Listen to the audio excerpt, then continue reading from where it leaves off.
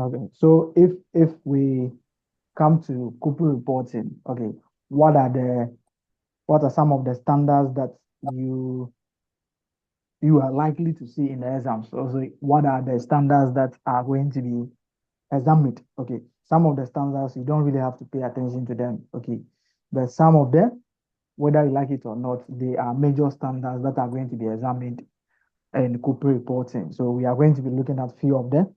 The ones that we are not able to cover, you can actually try to read on your own. So if you come to corporate reporting, the major standards is you have to look at the IFRS 15, which is revenue from contract with customers. Okay, it's a major standard that will be examined. So for the last three sittings, they have examined the what the revenue from contract with customers. Uh, cons- for the past three sittings, they have examined the revenue from contract with customers in all the sittings. Okay, then you also have to look at impairments. Okay, impairment impairment is the 36. So we have IS 36. You have impairment. It's also a major standard that you have to pay attention to. Okay. You also have to look at the IFRS 16, which is leases. Okay. Leases is also one of the most examined standards. Okay. So you also have to look at the IFRS 9, which is financial instruments, but we are going to be looking at the side of financial instrument that might be coming in the corporate reporting exams. Okay, so we also look at the IFRS 2 share-based payments. Then we come to employees benefits, which is the 19. Then you can have issues with IS 38 intangible assets. Then you also have issues with the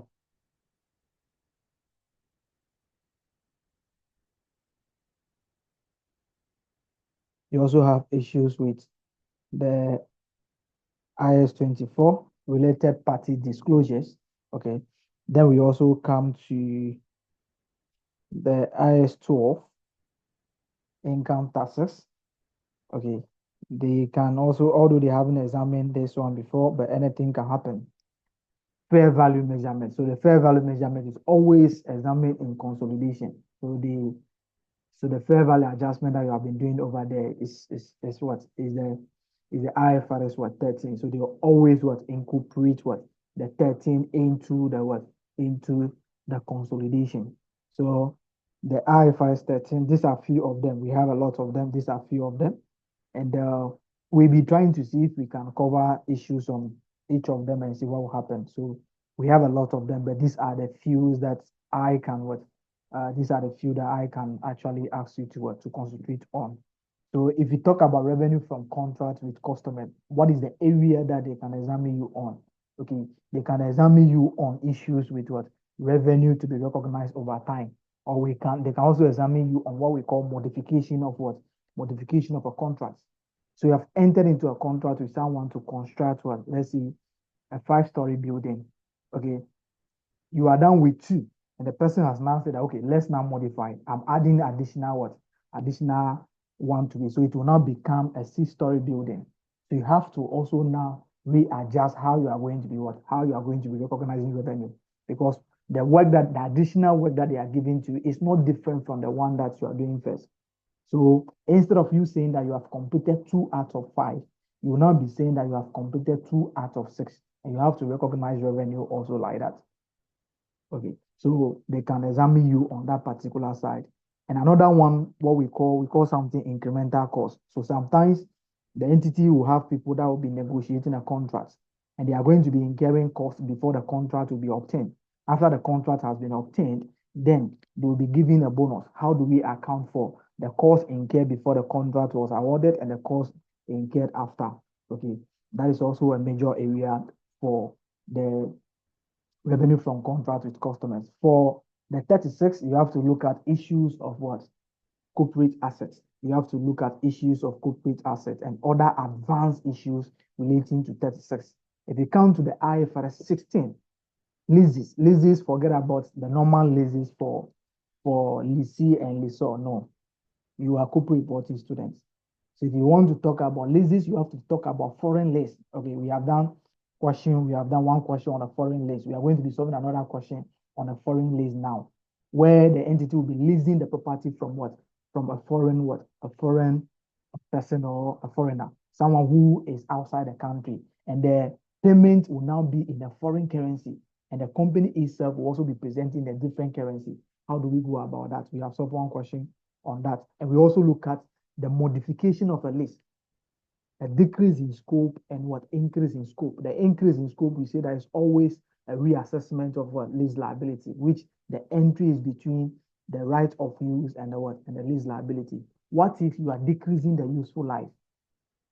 What if you are decreasing the scope? The scope means that if you are using 5 assets, now you want to reduce it to 3 assets.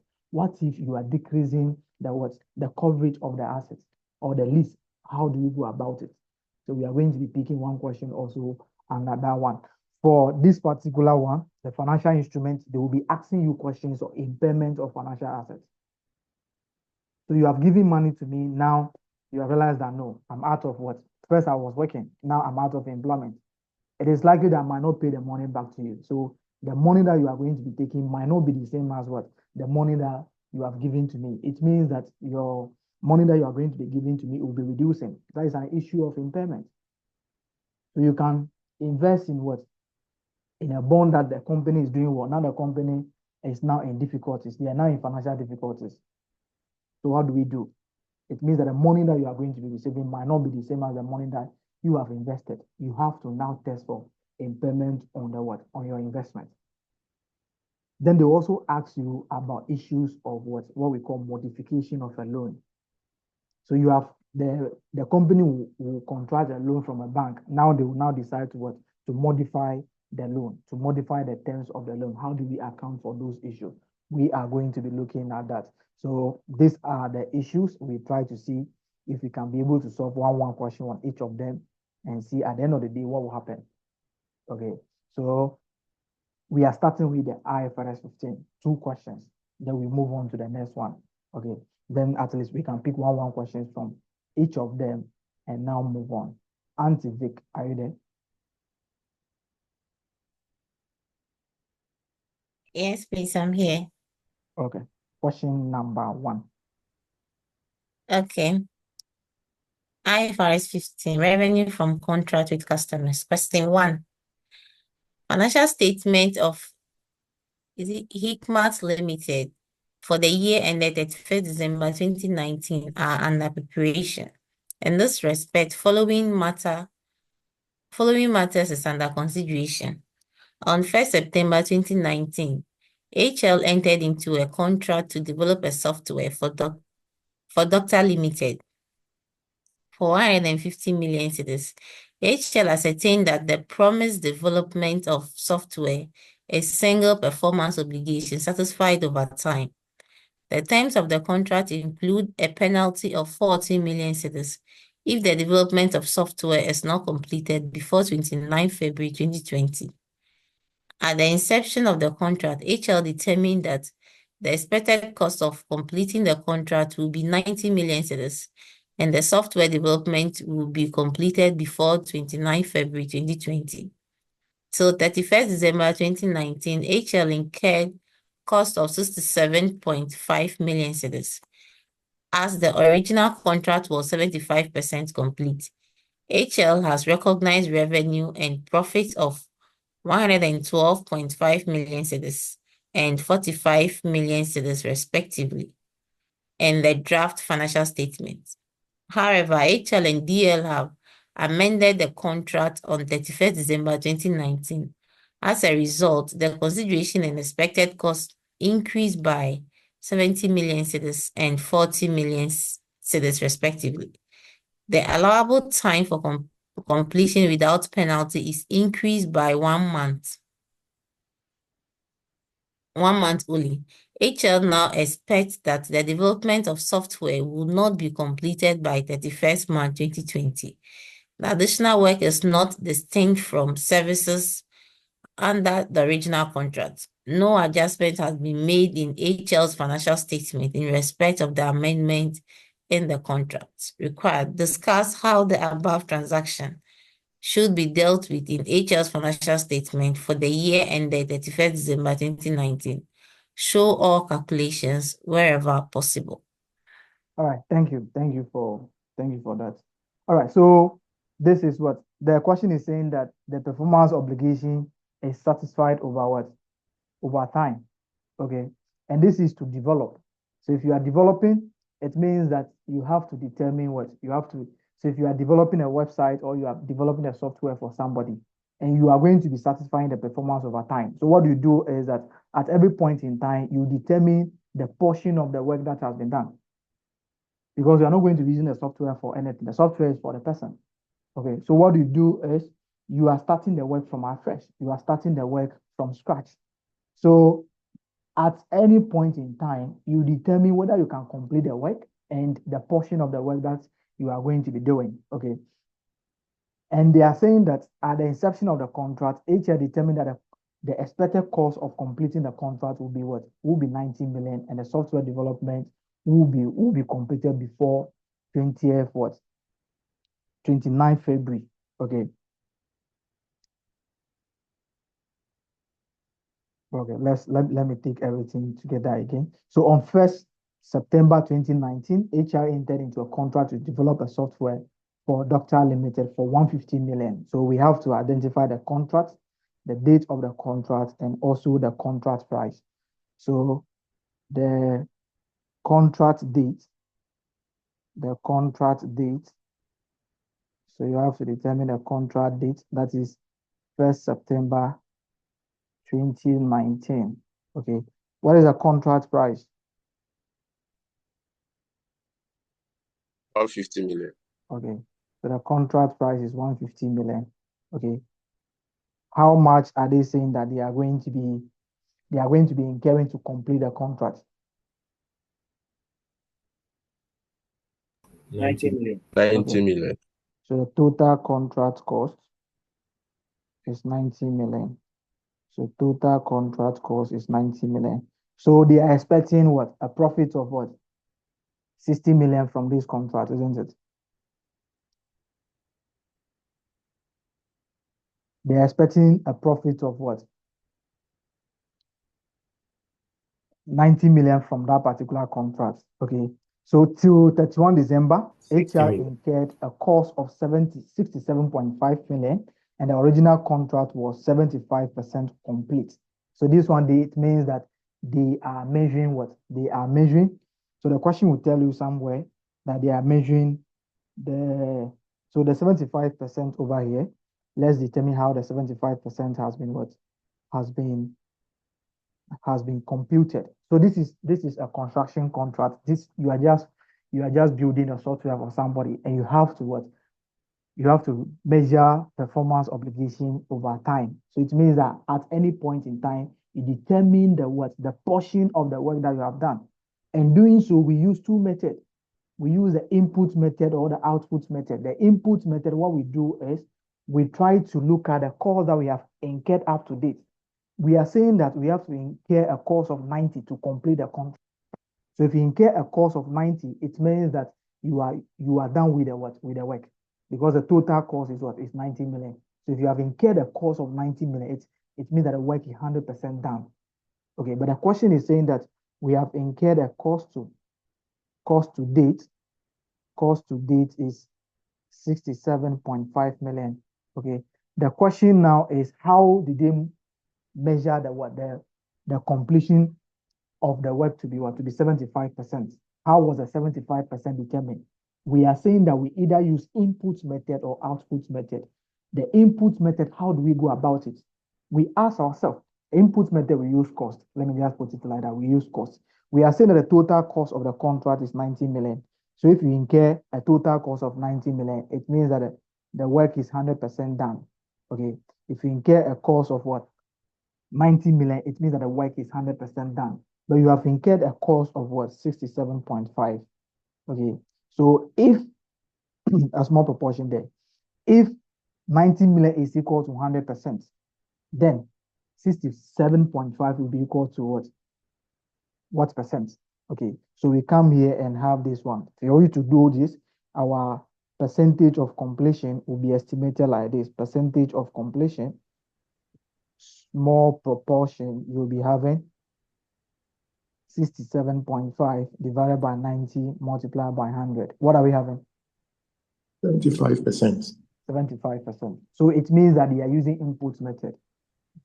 So the 75% completion has been calculated using input method. How do we use the input method? You are saying that if you incur a cost of 90, the total cost of the contract is 90. So if you incur a cost of 90, that is 100%. It means that the work is done. So if you have incurred a cost less than that, what percentage of the work have you done? And you have incurred that particular cost. So we just do the cost incurred to date over the total contract cost multiplied by 100. And they are saying that 75% of the work has been done. And for that reason, they have recognized revenue up to this level. Okay, they have recognized revenue up to this level. They have recognized revenue up to this level now. So let's come to, so what you do over here is, how do they recognize the revenue? We know that 90 million is equal to 150 million. Okay, if you incur a cost of what? 90 million, you are going to be receiving a revenue of 150 million. Okay, now you have incurred a cost of what? 67.5 million. So the 67.5, what portion of the revenue will be equivalent to 67.5 million? If 90 is giving us 150, then 67.5 will give us what? Okay, what you do over here is the revenue that will be recognized will just be, you find a portion of the work that has been done. So 75 over 100 multiplied by 150. What are we having?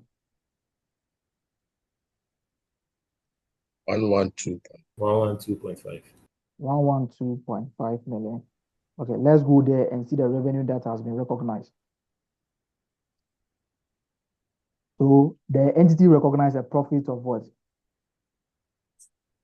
A revenue and a profit of, okay, a revenue of 112.5 and a profit of 45 million in the draft financial statement.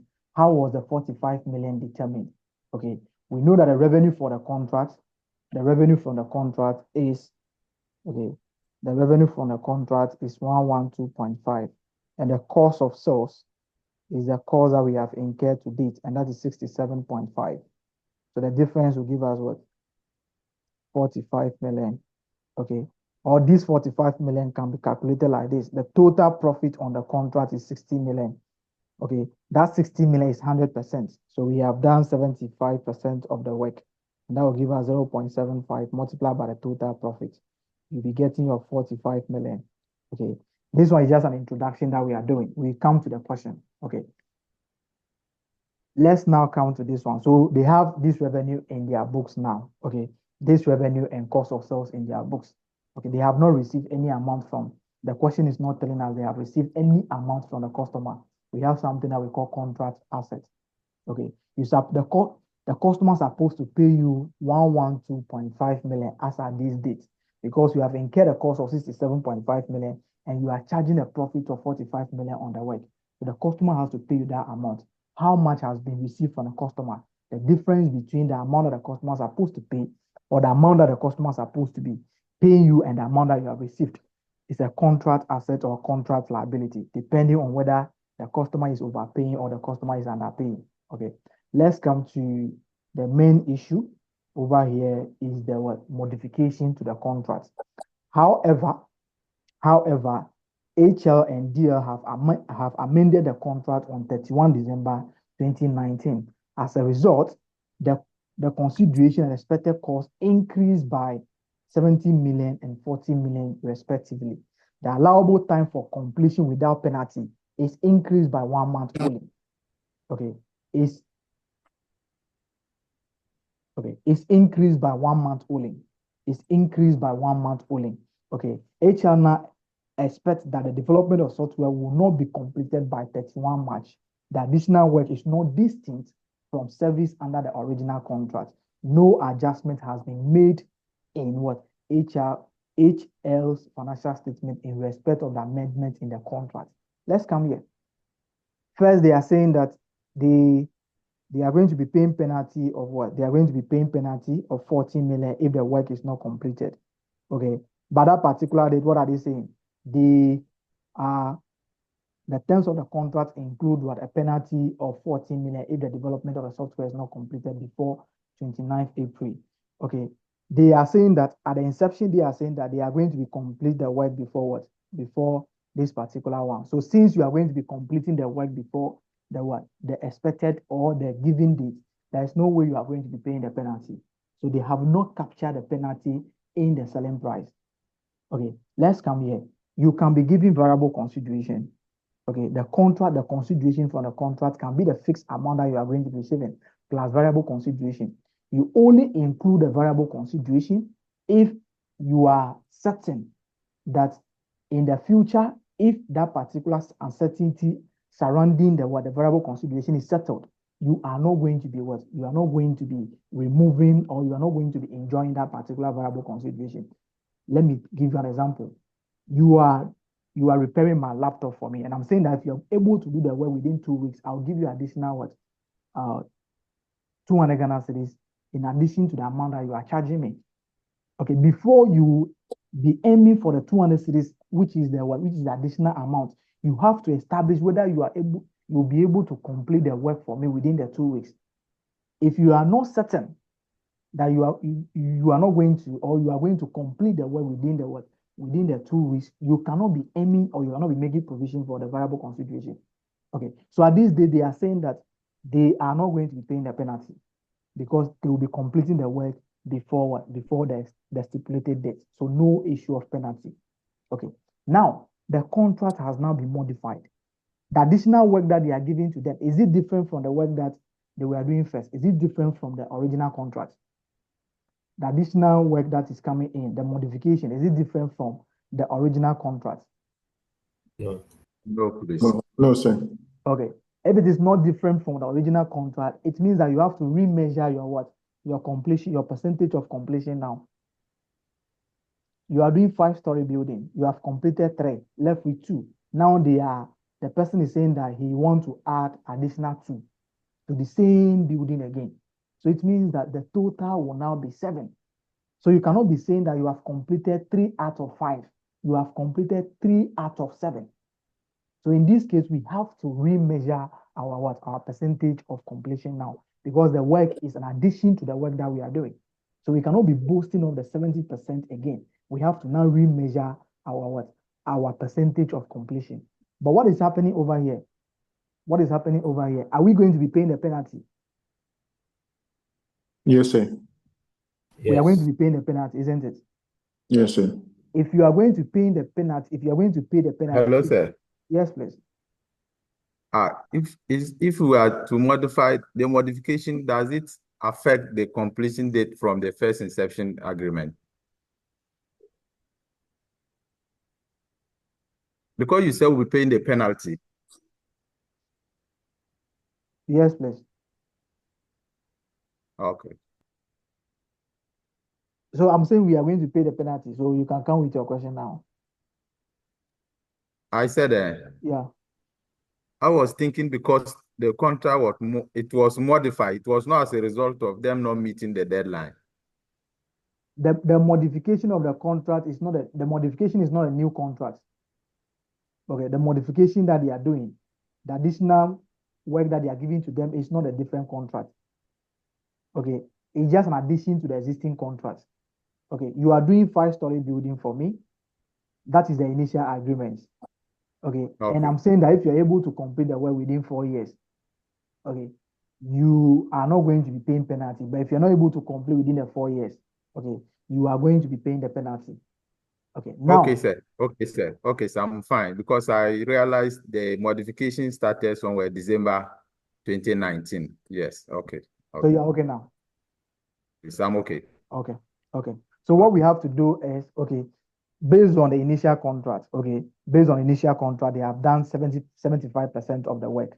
But now the contract has been modified. The additional work that they are giving to them is not different from the original work. So we have to re-estimate the percentage of completion now. We cannot say we are completing 3 out of 5. It will now be 3 out of 7. Okay. But if the work that they are giving to them is different from the existing work, then the additional work will be treated as a different contract on its own. But the question is saying that the additional work is not distinct from the service under the original contract. So it means that they are increasing the work for us now. They are increasing the work for us. So we have to now determine in the total work that we are going to be doing now, what percentage has been completed. The question is saying that the contract cost and the revenue has been what? Has been increased. So we look at the modified contract now. Okay. We look at the issues of the modified contract. So we now look at then the contract price for the total contract now. What will be the contract price for the total contract? 220. That will be 220. So 150 plus 70. So we have 150 plus 70, and that will give us 220. What will be the total contract cost now? 130. Okay. The contract cost now will be 130, 120, 90 plus what? 40. 40, yes, sir. Okay, 90 plus 40. And that will give us 130. But the cost incurred to date will still be the same thing, isn't it? Yes, sir. Yes. Okay. So we still have the 67.5. Okay. But the issue now is, this is what you do. Pay attention to this one. Okay. If you are going to pay the penalty, okay, you are not going to be paying the penalty from a different amount of money. Okay. If you are going to pay the penalty, you are paying the penalty from the contract. So we normally treat the penalty as a reduction to the contract price or to the transaction price. So you are going to be receiving 220, but you are going to be paying penalty of what? Of 14, isn't it? Yes, sir. So in effect, how much are you going to be receiving from this contract? That's 206. Okay. 206. So if there's a penalty, please, the penalty should be treated as a deduction to the transaction price. The penalty should be treated as a deduction to the transaction price. If there is any additional amount of money that you are going to receive, and you are certain that you are going to be receiving it, that particular additional bonus should also be treated as part of the transaction price. So what we are going to be doing is that they have only extended the completion period by 1 month, and the entity is saying that they cannot complete before that particular deadline. So they are going to be paying the penalty, and the penalty should be treated as as a deduction to the transaction price, which is a contract price. So we'll be looking at the contract price now, and we'll be looking at the contract cost now. Or someone can say I will treat the penalty as part of the contract cost. Okay, that is not fine, because that is not bad. The 14 is having a reduction on what? On the 220, and the cost also having the same effect. So if you're adding the 14, that is fine. But that particular 14 is not part of the things that you are going to be buying to complete the contract. The contract cost, we are talking about the material and the people that we are going to be using. The direct cost that we are going to be incurring. That's what we mean by the contract cost. So you bringing the penalty to the contract cost, although it's going to be having the same effect on the revenue, but that is not going to be making sense, because it's not part of the cost. It's not the material that you are buying. It's not the amount that you are paying to the workers. No. So we treat that as a reduction to the contract price. So our contract price net of the penalty, or the contract price now, will be the fixed. Okay, let me just have the fixed amount over here, which is the actual one to be 220. Then we now take the penalty out of it. Penalty will be 14, and that will give us 206, isn't it? Yes, sir. So our percentage of completion now will be what? Let's now re-estimate our percentage of completion. That will now be 67.5 divided by 130. Okay, divided by 130. Now multiply by what? 100. 100. Okay. So what should be the revenue that we should recognize now? Our revenue will now be 67.5 divided by 130 multiplied by 206, isn't it? Yeah. Okay, 1 130, 0 107 10. 107.1. 7.12. Okay, so we have 107.12. Okay, our contract cost will still be what? Our cost of sales will still be 67.5. Okay, our cost of sales. So it means that that is the revenue. So we still determine 67.5 over 130 multiplied by 130. So we have done some part of the work. So what percentage of the cost has been incurred? If you're using the input method, the cost to date will still be the same as the cost of sales. So that will still be 130 over here. So we now be having our cost will be 67.5 million. Okay. Then what do we have to do? What should the entity do now? They have recognized a revenue of what? 112.5 and the profit. So they have, what they are trying to say is that they have recognized revenue of this and cost of sales of this, and that is giving them profit of 45. So what should the entity do now? What should be the revenue? 107.12. So it means that the revenue in their draft financial statement should be reduced to what? 107. 107. So we reduce the revenue by how much? What is the difference there? 5.38. 5.3. 8. Okay. So they should reduce revenue by 5.38. If the question should be telling you that they are dealing with issues of what? They are dealing with issues of contract assets. How do we determine the contract asset? The entity will be having a contract asset like this based on the original one. Okay. Contract asset based on the original one. Then we now determine the contract asset based on this one now. So the contract asset will be this one. Okay. The work that you have done, the work has cost you what? 67.5. And the work that you have done, you need to get a profit of 45 million on that particular one. What will be the selling price of the work that you have done?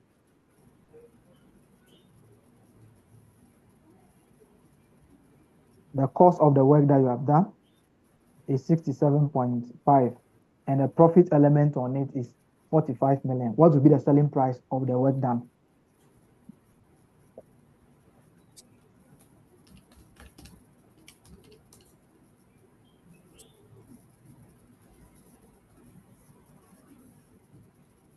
That will be the 2.5. That is the amount that you are going to be charging the customer. Yeah, the person will pay you the cost. I've incurred the cost of this one. You want me to do a work for you? I've incurred a cost to do the work, and I'm charging profit of 45. It means I have to charge you what the cost plus the profit. That will give the selling price of the item that I'm going to be giving to you. So you're supposed to pay me the revenue. At any point in time, the customer is supposed to pay the revenue. But the question is not telling us that the customer has paid any amount. It means that the customer is owing us this amount, which we call the contract asset. But if the customer should pay some part of this one, the difference is the same as a contract asset, which some people can name as receivables. There is no problem with that. Okay, so the entity will be having a contract asset of this, but although they are not, they were silent about a contract asset. But since it's a construction contract, you need to determine a contract asset.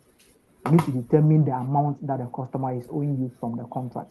So the customer is supposed to pay you this amount at the what? At the end of the year. But that amount has not been paid. So in their draft financial statement, they are going to be having this as a contract asset. Okay, let's come here.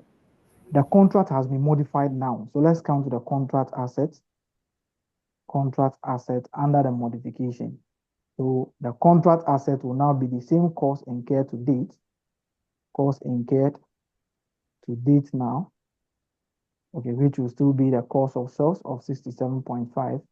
But our profit will now reduce by, our profit will now be 107.12 minus what? 67.5. What are we having? And this will still give us 107.12. So this will now be the contract price. So the difference of 5.38 should be taken from a contract asset if they have any in their financial statements. So please, the modification, okay, modification is an addition to the what? To the contract. You are building 5 structures for somebody, and the person, you have done 3 out of it. You are saying that you have done 3 out of 5, remaining 2. The person has now asked you to what? To do additional 2. So the same work that you are doing, the same structure. So it means that you are now going to making the structure to be 7. You can no longer be boasting of doing 3 out of 5. You are now doing 3 out of 7. So you have to re-estimate your percentage of completion. That is what is happening over here. But if the work that they are going to be giving to the customer now or to the company now is different from the original work, you are building a structure. Now they are now asking you to build what? A plant, a manufacturing plant. These are 2 different work contracts. So you have to account for them as 2 different contracts. But additional work is not distinct. It's not different from the original work. So it's an addition to the original work. So you have to re-estimate your percentage of completion and also your revenue. That's what you are going to be doing here. So they say you should explain, this is the calculation that you are going to be doing. The explanation should be English. Okay, at the contract date, the entity determined that this particular contract is what? Is a contract that is going to be satisfied over time. So revenue should be recognized based on a percentage of the work done at each reporting date. So the entity has estimated that, okay, 75% of the work has been done, and they are recognized revenue of this amount, which results in a profit of this amount. However, at the end of the year, the contract has been modified. The contract has been modified, which increased the contract price by this amount and this amount. The cost also by this amount. But the work that is going to be, or the additional work, is not distinct from From the work. So the entity has to remeasure its percentage of completion and recognize revenue of this amount, cost of sales of this amount. That is it. Just English. Use English to explain. Then you do this small calculation on the revenue, the re-estimation. So you do. Hello, sir. Yes, please. So let's assume the work was supposed to be different from the original design. What would have been the implication? The implication will not have any issue on the what? It will not have any issue on the original work because they have done 75% of the work already. So the revenue recognized is now what? Is now going to be there for them. But what will happen for the different work is that we have not done any part of the work again. So we cannot recognize revenue on the new contracts because we are signing these particular contracts at the end of the reporting period, which none of the work has been done. So nothing is going to happen with the new contract because we have not done anything. We have not done any part of it because it was signed. The agreement was signed at the reporting date. We haven't done any work.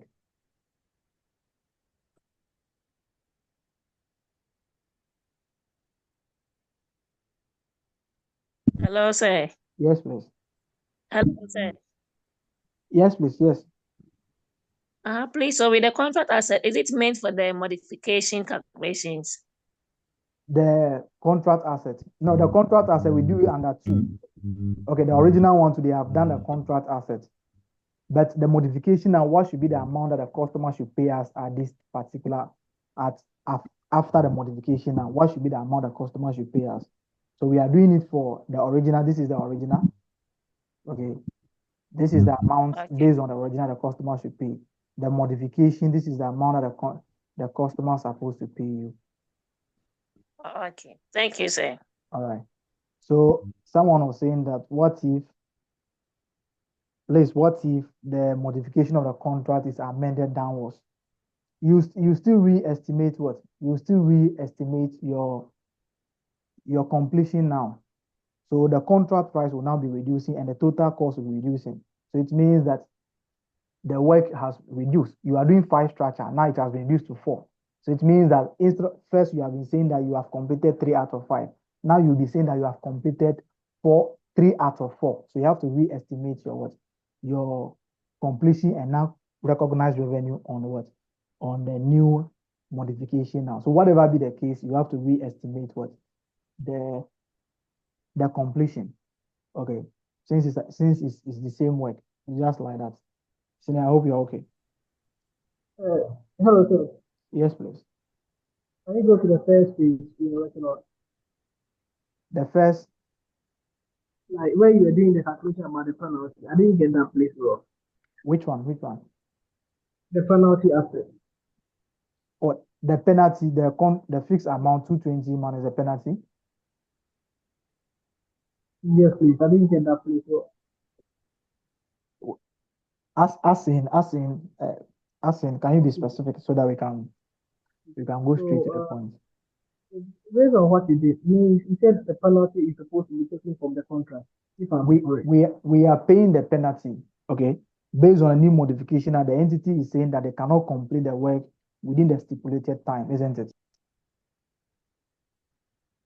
Yes, sir. Okay, so therefore they are going to be paying a penalty, isn't it?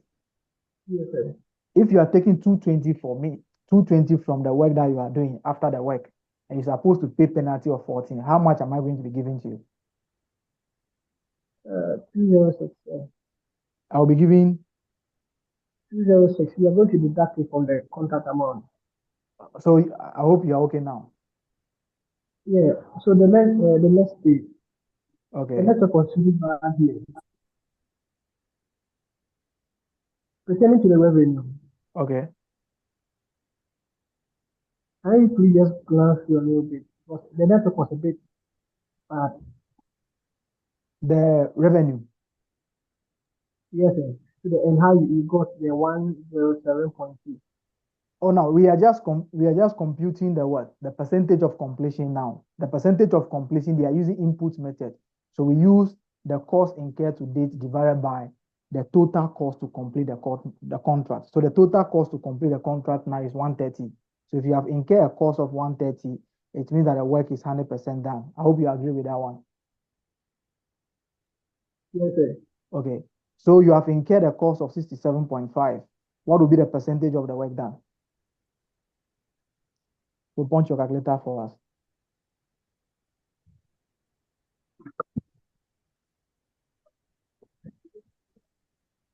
Hello? Yeah, Sina, we are together. Hello? We are together, Sina.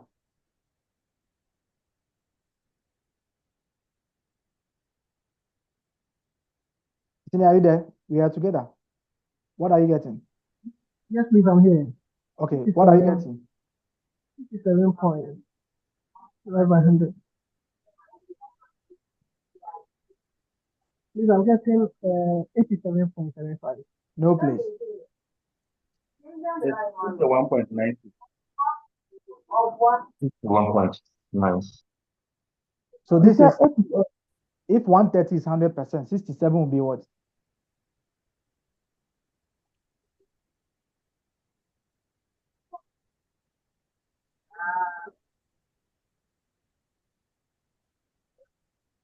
$51.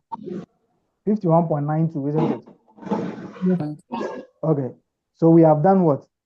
We have done 51.92% of the work. So it means that we need to receive what? We need to receive the amount for the work that has been done. But the total amount is 206. So we find percentage of that. The 51.92 of the 206. So you have done the 206 100%. You have done 51.92. So what money are you going to be receiving? What is the portion of the revenue you have to recognize? So you just multiply that, and that will give you this answer.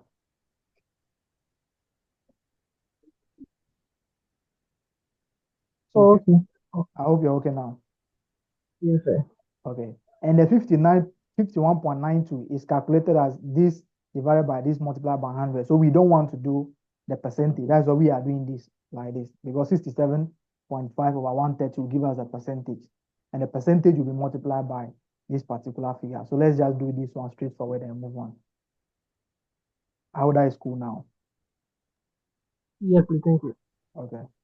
So please kindly elaborate for me how the revenue will be recognized after the first year. I don't really get that well because I had a question that specified whether the work was completed or not at the end of the second year. Meanwhile, the contract was to get the work done in what? The query, is it for us or is for? Please kindly elaborate how the revenue will be recognized after the first year. I don't really get that well. Okay, because I had a question that specified whether the work was completed or not or not at the end of the second year? No, I don't get that one. So if you can actually talk so that we can, yeah, and explain that you are, if we can actually take that one, and if you can actually Hello, talk, sir. yes, yeah. Okay, so the question is, I want to understand how the revenue will be recognized in the second year.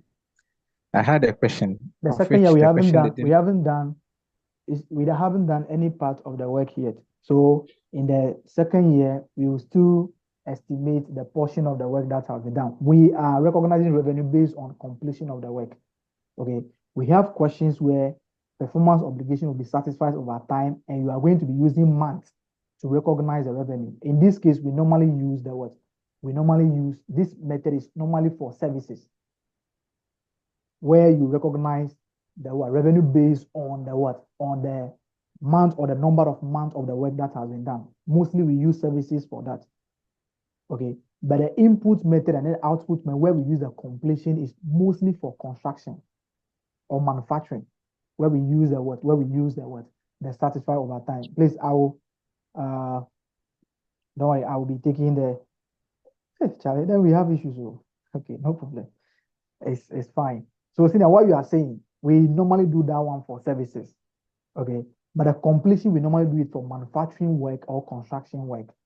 But if you should be service, you have sold phone to me, and you are going to be saying that you are going to be giving me a free maintenance service for 24 months or 2 years. What you are going to be doing is that the amount that you are going to be the amount that you are going to be charging is for what? It's for 24 months. So at the end of every period, you ask yourself how many months of the work has been done. So you have provided a service for 3 months. You recognize revenue for only the 3 months. So what you are saying is for services. What we are doing over here is manufacturing or construction. And for construction, it's always based on the what? On the portion of the work that has been done. If you are doing construction for me, it's supposed to be completed within 24 months, and you haven't done any work, and the 24 months is gone. You don't have to recognize it because you haven't done the work.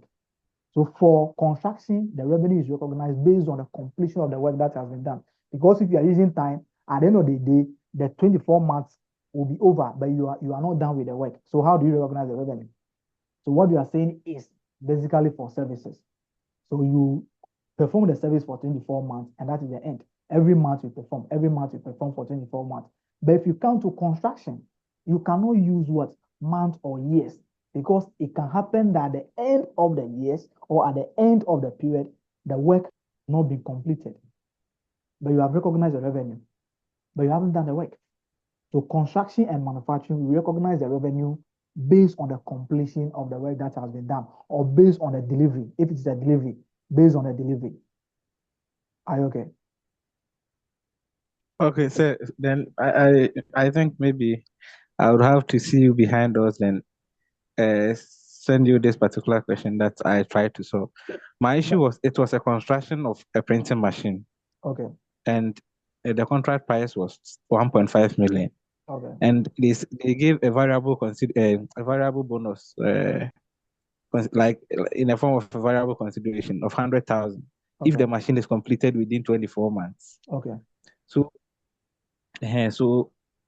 they give the information on the cost that has been incurred to date, yes. Okay. And they give the progress percentage. Okay. So I use the progress percentage. The variable consideration, the progress percentage. Are you giving total cost and those ones? Are you giving total cost of the contract? For the contract?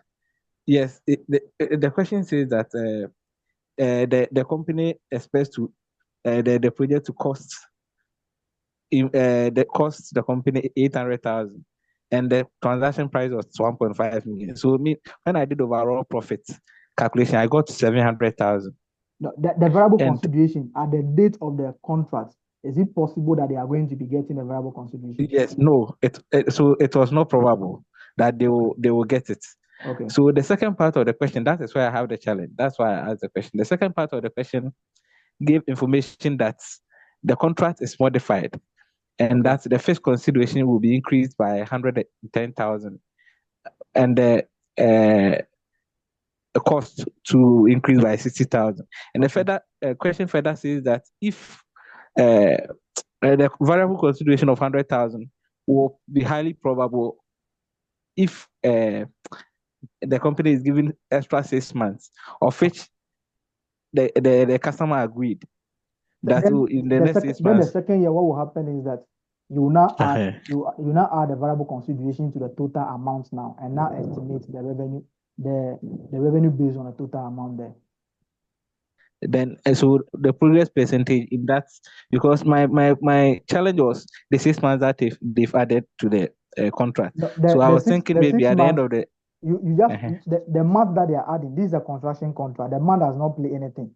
The month is just coming, or the month is telling you whether they are going to be receiving the variable consideration or not.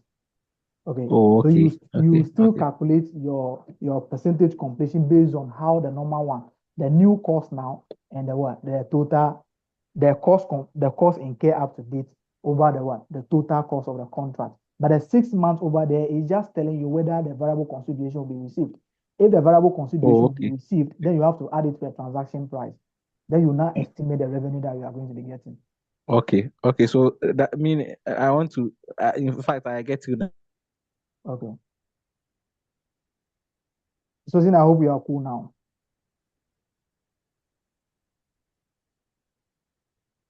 Yes, now Vincent, I hope you are okay now.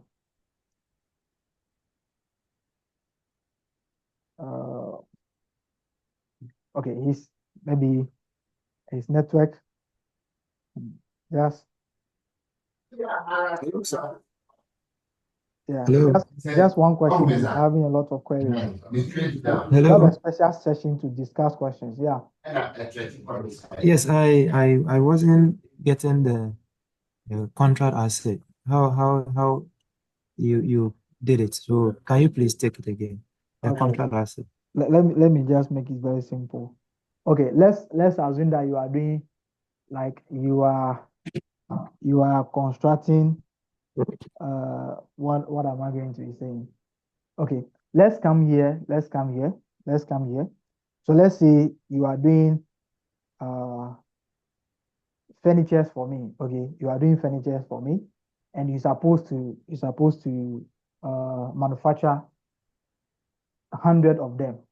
Okay, 100 of them, but you have done 20. Okay, you have done 20, and it has cost you, let's say, 10,000 Ghana cedis. Okay, this 20 that you have done, you have delivered the 20 to me, and the profit that you are charging on this particular this 20, the profit that you are charging is 5,000. Okay, how much are you going to be? What will be the bill that you will be giving to me? It has cost you 10,000 to manufacture this or to produce this, and the profit that you are charging on the 20 is 5,000. If you want to send me bill, how much are you going to be sending to me? Okay, so that would be 15,000. That will be 15,000. Okay, how do you get a 15,000? Is the cost that you have incurred, isn't it? Yeah. Plus the profit that you are making. Okay. Okay. That will give us 5,000, isn't it? Okay. Okay. If I'm not paying you any amount, it means I'm owing you this amount, which you can call receivables. But since it's relating to contract, we call it contract asset. You can call it receivables. Okay. But if I've given you a cash of 12,000, how much am I owing you now? That will be 3,000. Okay. This 3,000 is receivables, isn't it? Yes. But we call it what? Contract asset. So you can call it receivables or contract asset. Any of them is acceptable. So the amount that you are going to be receiving from the customer, that's what we call the contract asset. So Okay. the amount that you are selling the Thank you. item to the customer, less any amount that you have received. The difference is what we call the contract asset. All right. Okay. Thank you. All right. Hello, sir. Yes, please. Please, sorry, my network went off. Yeah, see ya. So I was saying, I want to be clear in my mind. So in the second year, would the progress percentage be 100% after the further information they gave?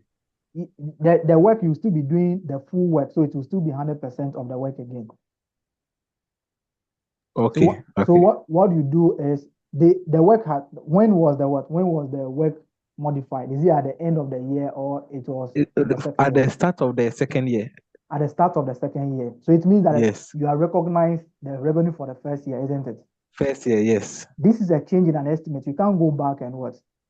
And reverse what you have recognized first. But you now recognize the revenue based on the new one now. So if the work has been modified now, what is the cost? Okay. What is the cost incurred to the date? Okay. Oh, the okay. cost incurred Okay. to the date, you are going to be taking the cost incurred to date in 2022 now, or in the second year. Then divided by Okay. total cost, multiplied by 100. Then you apply it on the new contract price now, which is the contract price plus the variable consideration. The calculation is done on cumulative basis.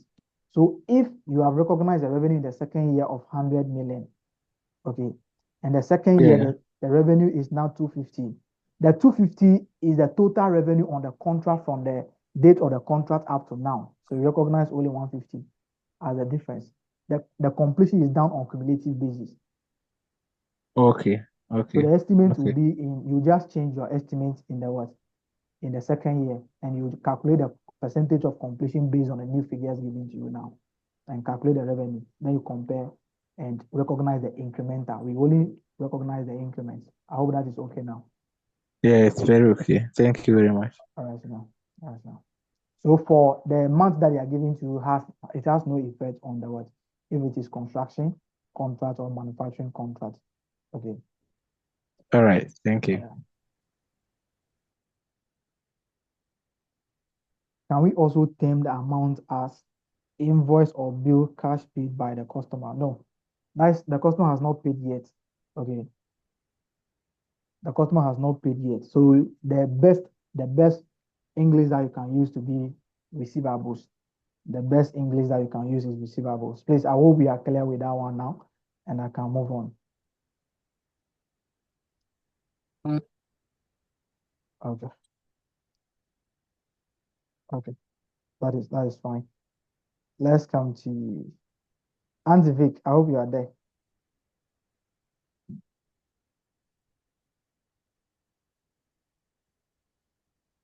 Auntie Victoria.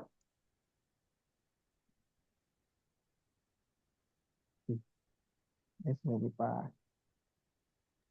Yes, please, I'm here. Did you join this thing, or you are trying to accumulate the thing before we move on, so that we can give you some time to accumulate? Question number 2.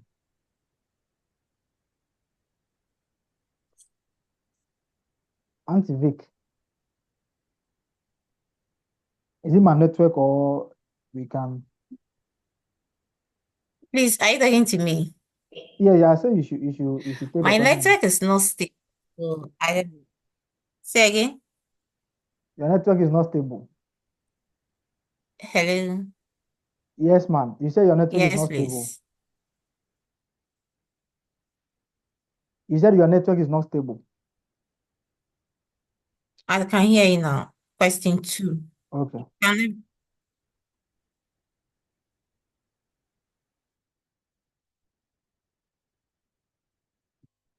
Please, someone should help us. Network is not stable. It's not our fault. Question 2. Okay. Yes, Nanok, you can take it now for us. Question 2. Okay. On 1st January 2020, on 1st November 2021, Excitement Limited EL entered into a contract with Pride Limited PL to manufacture and sell 100 units of a specialized machine at a total consideration of 300 million. The machines will be delivered in lots of 20 units at the end of each quarter. PL has paid 10% non-refundable consideration in advance, whilst the remaining consideration will be paid in 5 equal installments only after delivery of each lot and not before. The sales team of EL worked hard and spent 1,600 hours costing $4 million for preparing proposal for the contract. The team was also rewarded with a bonus of $6 million upon obtaining the contract. Up to year end the 31st December 2021, EL had manufactured 15 units of machine to be delivered on 31st January 2022. EL's CFO, a chartered accountant, has suggested that revenue for 15 units should be recognized in 2021 as the machines are of specialized nature and have no alternative use for EL. Further, the sales team cost of $10 million should be taken to statements of profit or loss in 2021, as this has been fully recovered through 10% advance received from PL. Required. Analyze the treatments suggested by the CFO in respect of the above contracts. Okay. So let's come here. This is a very important issue when you come to revenue from contract with customer. So as corporate reporting student, these are the things that you should be watching out for, because they are trying to separate corporate reporting from financial reporting. Although you are going to be doing the same standards, but the difficulty level will not be the same. Okay, let's come here. They are saying that on 1st November 2021, Excitement Limited entered into a contract with Pride Limited to manufacture and sell 100 units of specialized machine at a total consideration of 300 million. The machine will be delivered in lot of 20 units at the end of each quarter. PL has paid 10% non-refundable consideration in advance, while the remaining consideration will be paid in 5 equal installments, only after delivery of each lot, not before. Let's come to this, please. Okay, we say that if you come to recognizing revenue over time, okay, mostly we do it for what? 3 different situations. The first one is that you have entered into a contract where the customer is going to be enjoying the service over time. You'll be performing the service and the customer will be enjoying the service. Mostly it is for services, maintenance services, like the lecturing that we are doing. You pay and I will be teaching you, you'll be enjoying the teaching as you'll be consuming the teaching as I'm talking. Okay, for that one, I can recognize the amount that you are giving to me over time, because I'll be performing the service and you'll also be enjoying the service. We also do that for what? For a situation where the entity will create an asset and the possession will pass on to the customer after the asset has been created, or as the asset is being created, or you are going to be enhancing the asset of a customer. That is mostly in the construction contracts. We also have a third situation where the entity is going to be creating an asset which will not have any alternative use, but you only recognize the revenue over time when the entity has enforceable right to payment up to the work that has been completed. You have enforceable right to payment in relation of the work that has been completed. Not you are going to be giving the item to the person. If you are saying that you have the enforceable right to payment up to the work that has been completed, or in respect of the work that has been completed, doesn't mean that I have to transfer the asset to you. No. So if I'm doing software, if I'm manufacturing software for you, I have done maybe the first part of the software. I haven't transferred the software to you, but because of the work that has been done, you have to pay me. If that is the case, then I can recognize the revenue over time. The situation where you pay me before the what? I will deliver the item to you before you pay me. If you want to pay me, you have to obtain possession of the item before you pay me. That is not revenue over time. It means that the customer has to obtain possession of the items before the customer can pay. That is what revenue recognized at a point in time. What do we say at a point in time? You only recognize revenue when the customer obtains possession of the items. So if you look at this situation, the entity is going to be what? The entity is going to be paid after the delivery of what? Each lot and not before. So if they are done with the work, the customer will not pay. The customer will not pay in relation to the work that has been completed. The customer will pay them after it has been completed, after the customer obtained possession of the item. So this cannot be recognized over time, as the chief accountant is suggesting. But what you do is that you recognize revenue based on the what? Based on the unit delivered. Based on the unit delivered. What do you mean by based on the unit delivered? You are delivering 100 units. So if you have delivered 20 units to the customer, you recognize revenue to the 20 units. But you cannot what? Recognize revenue relating to this one at over time, point over time, no. Because the person will only pay you after delivery has been done. It's just like a normal sale. So if you are selling computer, you have to give me the computer before what? Before I will pay you. You are performing the obligation at a point in time, because the customer has to obtain possession of the item before the payment will be done. Okay, so let's come to the sales team. The sales team of EL worked hard and spent what? 1,600 hours, costing what? 4 million for preparing proposal for the contract. The team was also rewarded with bonus upon the obtaining of the contract. Let's come to these two costs. We call something incremental cost. The cost of preparing the contract, is it a cost incurred after the contract has been awarded, or is a cost incurred before the contract has been awarded? The cost incurred before the contract. Okay, it's a cost that will be incurred after all, whether the contract has been awarded or not, isn't it? Yes, sir.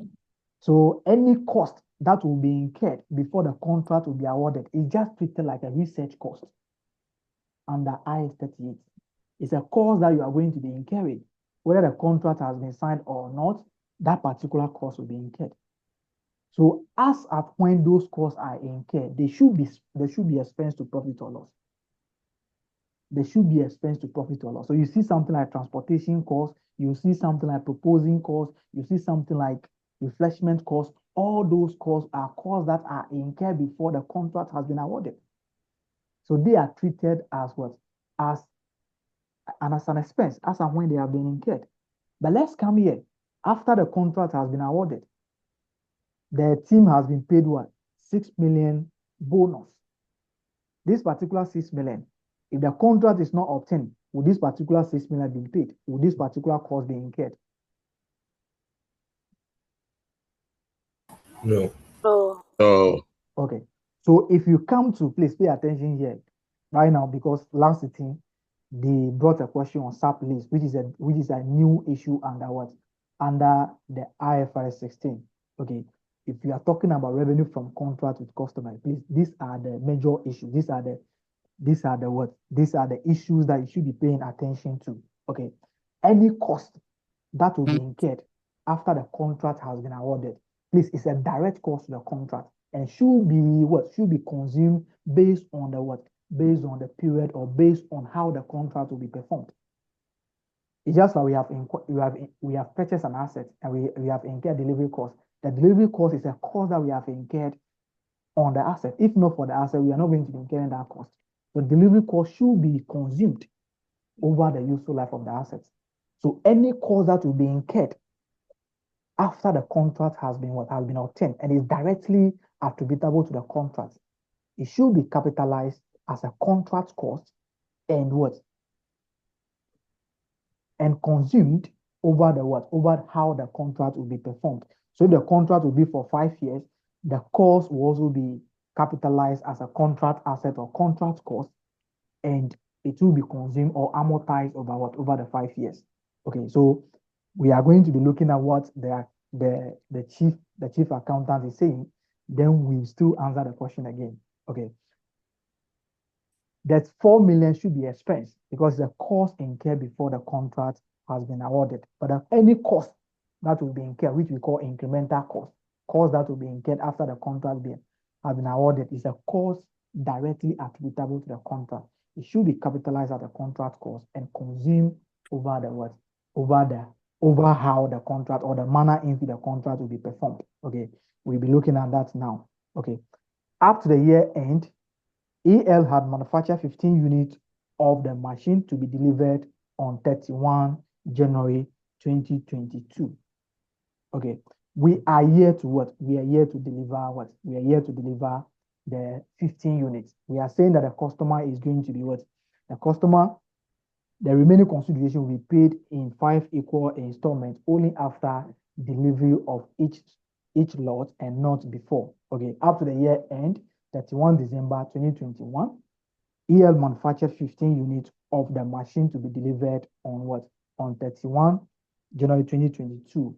Okay. The EL-CFO, a chartered accountant, has suggested that the revenue for 15 units should be recognized in 2021 as the machines are of specialized nature and have no alternative use for what? For EL. So the machines are of a specialized nature and they don't have what? Any alternative use. So whatever happens, it will be delivered to the what? To the customer. It will be delivered to the customer. Okay. The sales team cost of 10 million should be taken to statement of profit or loss in 2021, as this has been fully recovered through a 10% advance received from PL. Okay. Then they are asking you to what? They are asking you analyze the treatment suggested by what? Suggested by the CFO in respect of the above what contracts. Okay. The CFO is asking us to do what? The CFO is asking us to recognize what? So what is the thing that he's saying? He's saying that the 10 million should be taken to profit or loss because this has been recovered through the 10% refundable amounts. Okay. And he's also saying that we should recognize what? The 15 lots in profit or loss as revenue. Okay. What do you think of his what? His suggestion? All the things that we have said so far. What do you think of his suggestion? What do you think of his suggestion? So I think in terms of the revenue, we may have to recognize the 15 units delivered. No, we are yet to deliver. Oh, they are yet to. Okay. Okay. So if they are yet to, then they can recognize the revenue of the 15 units. Okay, they will give you 5 marks for this question. So the English, you can see if they say 5 Hello, marks. sir. Yes, please.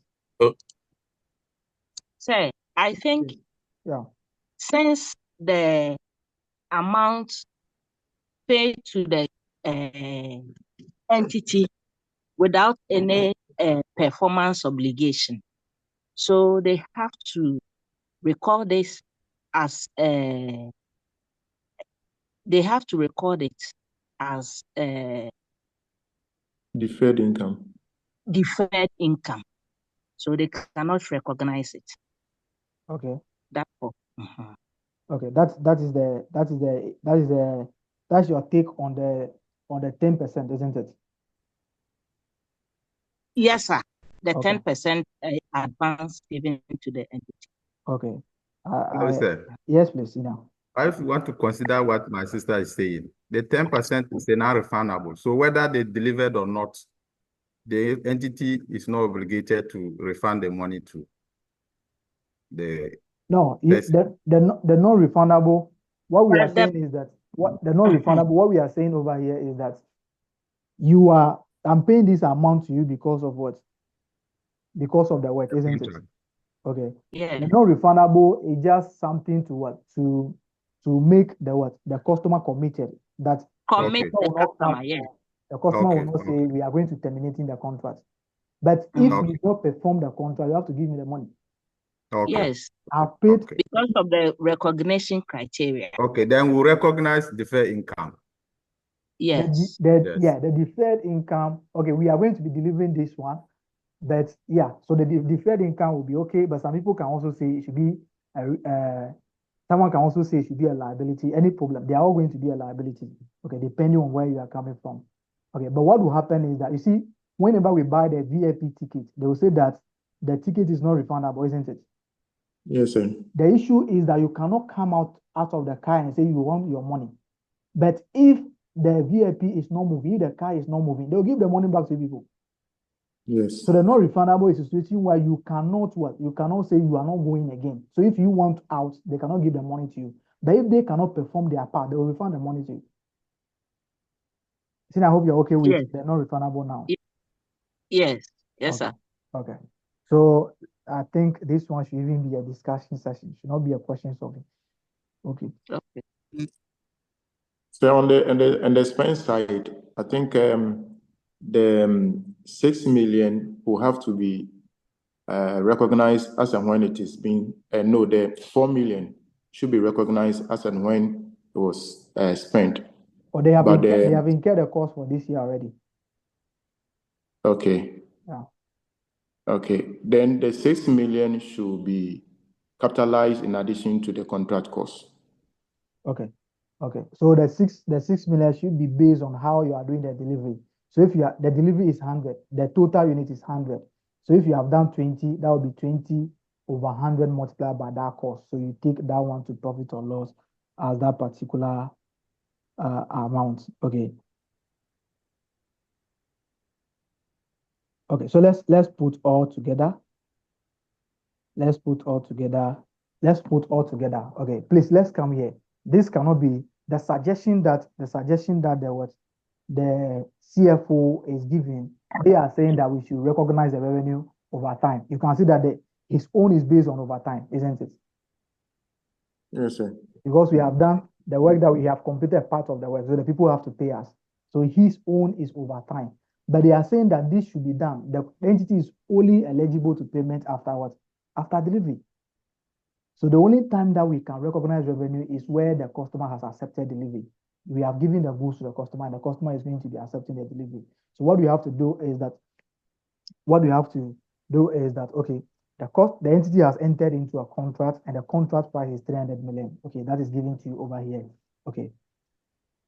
The CFO, is suggesting that the entity should recognize revenue for the 15 units that are yet to be delivered, or that is manufactured but yet to be delivered. This means that the CFO is saying that the entity or the accountant should recognize revenue over time. However, the entity is only eligible to payment after the customer, or after the goods has been delivered to the customer, or after the customer has accepted delivery. This means that the entity is going to be recognizing revenue at a point in time. Therefore, the revenue relating to the 15 million cannot be recognized.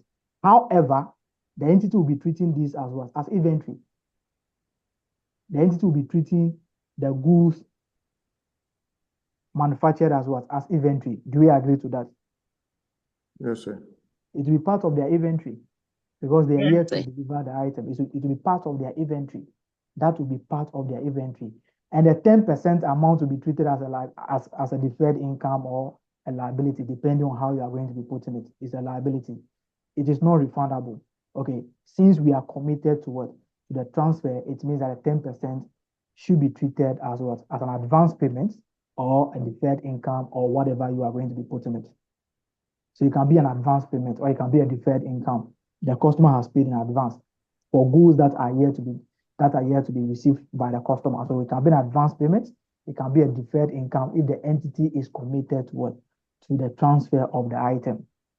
But the 4 million will be taken to profit or loss, because it's a cost that has been incurred before the contract has been awarded.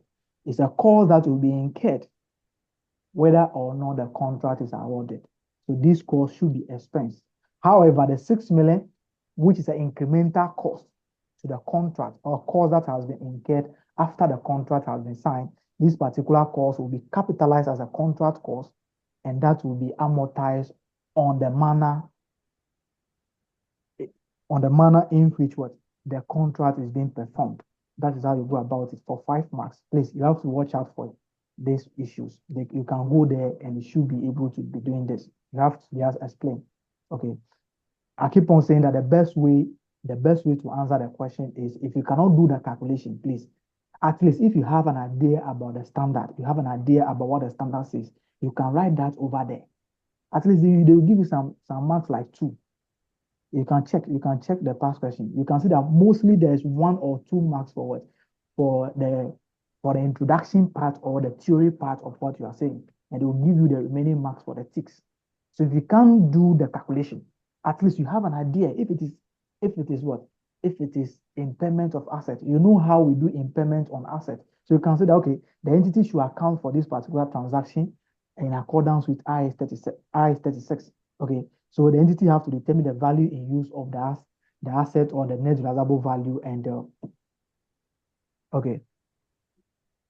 So you write the theory part and move on. Okay, please, I cannot actually write, because if I want to write, I'll write plenty.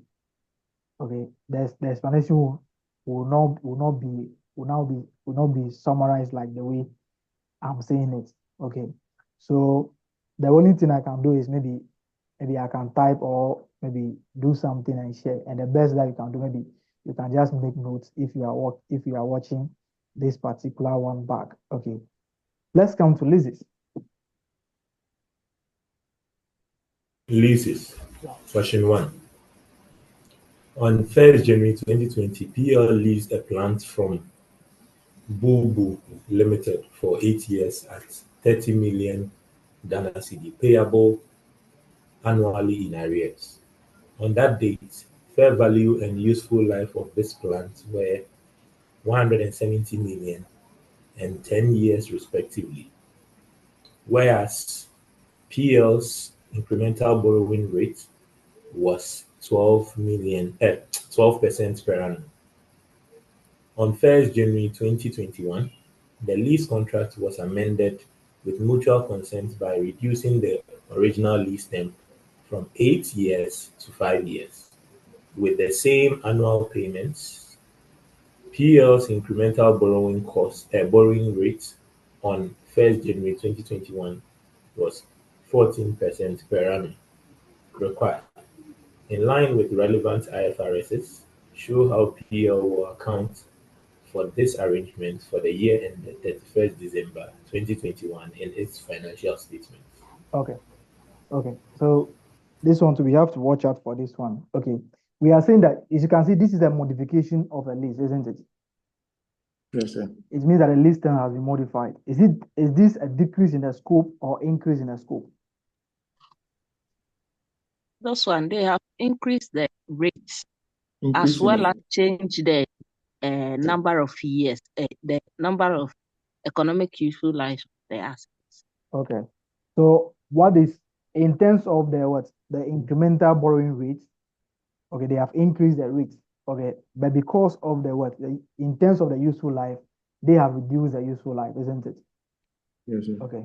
So this particular modification is having 2 issues. It's having what we call increase in scope in relation to the incremental borrowing rates, and also we have what we call the decrease in the scope. The decrease in the scope is the useful life has been decreased. Please, whenever the lease is having a decrease in scope, what we do is that we find the respective decrease in the liability and also the asset.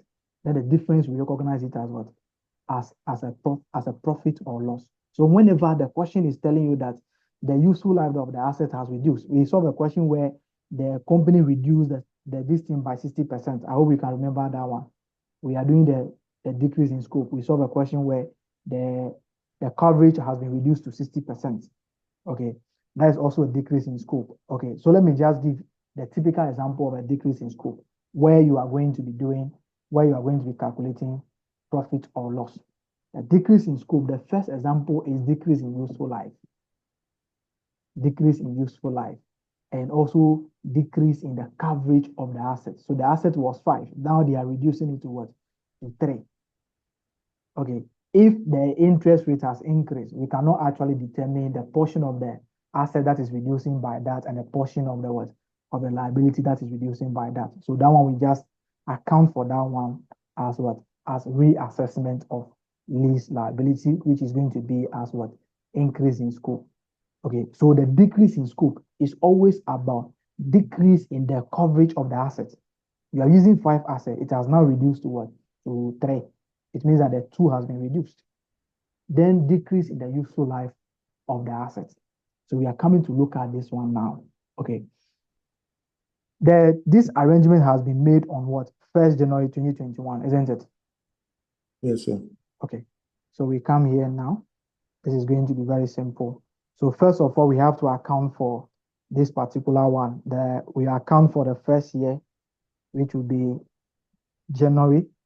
So we account for the first year, which will be January 2021. Okay. We account for this. This will be January 2021. Very simple. Okay.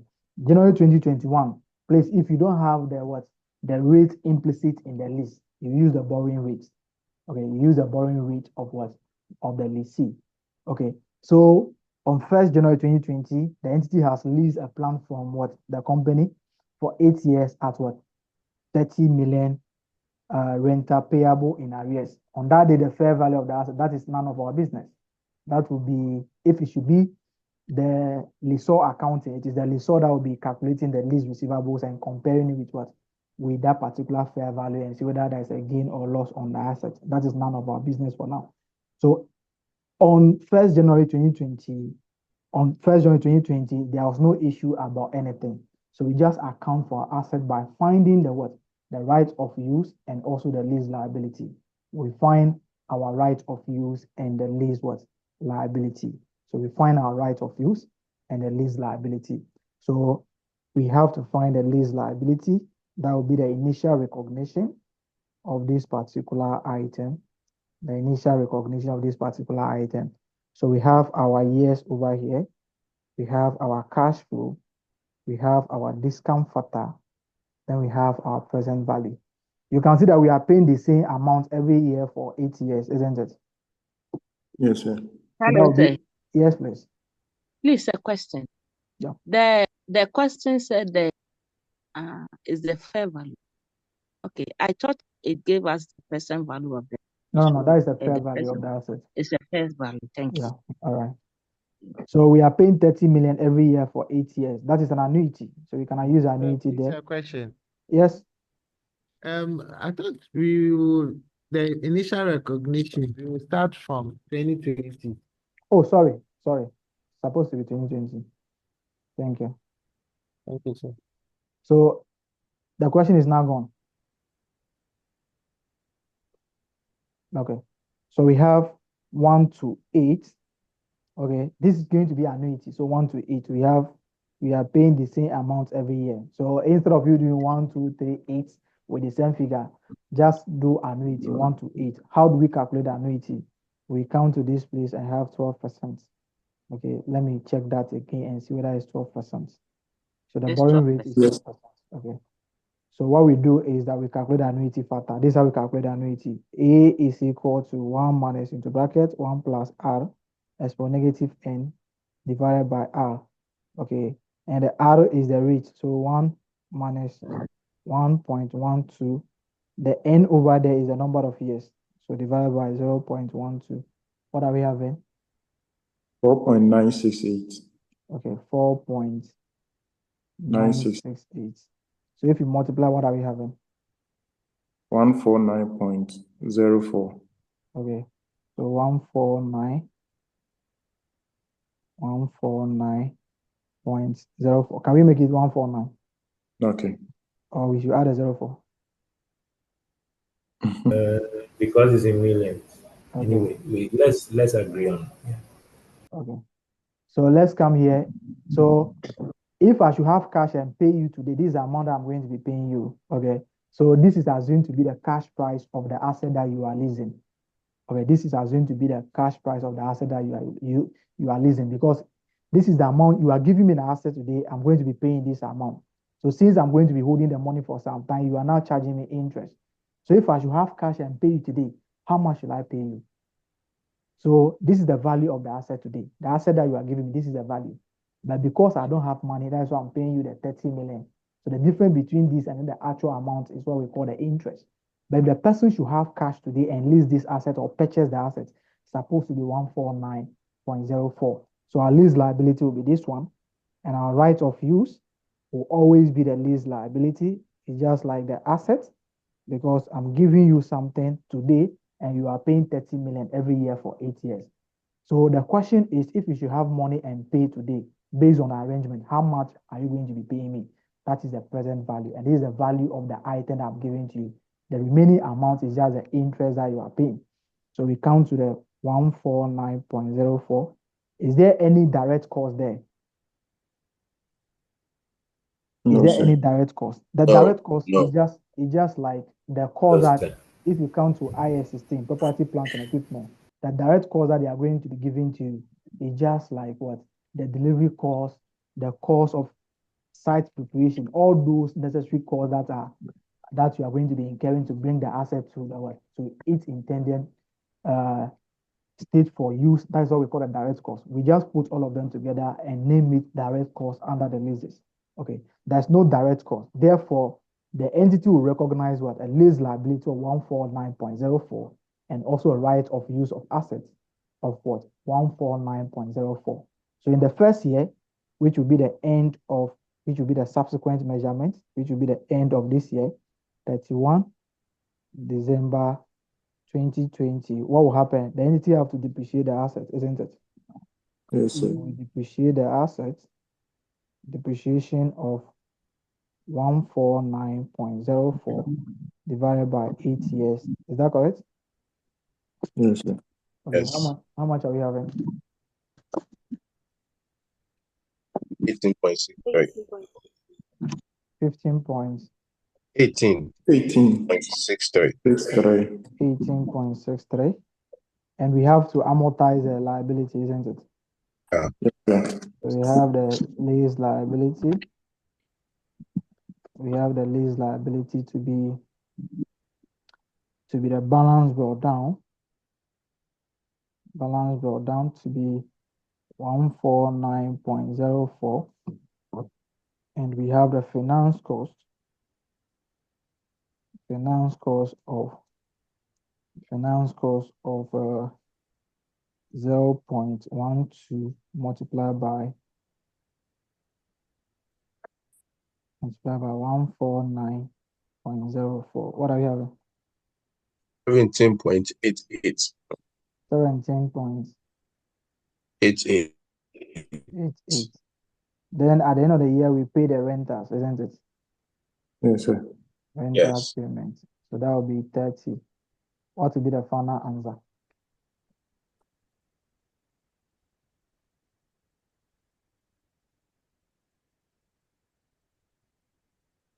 $136.90. Okay, 136.92. Okay, so let's come to the beginning of the next year. January 2021, our right of use will be 149.04 minus what? 18.63. How that is fine. 130.1. Yes, sir. 130.41. Our lease liability at the beginning of the year. Our lease liability at the beginning of the year will be 136.92. Okay. So what are they doing at this particular date now? Okay. They are now changing, they are now modifying, they are now decreasing their scope. Okay. The decrease in scope is resulting in the modification is resulting in two issues. One of them is we are decreasing the useful life, and one of them is what? We are increasing the interest rate. Okay. Let's come here. What is the remaining useful life of the asset? 7 years. 7 years. Okay. Now we are decreasing the what? We are decreasing the lease period to how many years now? 5 years. 5. So if we are going with the new arrangements now, how many years will be remaining for the assets?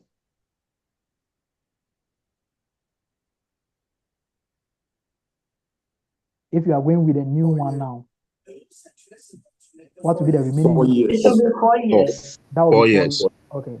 So it means that we are reducing the lease period by 3 years, isn't it? Yes. Yes, sir. So we account for the modification like this. Okay. We account for the modification like this. Okay, this 130.41 over here is for 7 years, isn't it? Yes, sir. And now we are reducing the useful life to 4 years. So it means that we are taking 3 years out of it. Is that correct? Yes, sir. Okay. So we look for the reduction in the right of use. The reduction in the right of use. So what is the reduction in the right of use? It will be 3/7 multiplied by 130.41. Do you agree?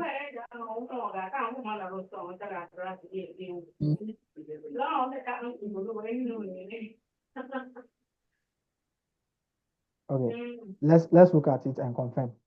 The reduction in the right of use as a result of the modification. Is it going to be 3/7 multiplied by 130.41?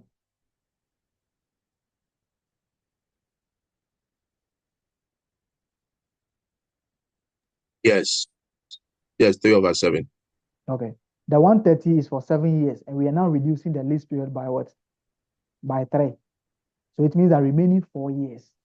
So what is the reduction in the what? In the right of use. So we do the reduction that we are saying that a decrease in scope will result in what? Profit or loss. How do we go about it? We look at the corresponding reduction as a result of the modification in the two items, the liability and also the assets. Then we find the difference and name it a gain or loss. So let's come here. What is the, okay, what is the reduction there? 5 point. Reduction in right of use. What is it?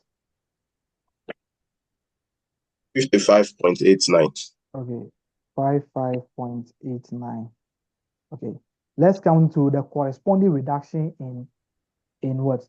In lease liability. The lease liability, we do it in 2 ways. Okay, the first thing that you have to do is you assume that the lease arrangement is still the same, and the only thing that changes is what? Is the reduction in the what?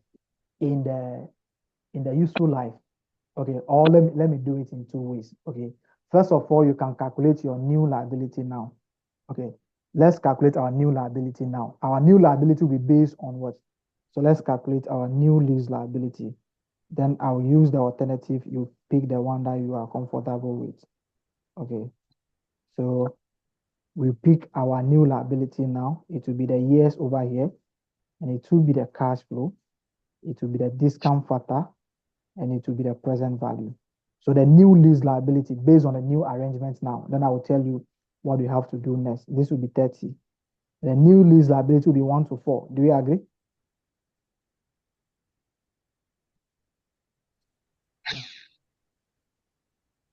Why not 1 to 5? No. We have 1 used to 1 year 4. already. We have used 1 year already. The total useful life is 5 years. We have used 1 year. The lease period was first 8 years. They have reduced it to 5 years, but we have used 1 year already. So that will be 1 to 4, not 1 to 5. Sina, can we establish understanding for that and move on? Sir, please, can we make it 2 to 5? 2 to 2 to 5, so that it will inform us that we have used 1 year already. No, I'm doing from the date of this one, from this date, I'm using what? I'm doing this thing from this date. So I'll be paying the amount in the what? In the next year. That's a year from now. If you're using 2 to 5, it means that you are going to be paying the money in 2 years' time. The first payment will be in 2 years' time. That is the meaning of the 1 to 4. Okay. It's not a 1 year, it's not the Okay. first year to 4 year, no.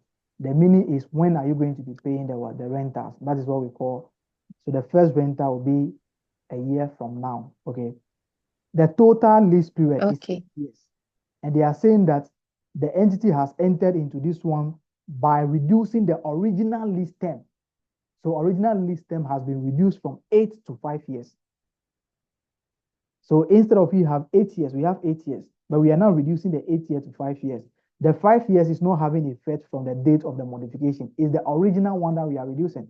So the original lease period is now 5 years, and we have used 1 out of it. So remaining 4 years. Okay, I hope that is okay now. Okay, so let's calculate the new lease Yes, please. liability. If you come to the new lease liability, we calculate it under the new arrangement. At any point in time or at every date, you use the what? The incremental borrowing rate. If you're doing the arrangement, we now do the arrangement based on the what? Based on the interest rate at that date. Okay. I can show you to do this one in a very simple way, but the new lease liability is what we are going to be using going forward. Okay, based on the new arrangement now, how much will we be paying? We now be paying what? 30% at an interest rate of 14% from the date to the end of the what? The 4 years. So this will now be 14%. Okay, then let's come here now. We have our 1 minus 1.14 is for -4 or divided by 0.14. 2.914. 2.9137. Okay. 914. Okay, to 3 decimal places is 3.914, isn't it? 2.914. Okay, how much are you getting? 87.4. 87 point what? 42. 42. Okay, this is for the new arrangement. We are looking for a reduction. We are looking for a reduction, the reduction on the old arrangement. Okay, so this is the liability that we are going to be taking going forward because this is the new arrangements now. We are going to be paying 30 at a rate of 14% going forward. Okay, going forward, that will be the new arrangements now. Someone can also account for this one as what? As a reassessment where the person will find a decrease in the liability and subtract it from the right of use and this one. In actual sense, you are still netting the same thing because the gain or loss will just be captured in one of them. But the standard says that when there's a decrease in scope, you should recognize what? Profit or loss on that. Okay, so we come here. This is on the new arrangement. Okay, based on the arrangement, assuming we are, Hello, sir. yes, senior. Please, pertaining to if you try to use the reassessment, it will give you a different figure. Which one is that? So I'm talking about if you calculate from 1 to 8 years, it gave you the annuity gave you the total was 136.29. No, that is the Sorry. liability. Okay. This is the liability that we have at the end of the year. Yeah. At the end of 2020, at the beginning of 2021. Okay.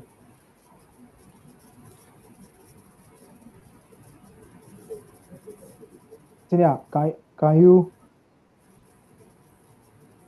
Oh, okay. I was saying that if you try to use the reassessment approach, Yeah. so we calculate the approach, you do the 149.04 minus the current one being calculated. Yes, please. And that it will give you you'll be taking, so that will give you a figure of what?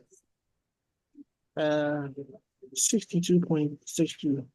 Okay, 62 point what? 61.62. Okay, 61.62, isn't it? Yes, please. Okay, and I'm saying that this one, if you take it from the right of use and the lease liability, the gain or the loss, you have accounted for it, but it will be reflected in the finance cost and the depreciation that you are charging. Okay, but the standard says that if it is a decrease in scope, we should recognize profit or loss. So we are not going to be doing this. I will show you why I'm saying that to be giving the same figure. You are going to be, you look at that now. Okay, let's come here. This is the new what? This is the new liability that we are going to be paying going forward based on a new arrangement. But let's come here. You can see that we also have something that is called the increase in scope. You can see that the interest rate has increased from 12 to 14, isn't it?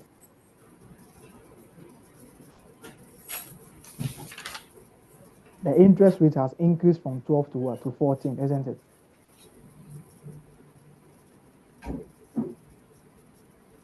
The interest rate has increased from 12%. Okay. You see, the reduction over here, okay, someone is giving us a reduction. The liability will be 136.92 minus the current one now, which is 87.42. And the difference is 61 point what? 60, isn't it? Okay. No. You see, this 61, No. this 61. The difference is 49.5. 49.5. Yes. Hey. 49.5. Okay. Yeah. This 49.5. Okay. This 49.5. It is including the what? The effect of the 3 years reduction and also the effect of the increase in what? In the interest rate. So we want to separate the increase in the interest rate effect from this one. Then we can actually recognize what we want to recognize. So this is what we do. You ask yourself, assuming the interest rate has not increased, what would have been the liability? Assuming the interest rate has not increased, what would have been the liability based on the new what? The new arrangement. Assuming the interest rate has not increased, what would be the new arrangement based on the liability? This is what you are going to be having. So new liability under the what? Under the old interest rate. So the new liability using what? 12%. What would have been the figure? So we come here and have 1 to 4. Then we have 30. We have the discount factor of 12%. That will be 1 minus 1.12 exponent negative 4 divided by 0.12. What are we having?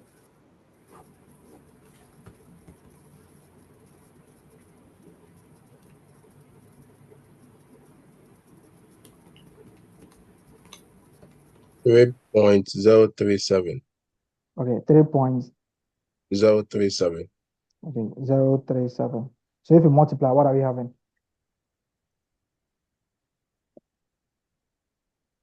91.11. 91. 0.11. Okay, so we have 91.11. So assuming this has not increased, assuming the interest rate has not increased, the liability under the new arrangement is supposed to be what? Supposed to be 91 point what? 0.11. Okay, supposed to be 91.11. Okay, but the new liability is now what? This figure. What is the difference between that? What is the difference in that particular one? 45.81. Okay, 45 point what? 81. Okay, the difference will be 45.81. Okay, but the total difference is what?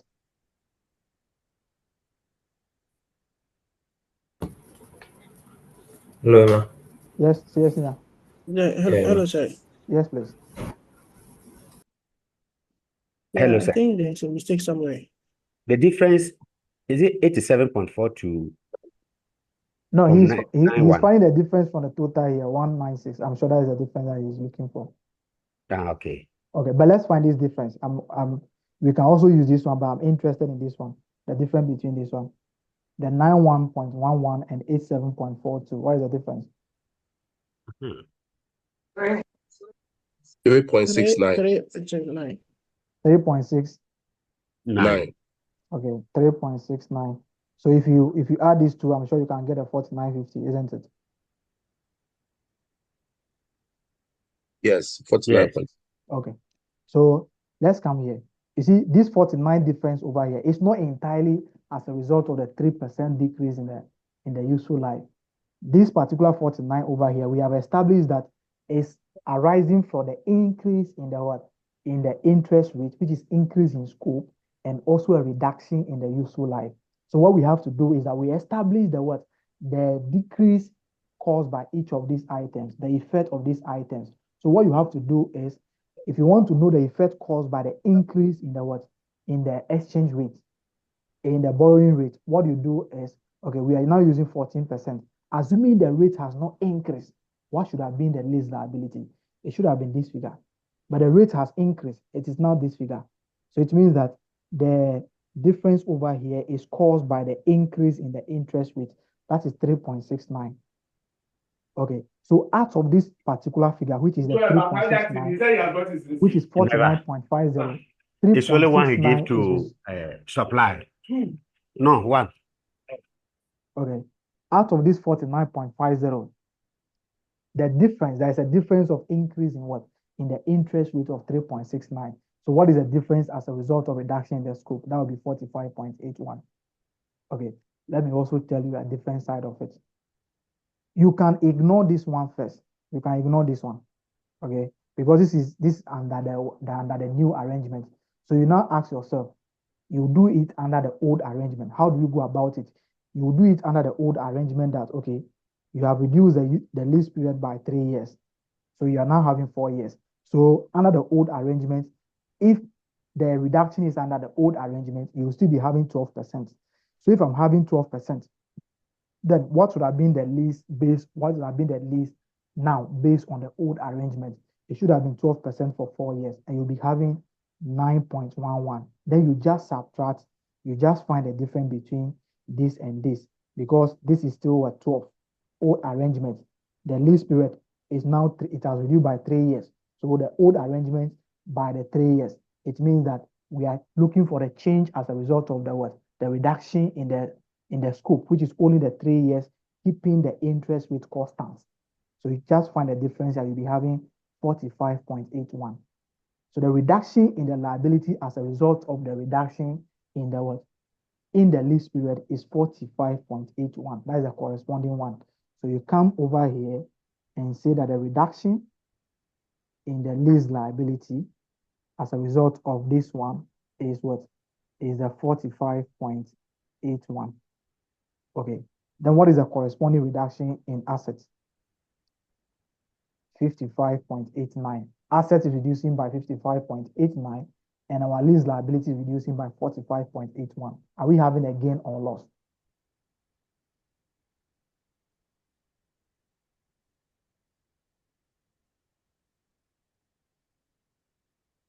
Is that a gain or loss?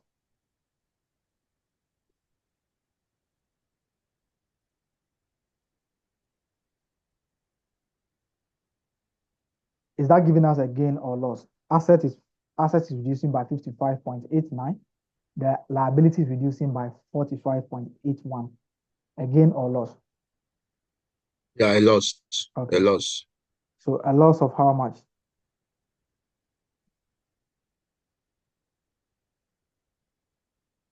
$10.08. Okay, 10.08. So you have 89, 45.81. That will give us 10.08. Okay, then you come to this one now. Okay, you come to this one now. This is what you do for the lease liability. Pay attention to this one. Okay, so you come to your lease liability now. Your lease liability at this date will be the balance brought down, which will be 136.92. And that will be the reduction caused by reduction in useful life. Okay, reduction in useful life is 45.81. Then we come to the reduction due to the increase in the what? Discount rate. So reduction due to increase. So reduction, which is the increase in the interest rate. So increase due to the interest rate. That will give us 3.69. Okay. Then the total will now give you, at the end of the day, you have to have this total. You have to have the liability under the new arrangement. So that will be the amount that you are going to be paying. 42 point this one. This is what you do for the right of use. So the right of use will give you the total of the right of use is what? The right of use, we have 130.41. Then reduction in scope, which is a useful life.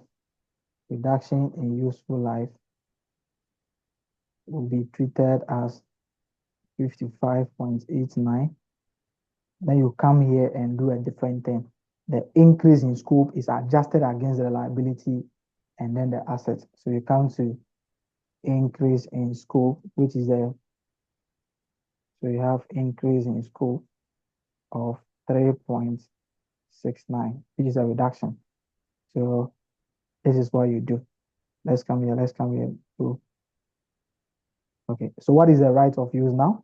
And what will be the net right of use?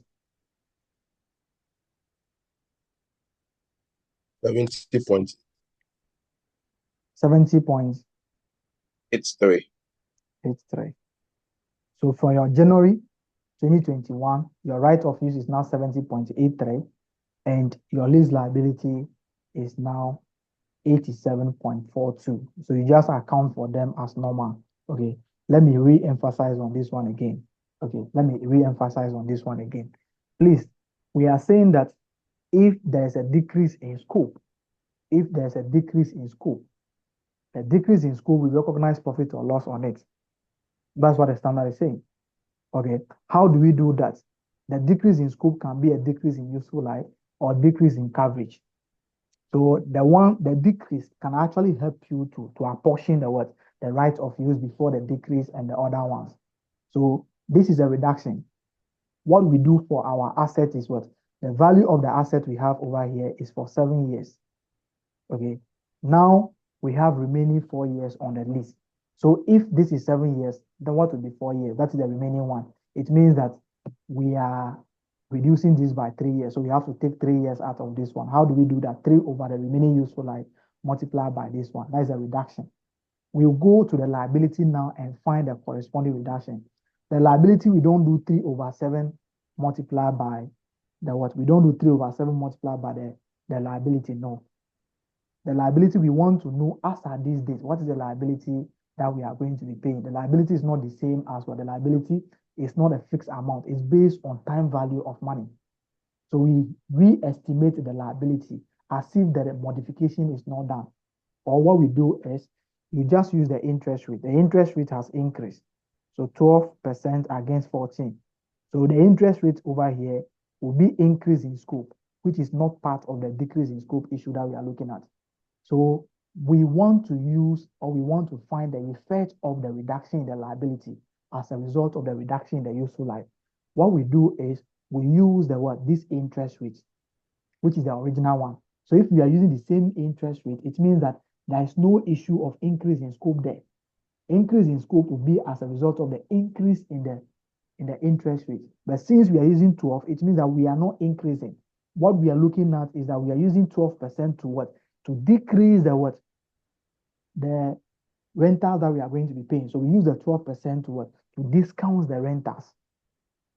So the 12% is the same, no issue of increase, but there's an issue of decrease in scope, which is a 3 years decrease. So we do the lease liability now based on the old arrangement. Pay attention to only the decrease in scope, which is the 3 years, and that will give you 91.11. Then you ask yourself, the liability now based on the old arrangement, taking into consideration only the decrease in scope, will be 91.11. Okay, but what is the liability at the start? It is 136.92. So liability has reduced by how much? That is 45.81. Then asset has reduced by this amount. Liability has reduced by this amount. But the liability that you are going to be paying now will not be based on the original value. So what you have to do is you have to now calculate your new liability using the new borrowing rate. That will give you 87.42. You can see that this is now reducing from 91.11 to 87.42. This is an increase in scope. This decrease is caused by increase in scope. It's caused by increase in the interest rate. So if there's an increase in scope, the treatment is between the right of use and the liability.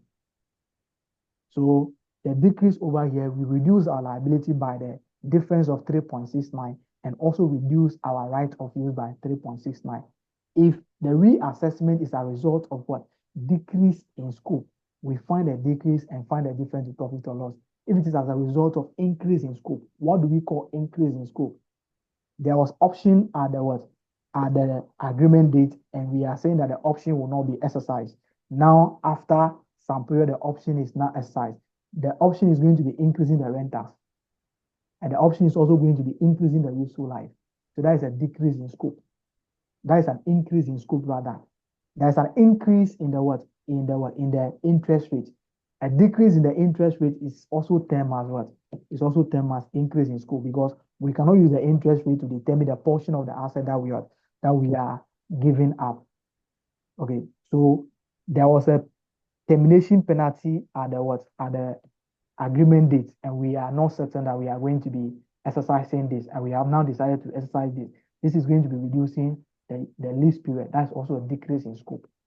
So decrease. Senior, Yes, please. sorry, please, I want to find out the reduction in the ROU. Assuming there was no decrease in scope, but the change was just in the incremental borrowing rate. So let's say the previous one was 12%, and then the new one was 14%, but the scope, everything is the same.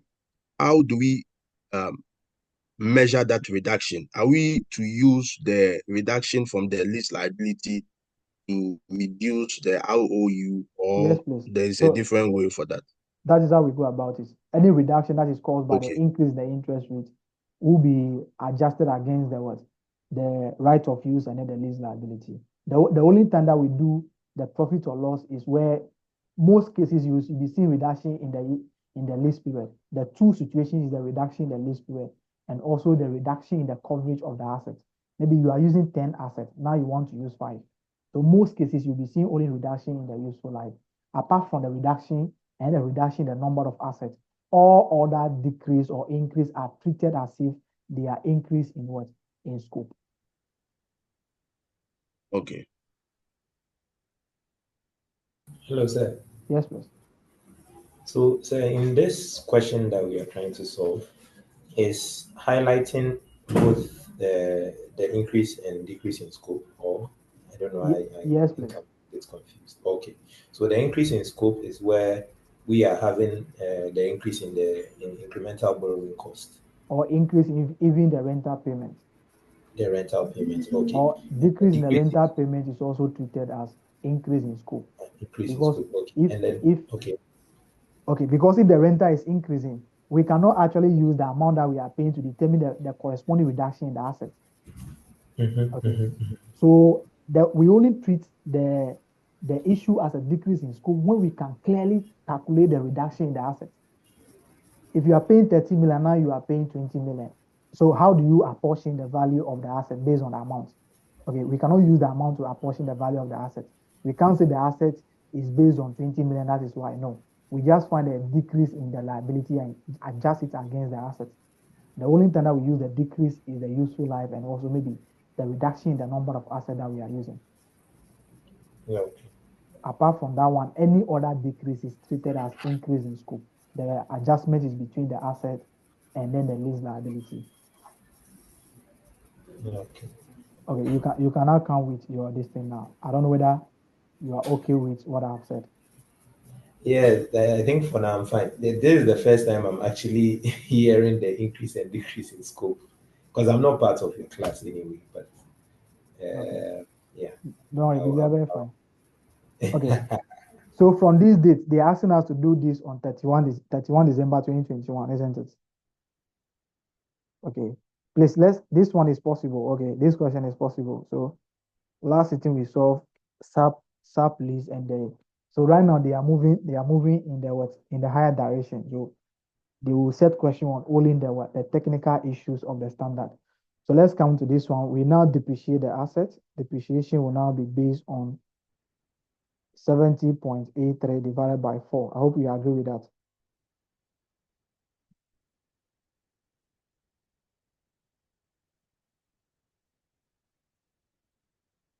Do we agree with that one? Yeah. Yes, sir. Okay. So what are we having?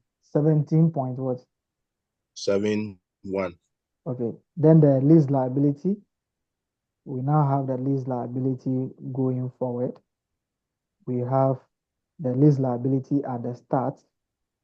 Lease liability at the start. Then you have the 87.42. Then you have your finance cost now based on the 14%, isn't it? Yes, sir. Multiplied by 87.42. What are we having? Then we have our renters. Our rental payment of what? Of 30.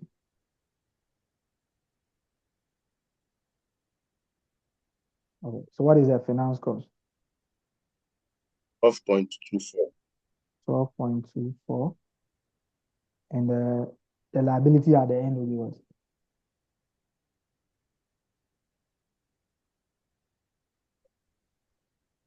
69.6.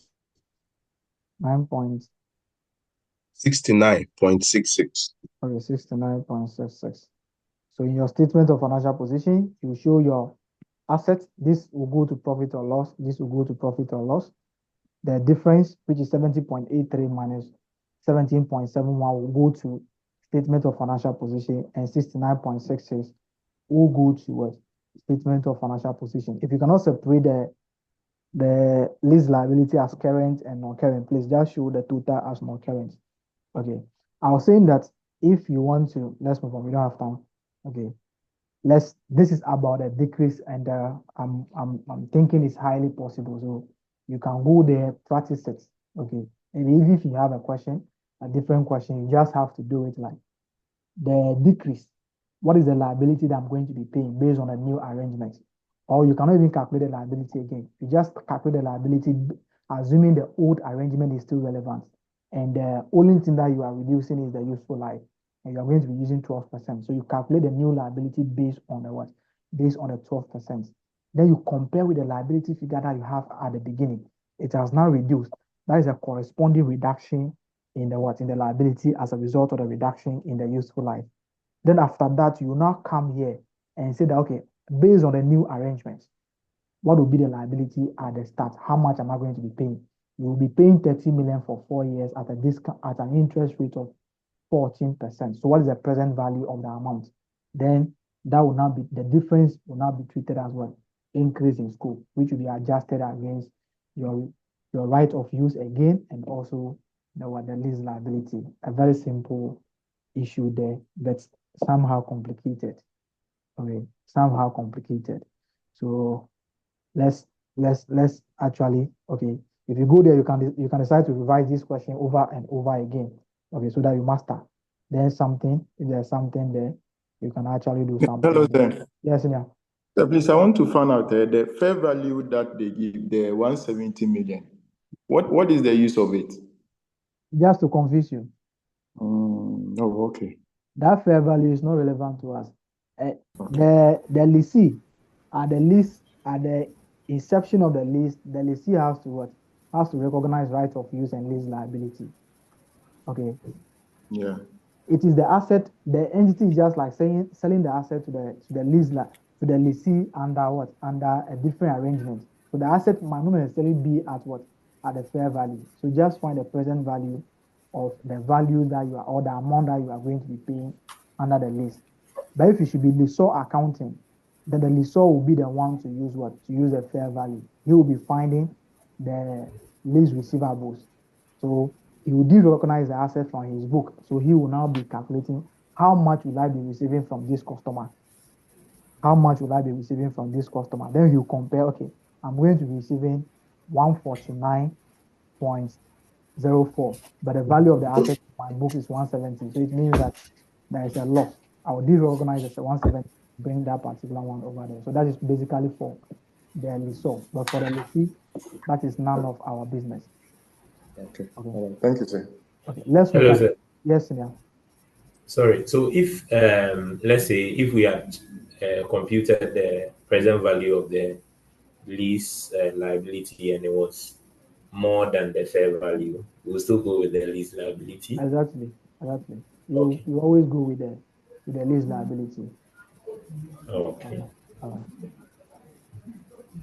Sir, Yes, ma'am. please, if the present value of the assets is given to you, you will take that one. You will not go and do that. Yes, please. You know, if they give you the present, you take the present value. All right. Okay. If they are Right giving of the present use value as right of use, plus as well any as direct cost, or deposit that has been made by the lessee. Okay. Okay. Please let me ask this one. Okay. Like sales and lease back. Yeah. The value, the carry amount of the asset was 3.5, and the selling price was 5 million. Yeah.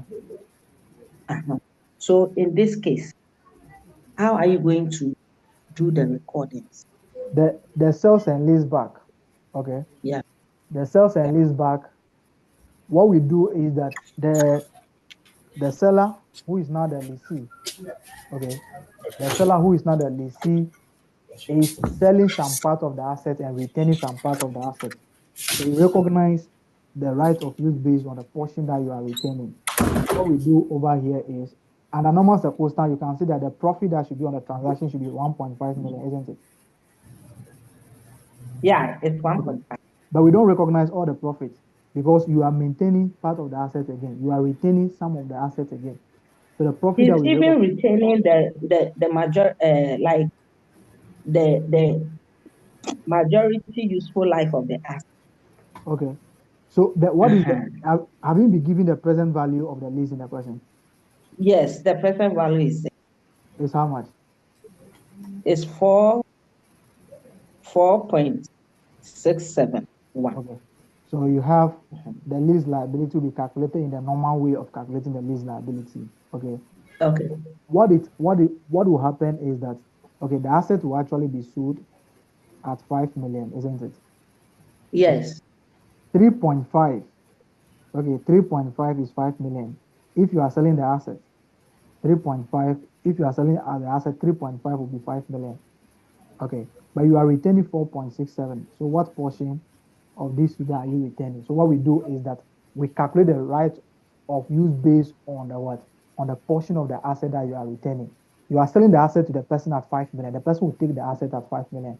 So if if you are not using the asset back, it means that asset cost 3.5, you are selling it at 5. Okay, but you are retaining this one. So the right of use is calculated like this.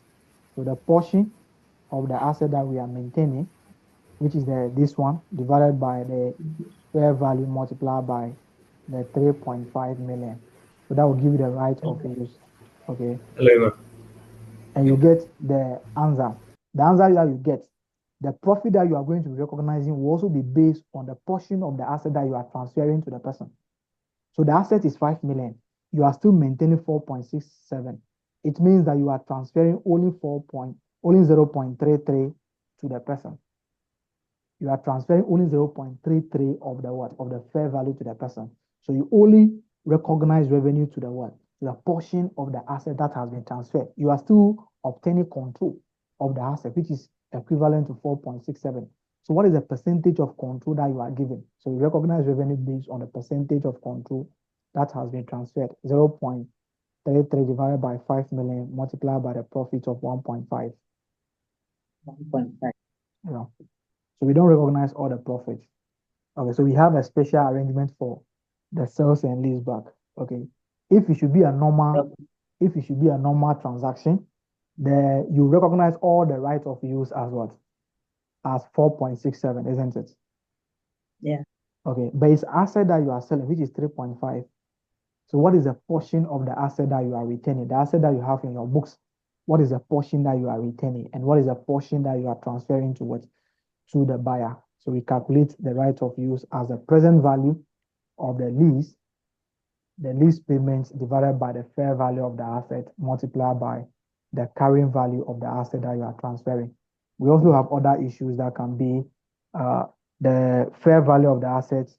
The amount that you are receiving will be lower than the fair value of the asset, and the amount that you are receiving will be higher than the fair value of the assets. That will be treated as additional liability or additional loan given to you, or you are prepaying some part of what?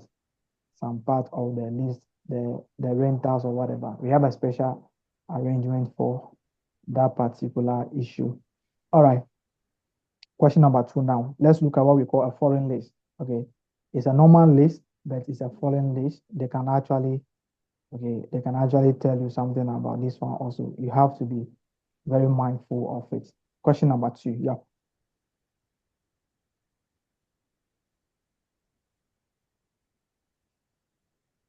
Yeah, please, who is taking it for question number 2? Yes, sorry. Okay. Question number 2. Della Limited entered into a lease agreement to use a machinery for 3 years on 1st July 2021. The annual lease payments are to be made in US dollars. The contract contains an option to extend the lease term for a further year. At inception of the lease, DL believed that it was reasonably certain that the extension option will not be exercised.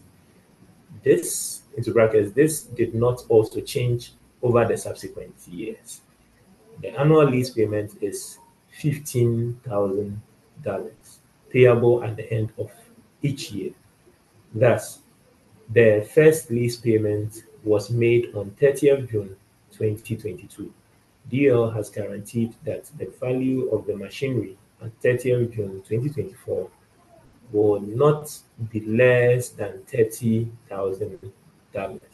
Although Brian, the owner of the asset, anticipates that the open market value at that date will be approximately $55,000. To obtain the lease, DL incurred initial direct cost of 3,000 Ghana cedi. DL is also required to pay additional $10 10 cents per each SS unit in the first year of the lease if the plant is able to produce more than 100,000 units. For the year ended 30th June 2022, the plant produced 80,000 units. The implicit rate estimated for the lease is 10%. The accounting year end of DL is 30th June. The functional and presentation currency of DL is in Ghana cedi. The following exchange rates are relevant for the information above. So, yeah. Required.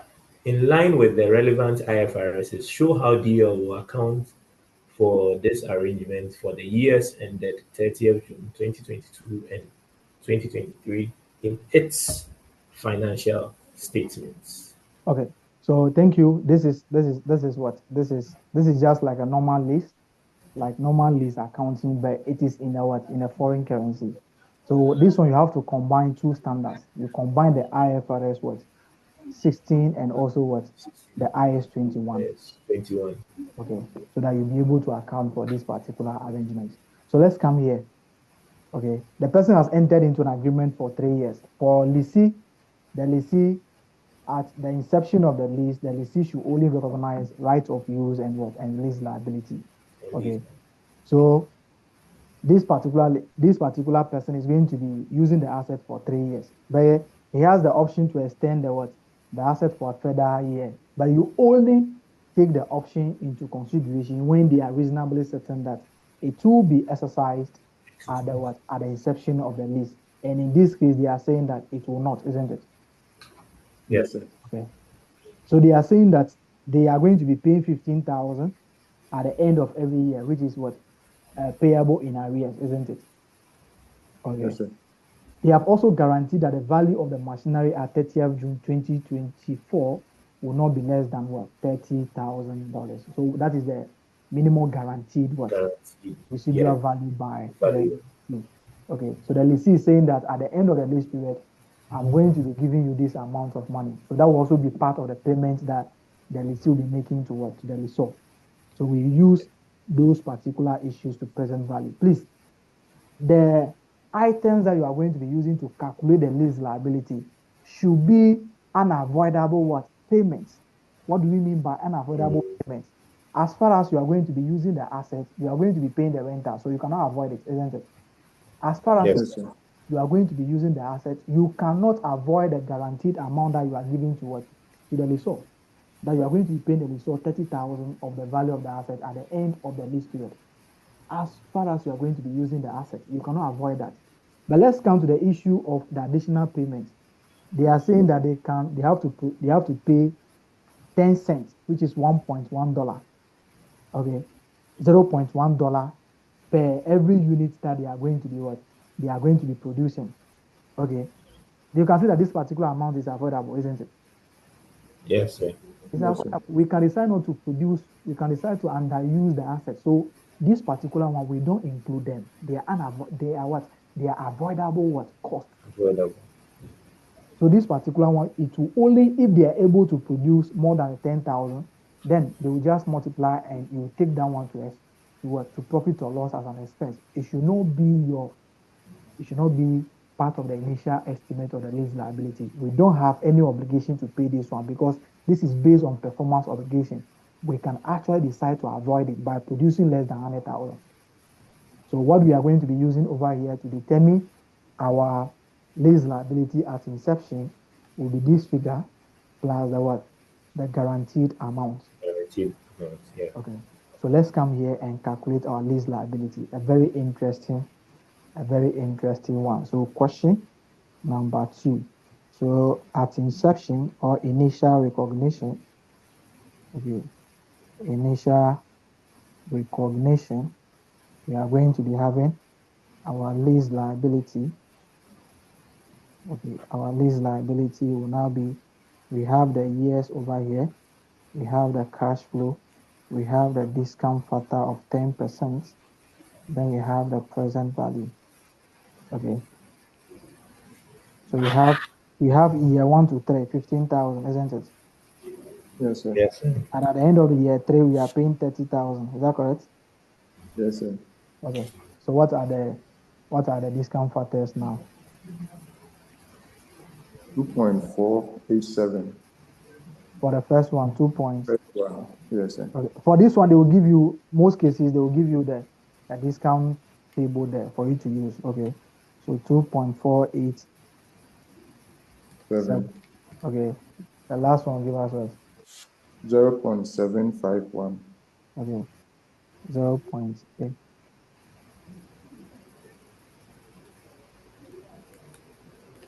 0.751. So what are the various figures that we are getting? So the first one is 37,305. 37,305. Okay. Then the other one is 22,530. 22,530. Okay. The total is what?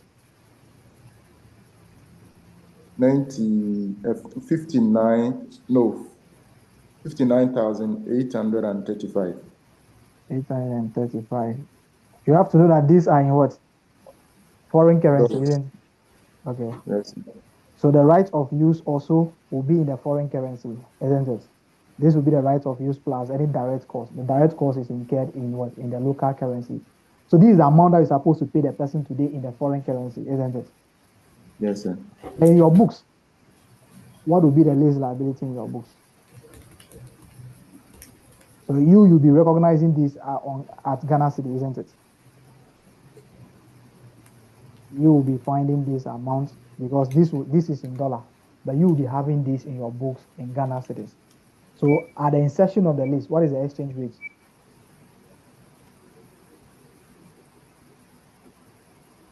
$5.8. 5.8.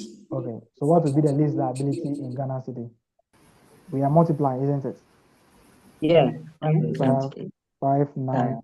59,835.58. I hope you're okay with the translation. The lease liability is in what? It's in dollar. But we are reporting Ghana Cedis. So we will now ask ourselves, if we want to pay these people today, what is the Ghana Cedi equivalent of this amount? So we will not change the dollar to Ghana Cedis by using the spot rate at the time of the inception of the lease, which is the 1st July. And that is 5.8. $1 is equal to 5.8. So what are we having? 347043.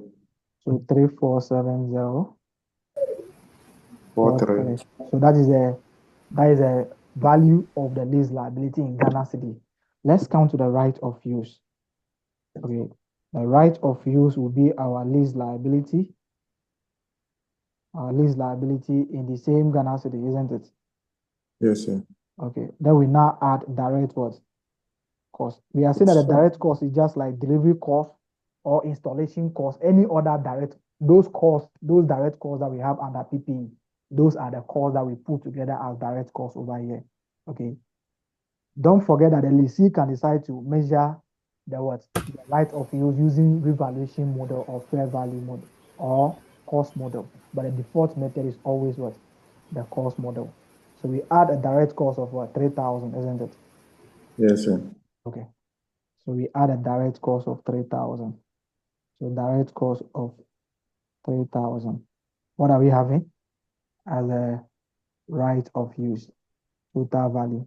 350043. 350043. Okay. So at the end, which is a subsequent measurement, the subsequent measurement, we have what?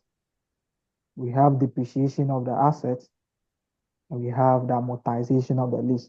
So the depreciation of the assets will be this figure divided by what? So we have 350043 divided by 3 years. Is that correct? Yes, sir. Okay.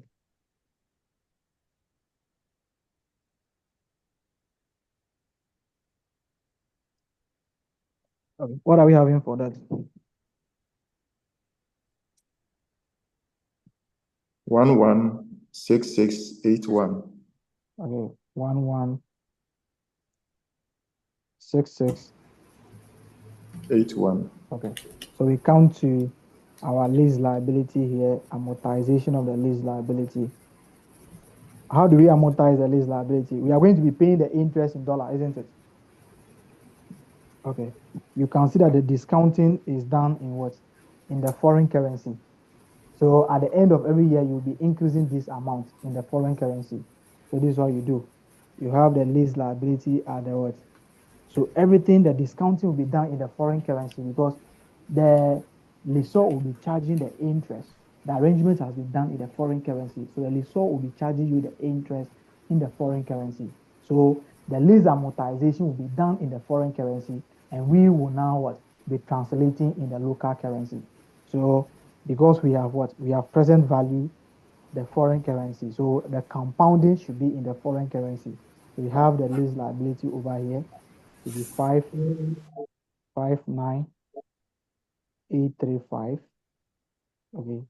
And our finance cost will be what?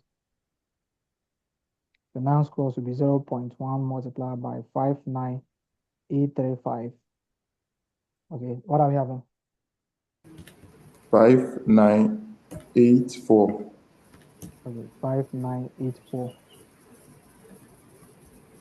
598. Okay. That will be our addition.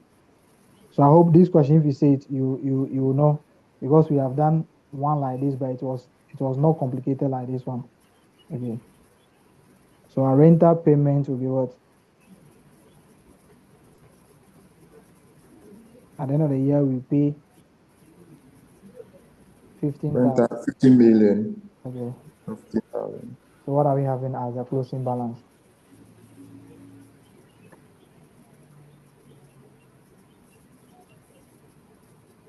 $58.19. 58.19. Yes. This is a dollar, isn't it? Yes, please. Okay.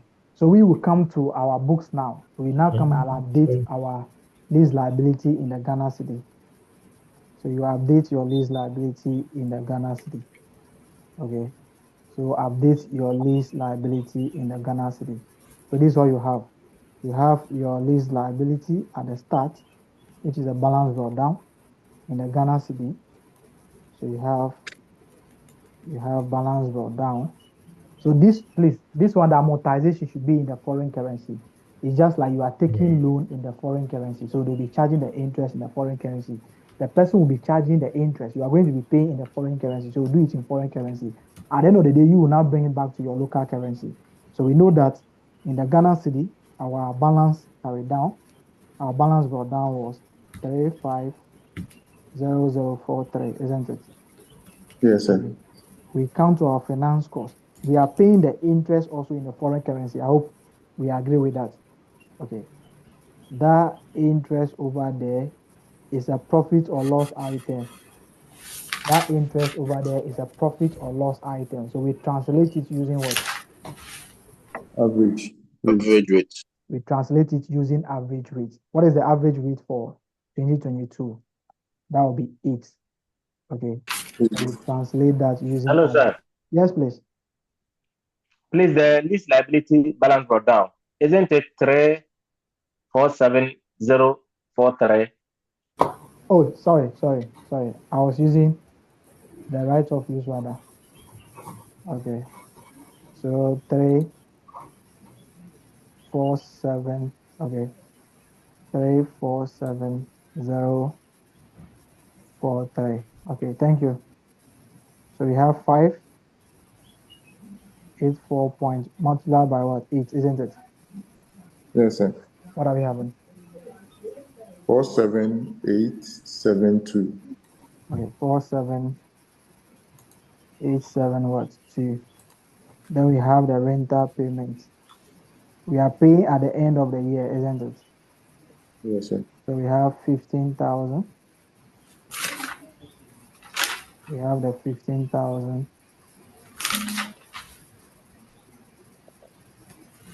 Okay. So we have the 15,000 translated at what? The closing rate, isn't it?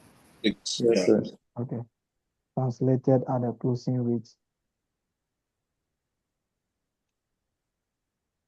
So it's a very simple exercise. Okay. Just do the lease liability, everything.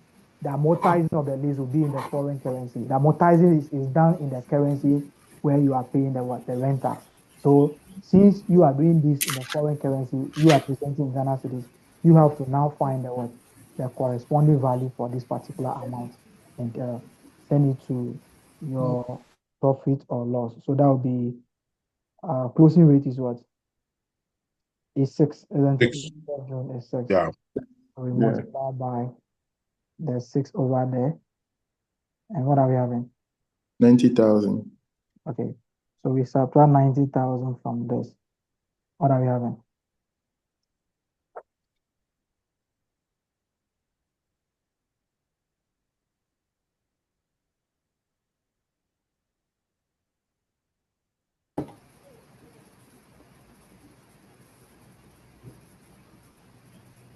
$34,915.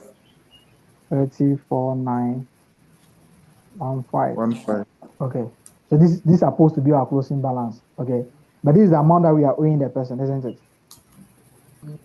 Okay. Yes, sir. So at the end of the year, let's find out what the closing balance of the liability. So this is the amount that we are owing now in foreign currency. How much will be this one in the what? In the local currency. So the closing balance of the liability based on the rate translation will be 50819.6. That is the closing balance, isn't it? And we use a closing rate for that particular one. This is a profit or loss item. So how much are we having as a balance?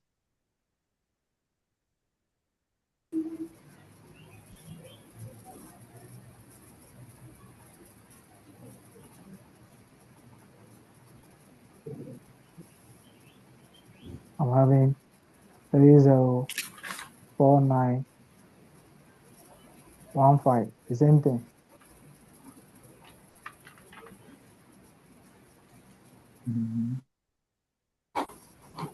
It was actually 15. It was 304914, isn't it? Yes, sir. Okay, because of the approximation. So you can see that there is no translation loss over here. There is no exchange loss on this figure. So sometimes you translate and there will be exchange rate loss. But this one, there is no exchange rate loss over here. So what you do is do your amortization in the currency in which you are paying the rentals. Okay, you are going to be paying everything in what? In dollar. If it should be, you are renting, you are leasing in dollar. So all the amount will be paid in dollar. Whenever you want to pay the amount, you are going to be paying in dollar. You are owing the person in dollar. So at the end of every year, you have to find out the amount that you are owing in the person in dollar. But since you're also going to be doing this in your what? In your local currency, you find the interest in dollar, translate it using the average rate because a profit or loss item. Then you also net that against your rentals, or you add the finance cost to the amount that you have in the local currency. Take your rental payment that you have made in the foreign currency from this particular figure and move on. Okay. So now, I hope you can remember that we solved some very simple question like this, but it was only 1 year.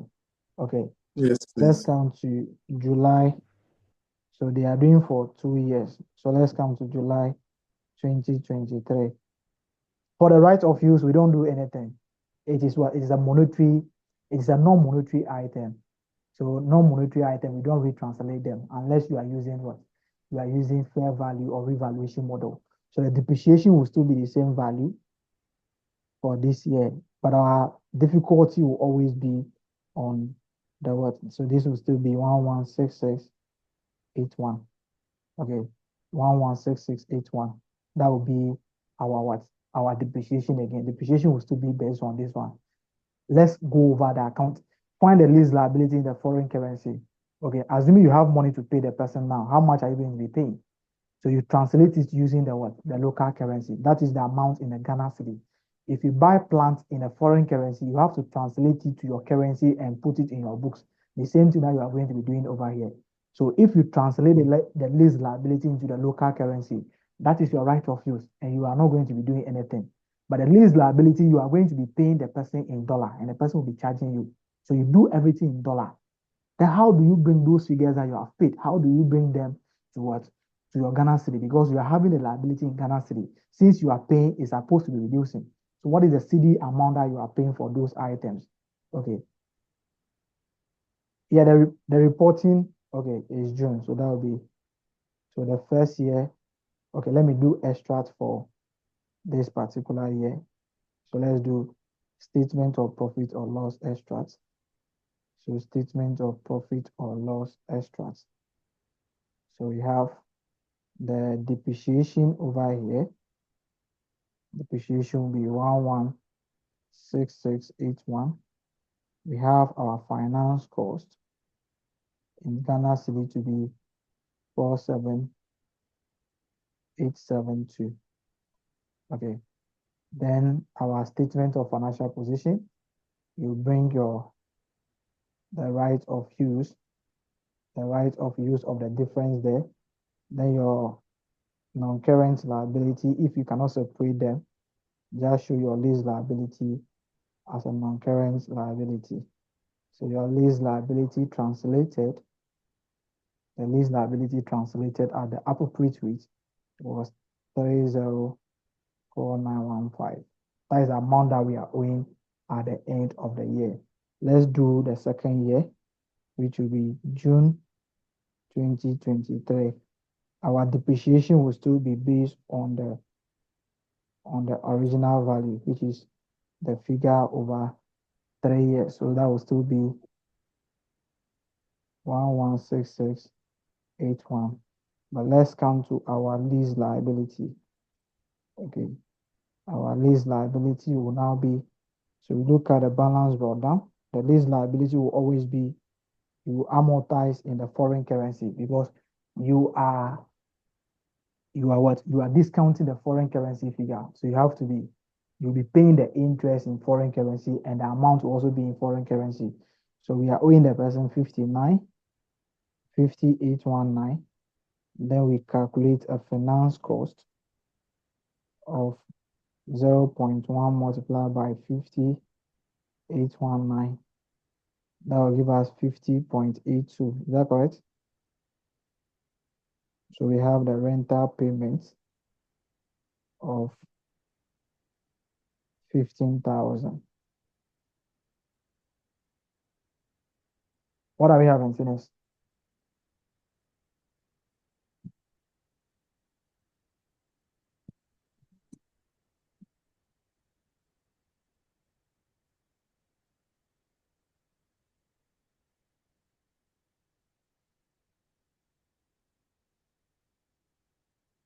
What are we having as a final figure? 40901. Yes, confirm. 40901. Okay, let's translate that into Ghana city. So the lease liability So that is the amount that we are owing at the end of the year. So that will be 40901 multiplied by what is the closing rate?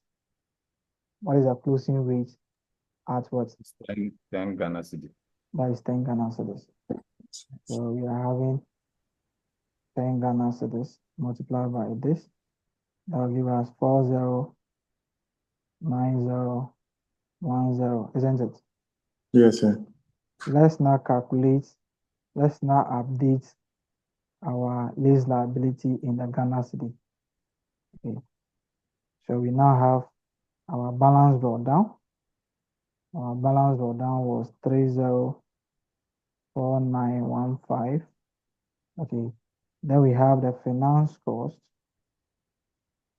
Finance cost will be 5082 translated using the average rate. Okay. Average rate for It's 9. For 2023 is 9. 9. So we now have this one. What will be the final answer for us?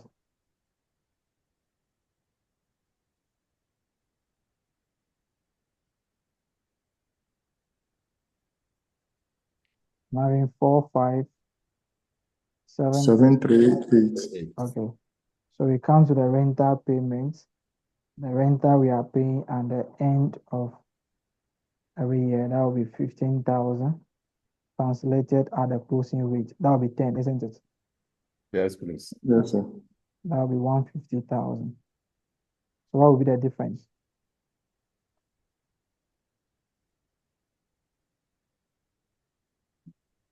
$200,653. 200,653. Okay. 200. 61. 653. 653. Confirm. Okay. But what is the difference now? 208,357.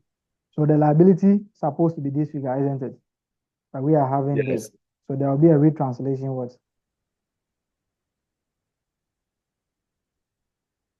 So we have translation, exchange rate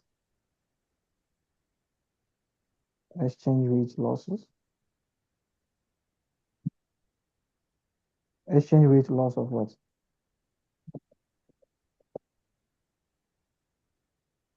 $208,357. Okay, 208,357. So this is supposed to be the amount that we should have in our books. So we are having lower than that. This is because of the exchange rate differences. So this in the current year, you should have a finance cost of this one, the exchange rate loss of this figure, and then the depreciation of this figure in your statement of financial position. All right. Let's pick one question on the, okay, let me show. Okay, let's pick one question on the provision. Provision to they will actually examine you on the reassessment of the dismantling cost. We know that we have dismantling cost under provision, isn't it? Yes, sir. What we do is that the dismantling cost, we assume that it's going to be the same. So we just present value it and be what? Unwinding or amortizing that particular one till the end of the time the restructuring or the dismantling will be done. But what if along the line the estimate has now changed, or the dismantling cost has now changed? How do we go about it? So the one that we know is just that it is going to be fixed. But what if it has changed? What will be the issue? How do we account for it? Okay. So for this one, I have solved this one. That was last sitting. I don't know. So this was the revaluation model. I will use the cost model to explain the, okay. I'll use, so let me solve this one because I haven't, okay. So let me check whether some of them, the useful life together with that one can actually change. Okay, sometimes they can change the useful life for you, but let me see if they are changing the useful life over here. So the second one, they are changing only the estimate, and the discount rate is still the same. But let's see where they will change the amount together with the what? With the discount rate. Okay, so that one will be better. Although I've solved it before, but I'll use that one to explain this one. Okay, so this is just like a provision, a revision in the provision or reassessment of what? Dismantling cost or a provision. A very simple one. Okay, a very simple one. This is what we do. Okay. So the entity can, at this particular date, they have purchased an asset. They have the obligation to remove the asset from that particular one. So they can estimate that the asset will be removed in, let's say, the asset will be removed in 5 years' time. So that will be 2026. So what is the cost of removal? So the cost of removal is a cost that we are incurring because of the asset that we are installing or whatever we are doing. Okay. So what we do is we find the present value of that amount as assuming if we are carrying out the restructuring today or the dismantling today, what would have been the amount? We find the present value and add it to the cost of the asset, and we make a provision for that amount also. But along the line, maybe after 2 years, we can now realize that no, all things being equal, our amount that we are going to be spending, it has not increased, and the amount or the discount rate that we have to use has also increased. We have to re-estimate our provision and make an adjustment. The adjustment depends on the model that the entity is using for the asset. If you're using cost model, how do we go about it? If you're using revaluation model, how do we go about it? So if you're using cost model,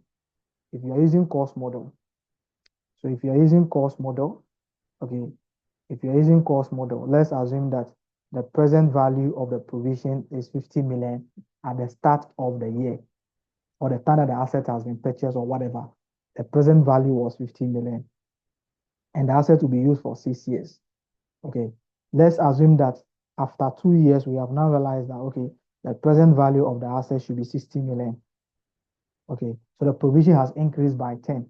What we do over here is that if you're using a cost model, the provision has increased by 10. It means that we have added what? The provision to the asset. So the difference between the provision over here, is adjusted against the carrying value of the asset and also the provision. So we have to increase the provision by 10. The same way we increase the asset also by 10. So if you're using cost model, any increase or decrease as a result of the reassessment is adjusted against the carrying value of the asset and also the carrying value of the provision as at the date of the assessment.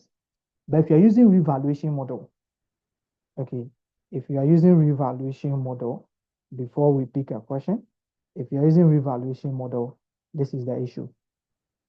If you're using revaluation model, the reassessment is treated as a revaluation of the liability. So the difference over there will either be treated as a revaluation gain or a revaluation loss.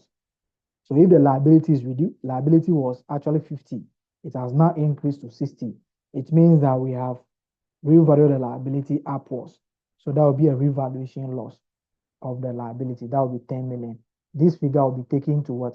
Revaluation surplus account or profit or loss if there is no revaluation relating to that particular asset. So if the entity is using revaluation model, any reassessment, any difference between the reassessment will be treated as what? As a revaluation gain or revaluation loss, which will be between the provision itself and the revaluation account or the profit or loss account. Just have this one in your mind, and you look at how it will be done. They have examined this reassessment of the provision in what? In November 2023. So they have examined this one in November 2023. Okay, they have examined this particular question. So they can still bring it. How do we go about it? It's a very simple exercise. Let's pick the question number 1 there and see what we can do about it. All right. So question number 1 under IAS 37 provisions. On 1st January 2020, Uranium Limited UL completed installation of a manufacturing plant which will be required to be dismantled at the end of its 8 years useful life. UL paid $3,000, 3,000 million for the plant. On 1st January 2020, it was estimated that the cost of dismantling would amount to $500 million. Applicable discount rate at the time of the initial estimate of dismantling cost was 10% per annum. Estimates of dismantling cost and applicable discount rates were reviewed as at 31st December 2021 and were revised to $475 million and 15% per annum respectively. The fair value of the fair value of the plant, including dismantling costs, as at 31st December 2022, was assessed at $1,900 million. UL has a policy to subsequently measure plants using the revaluation model and provide depreciation on straight line basis required. Prepare relevant extracts from UL statement of profit or loss and other comprehensive income for the year ended 31st December 2022 and statement of financial position on that date. To bracket show comparative figures. Okay.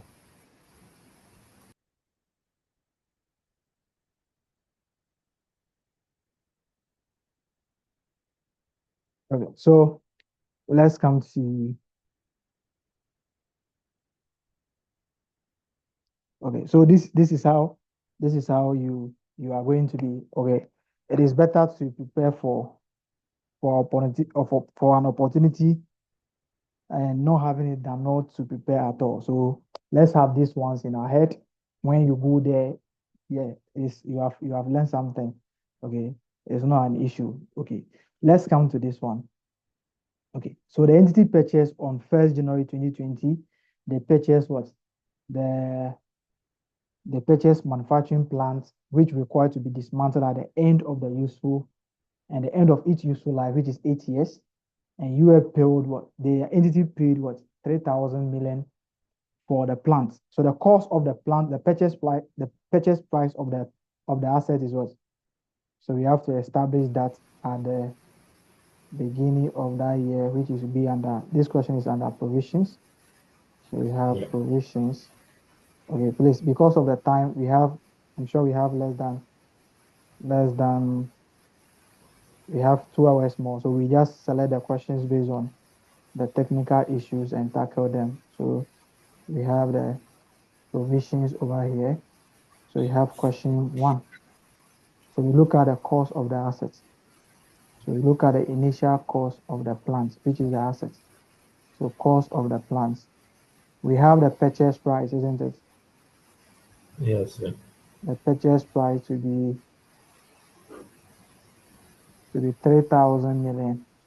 Then we add the present value of the dismantling cost, isn't it? Yes, sir. Okay. So we have the present value of the dismantling cost under provisions. So we have the present value of the dismantling cost. Okay, that will give us how much are we having at the acquisition date? How much was the estimate? 500. 500 to be spent Yes, please. at the end of the 8 years, isn't it? Yes, sir. Yes. Okay. So we have 1 over 1.1 exponent 8 multiplied by 500. Okay. So 1 over 1.1 exponent 8 multiplied by 500. What are we getting? 233.25. Okay, 233. Okay, can you do this one? Can you do the discounting to 3 decimal places? Then you multiply. Yes, sir. Okay, so if you do it That's 233.5. 233.5. Okay, so our value of the asset will be 3,233.5, isn't it? Okay. Yes, sir. At this date, we make a corresponding provision of how much? 233.5. I hope you're okay with that. Yes, sir. At the end of the year, which is subsequent measurements, which will be 2020. So 2020, the revision has been done. Okay, which is 2020. Okay, so we now have 2020 now. So 2020, we have depreciation of the asset, isn't it? Yes, sir. Depreciation of the asset to be 3, 2. Hello, sir. Yes, please. The dismantling, is it 233.25 or 233.5? They should confirm that figure. Yeah, Do you have the distance to 3 decimal places? the discounting factor was 0.467 times the 500. So do the discounting to 3 decimal places. Okay. So what is the depreciation figure here? 233.25. Thank you, sir. It's 233.25 if you do it. Yes. Okay. Are you sure? The discounting factor is 0.467. Yes, so you get 0.5. It's correct. It's correct. Correct. Okay. So let's confirm that. 404.19. Okay. But the 233.5 is okay now. Yes, sir. Yes, sir. Okay. So we have 40 4.19.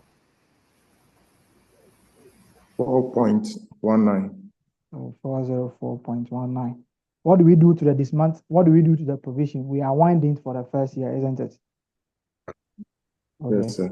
So we have finance cost on the, we are wind the provision. That will be 0.1 multiplied by 233.5. Okay, 233.5. So that will give us 23.35, isn't it? Yes, sir. Okay. So our statement of, they are asking us to do comparative figures, so no problem. We are going to be doing that. So we come to January 2021. Okay. January 2021, our plant, the carrying value of our plant will be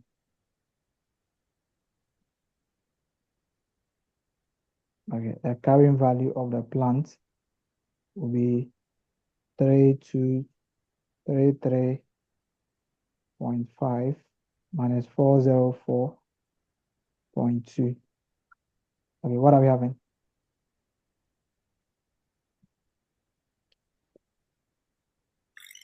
Two 2829.3. 2829.3. And our provision will be 233.5 plus 23.35. What are we having?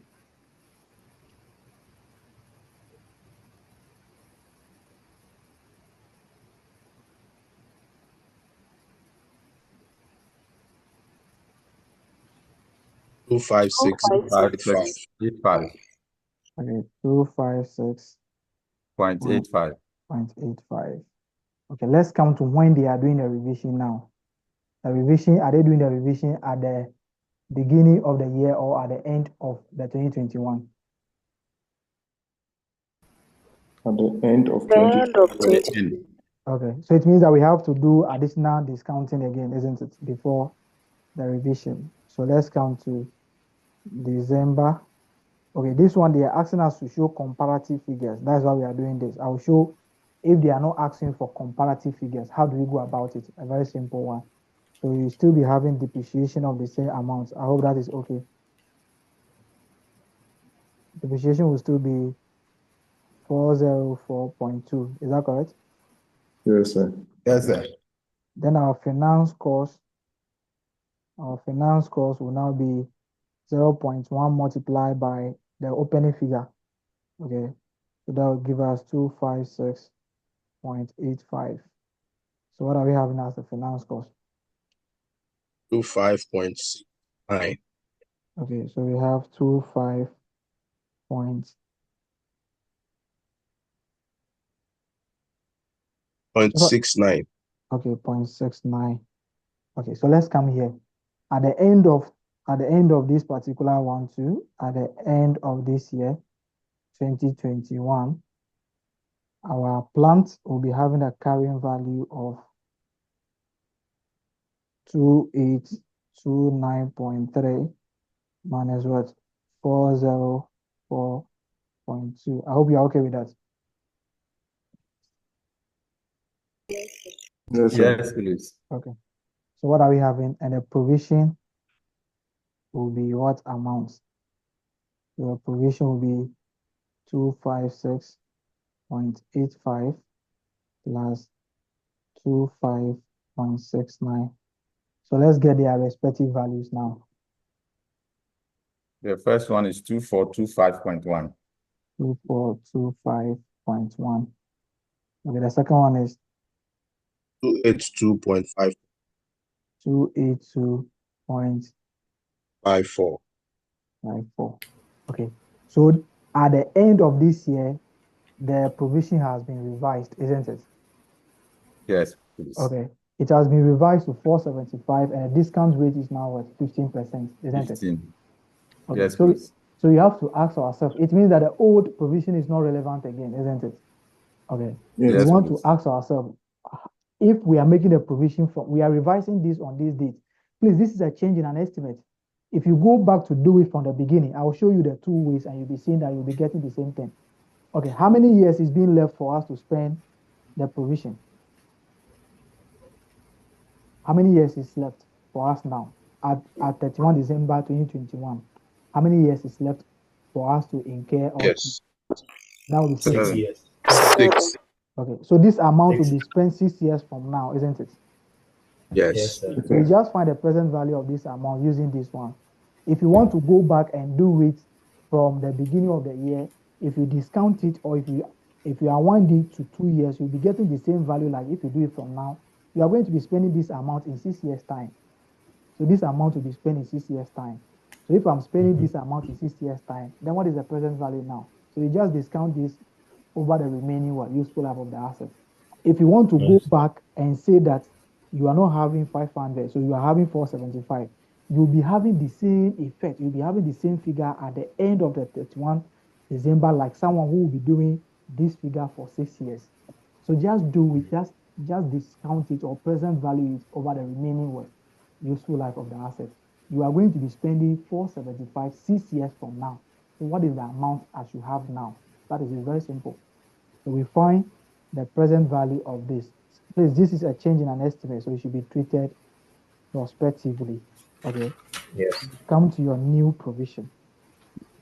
So your new provision now, the old provision is not relevant. So your new provision now will be 1 over 1.15 exponent 6, isn't it? Yes, Yeah. please. Multiplied by 475 million. What are we having? 205.2. 0.86. So 205.26. Point 2. I just had 0.2. Okay, just 0.2. Okay. Yes, sir.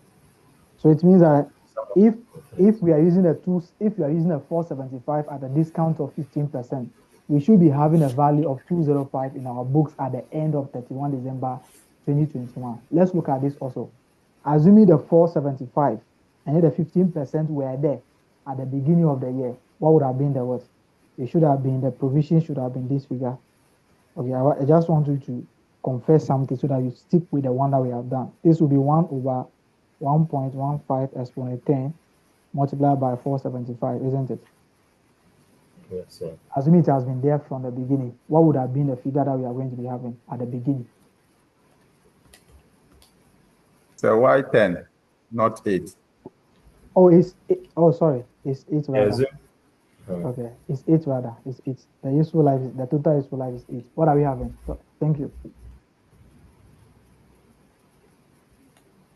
155.28. Okay, 155.28. That is Yes. That is at the beginning of 2020, isn't it?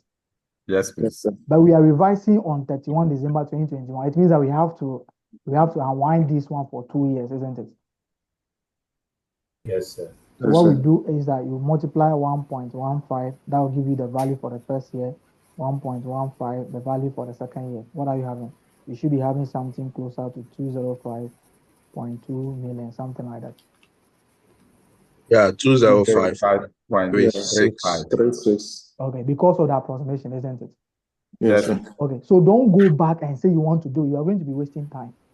Just say that, okay, I'm spending this money over in the next 6 years.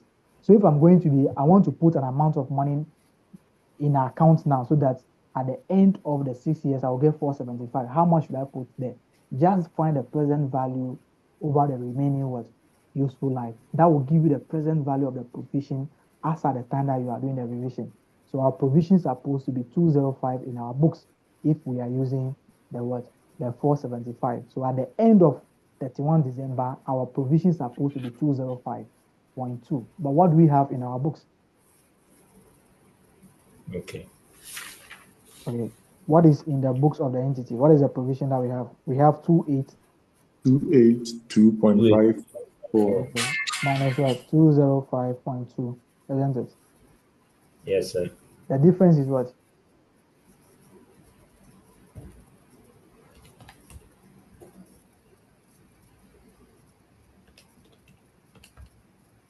Win 7.34. 77. 0.34. Okay. You can see that the provision is reducing, the liability is reducing, isn't it? Yeah. If you are using cost model, you will subtract the 77.34 from your liability and take the same thing from your what? From your, okay, you take the same thing from your what? Your asset if you're using cost model. But let's look at what the entity is using. Let's look at the model. The US has a policy to subsequently measure plans using the revaluation model and provide depreciation on the straight line what? On the straight, so they are using revaluation model, isn't it? Yes, sir. If we are using revaluation model, please, the difference in the liability is treated as a revaluation of the liability. So liability is now reducing. Would that be a revaluation surplus or revaluation loss? Surplus. Okay, That'll be a surplus. surplus. Surplus of 77.34. Okay. But if you are using cost model, please, the adjustment should be about the cost and the what? The provision. It just, the meaning is that you have overstated your provision in the what? In the value of the asset. So go and remove it if you're using cost model. But if you're using a revaluation model, the difference is treated as a revaluation, surplus or gain, depending on if the liability is increasing or reducing. Okay. Now, our new provision will now be 205.2 million. Our plant will still be the same as the carrying value. You can see that they have. Yeah, is someone talking? Yes, referring to the provision, the decrease in the provision, what it affect the P&L? The revision in the provision. Yes, please. It is treated as either revaluation loss or surplus. And in this case, we have a revaluation surplus. So that will go to OCI. Okay, I'm talking about instead you are using the cost model. Yeah, if you are using cost model, no, it will not affect. You just take it from the asset and liability. Yeah. So you debit the liability and credit the asset. There's no gain or loss there. And what about the revaluation model? And the revaluation model, the difference will be between the liability and the revaluation surplus of the entity. Yeah. So if you're using cost model, if it is a reduction, you debit the what? The liability. Liability is reducing, so you debit the liability. Then you credit the assets. So it means that you are reducing. So no entry for profit or loss. We have included the provision in the cost of the asset, isn't it? the provision has been included in the cost of the asset. Is that not the case? Yes, So sir. so the revision means that you have overstated the provision in the cost of the asset. So go and take the overstatement. So there is no issue of profit or loss over here because the provision is not treated as a profit or loss. Okay. I hope you're okay now. Senior, I hope you are cool.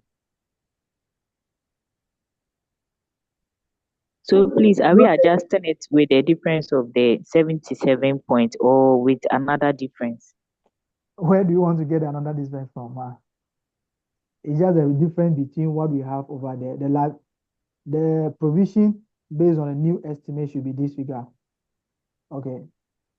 But you have this figure. So the difference is 77.34. If you're using cost model, you reduce the liability by this figure and you remove the asset also by this figure. You have done a double entry already.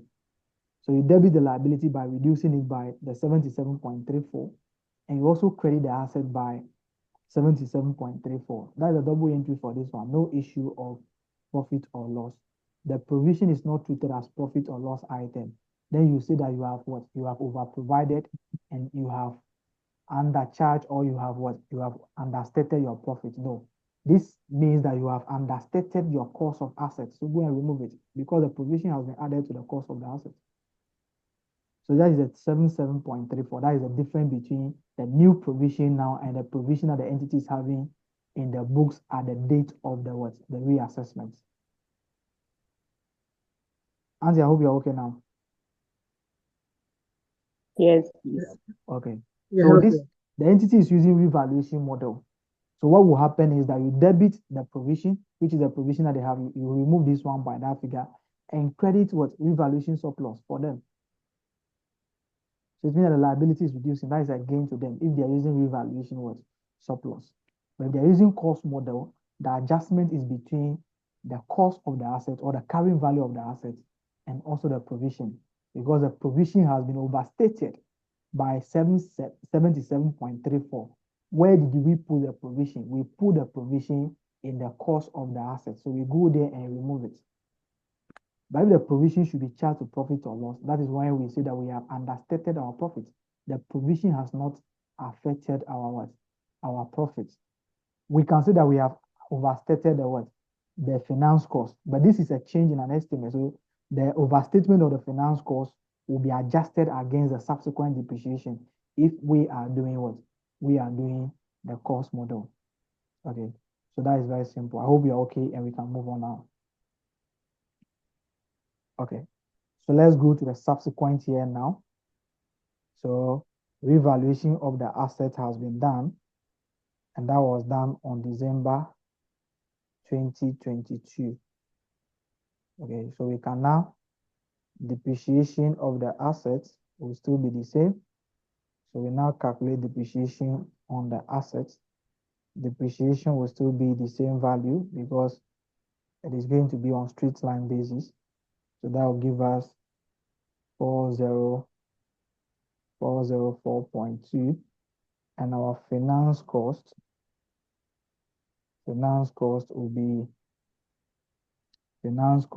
be 205, 15% on 205.2.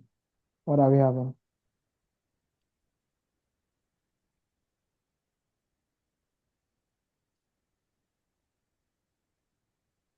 What are we having as the finance cost? 30.8. 30.80. 80. Okay, 80.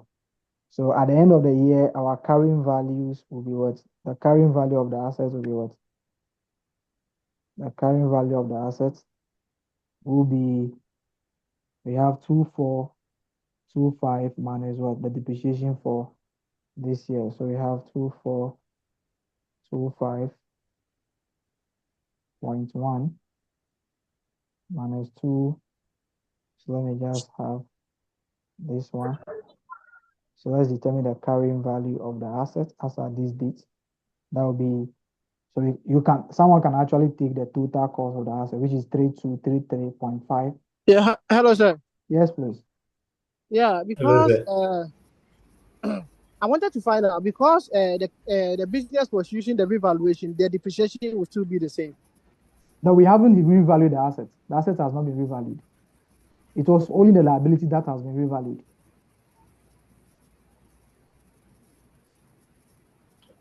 Hello, sir. Yeah, let me address. Senior, can you hear me? Okay. Yes, sir. Yeah, I'm saying that asset has not been revalued. It was a liability that has been revalued. If I'm getting it right, initially you said that if the business, the entity is using a revaluation method, when there is an increase in the provision, you credit revaluation and debit the provision. No, if there is a decrease or increase. If there is a decrease. Okay, the decrease will be the liability reduce, revaluation surplus will increase. So it doesn't affect the calculation of the depreciation. The asset nothing has happened to the asset. The asset will still be at their carrying value, at their cost, because it's not the asset that we are revaluing. It is a liability that we are revaluing. I hope you're okay now. Okay. Yes, sir. Okay. Yeah, Sina, you can come in. Yeah, so the finance cost, I had 30.78. I don't know if that figure was done to the nearest owner because 30.78. So that maybe the person ran into one decimal place. Okay.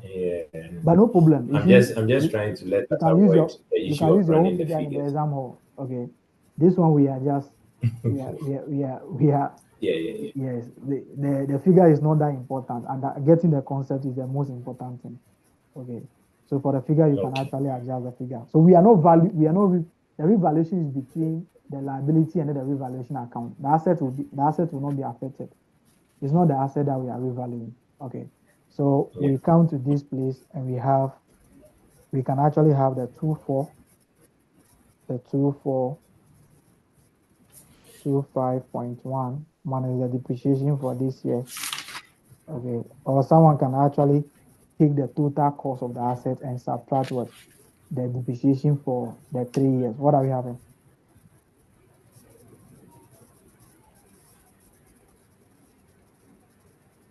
What is the carrying value of the asset?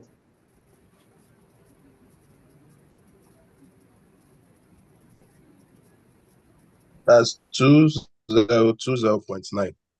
20.9.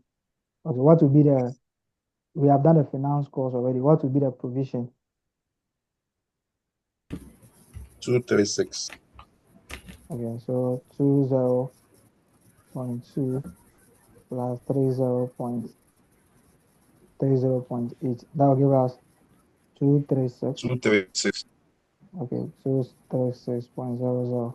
The question is telling us that the asset has been revalued at the end of the year, isn't it? To how much? The asset has been revalued to how? To 1,900. Okay, the asset has been revalued to 1,900. So what we have to do is that we have to now find, so we have the revalued amount here of the assets. Okay, so the revaluation amount including the dismantling cost. So we have the revalued amount to be 1,900.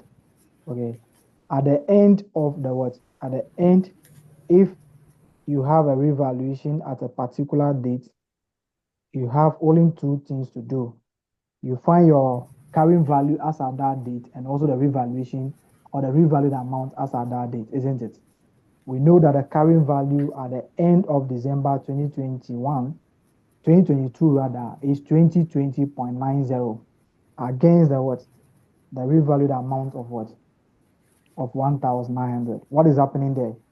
Are we having a revaluation surplus or loss? A loss. Loss. So we have a revaluation loss of, okay, this is equal to the 2020.90 minus 1,900. Okay. Okay. So we are having what? How much are we having? How much is the loss?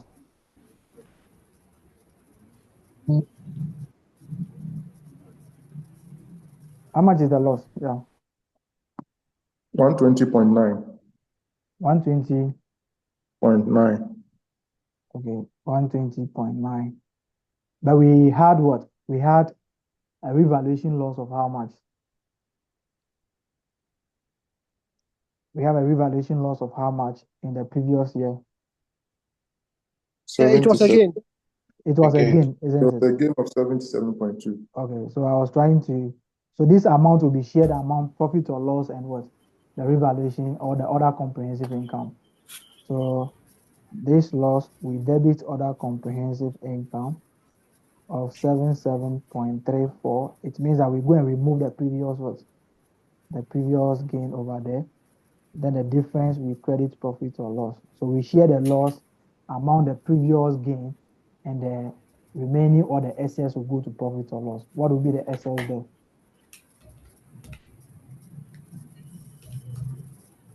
Probably 43.56. So we debit this one, 43.56. Okay, the corresponding entry will be credit assets, isn't it? Yes, sir. Credit plans by the 120.9 million. Okay, I saw a comment there. And someone is saying that they say the revaluation is including what? Dismantling cost. Okay, the revaluation is including dismantling cost. What is the meaning? The dismantling cost is already included in the value of the asset. So it means that the revaluation is together with what? The value of the asset, including the dismantling cost that has been included in the asset. So you can see that the value of the asset over here, the value of the asset, we have added the dismantling cost. So the revaluation belongs to the asset together with what? Together with the what? The dismantling cost included. Okay. But if they say that if the question is saying that the dismantling cost or the revaluation amount is excluding dismantling cost, it means that we are only fair valuing the value of the asset. We are only fair valuing the value of the asset. In that case, what do we do? In that case, what do you have? You find the carrying value of the asset itself. How do you find the carrying value of the asset itself? So if they say that, okay, so if they say that the dismantling, the revaluation is what? Is excluding dismantling cost. It means that the dismantling cost will not be what? Will not be revalued. So whatever is going to be happening to the asset, the revaluation will be on the asset alone. So the revaluation is relating to the asset alone. So how do you find the gain? The gain will be purchase price of the assets. You find the carrying value of the asset at the date of what? At the date of the revaluation. That will be calculated as 3,000 divided by the 8 multiplied by 5. Because we have done 3 years before what? Valuing the asset. Okay, so you just calculate the carrying value of the asset over this one. Then you compare with what? With the amount given to you. If the revaluation is not excluding the what? The dismantling cost. Then you take the dismantling cost from the value of the asset. It means that the dismantling cost will not have effect on what? The effect on the amount that you are going to be using to compare with that one. It's just like I've given you 20,000. I'm saying that this 20,000 is excluding your mom. So if you want to share the money, you cannot include your mom. So you have to take your mom out before you share the money. That is how we go about it. So everybody in the house, excluding your mom. So if you are counting the people, you take your mom out and you give me the number because the money given to you is excluding your mom. So your mom should not be part. Your dismantling cost will not be part. So you just calculate the carrying value and compare with what? The revalued amount given to you and determine your revaluation surplus. I hope that is okay now. Okay. But this one, the revaluation is including dismantling cost. So we just find the total carrying value of the asset, including the dismantling cost. Including the dismantling cost. Then we fair value. Okay. So let's come to the question is asking us to show comparative statement or statement of profit or loss. If they say comparative, what it means is that you show the current year together with what? Together with the other years. So what we do is this one. So let me just show this one here, comparative statements. So I have statement of profit or loss, statement of profit or loss. So the current year is 2022, isn't it? So comparative will be 2021 and 2020. I hope that is cool. So we have depreciation. Depreciation was the same for all the years.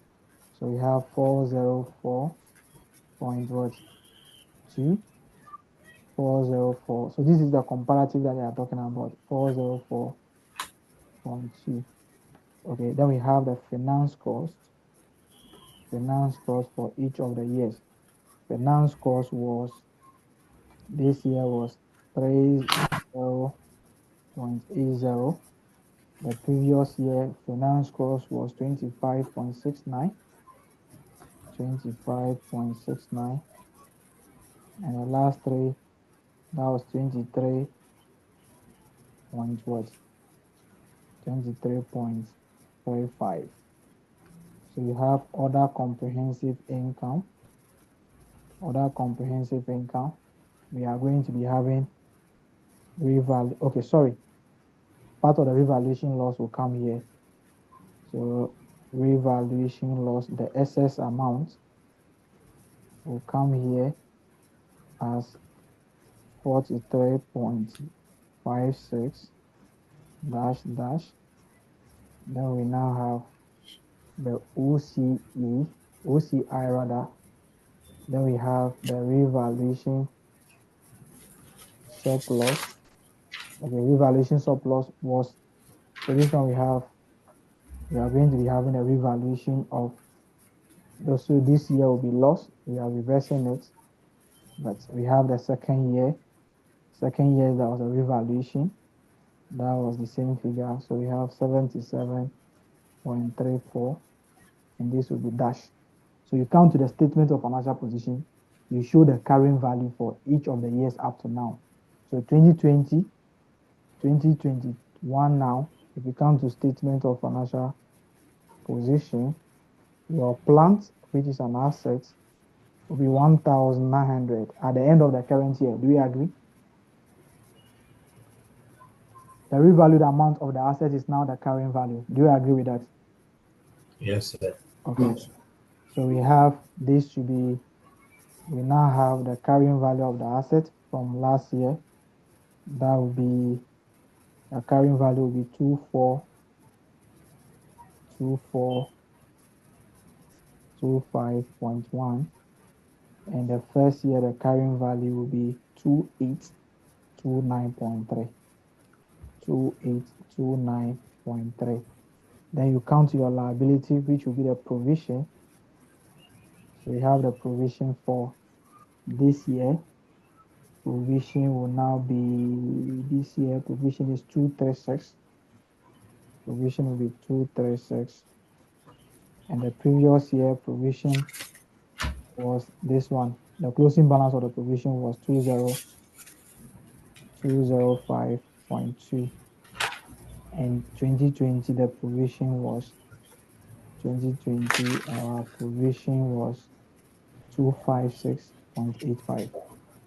256.85. So this is a comparative figure. You showed the transaction for this year together with what? Together with the previous years. That is what we mean by comparative. Okay. That is what we mean by comparative. Let's pick some. So we are done with the provision. I've used that one to explain. So the second one is the cost model. So you can try that one now. Okay. Let's pick one question on Hello, it. sir. Please, can I have a look at the whiteboard? Okay. Where you started with the comparative? From the statement of profit or loss. Yes. Okay. We can go to next level, next page, sir. Okay. Thank you.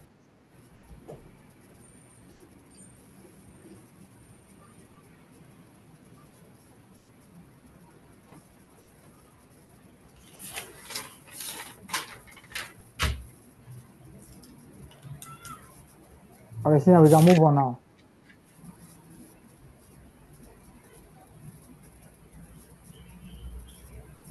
Please, we can move on. Okay.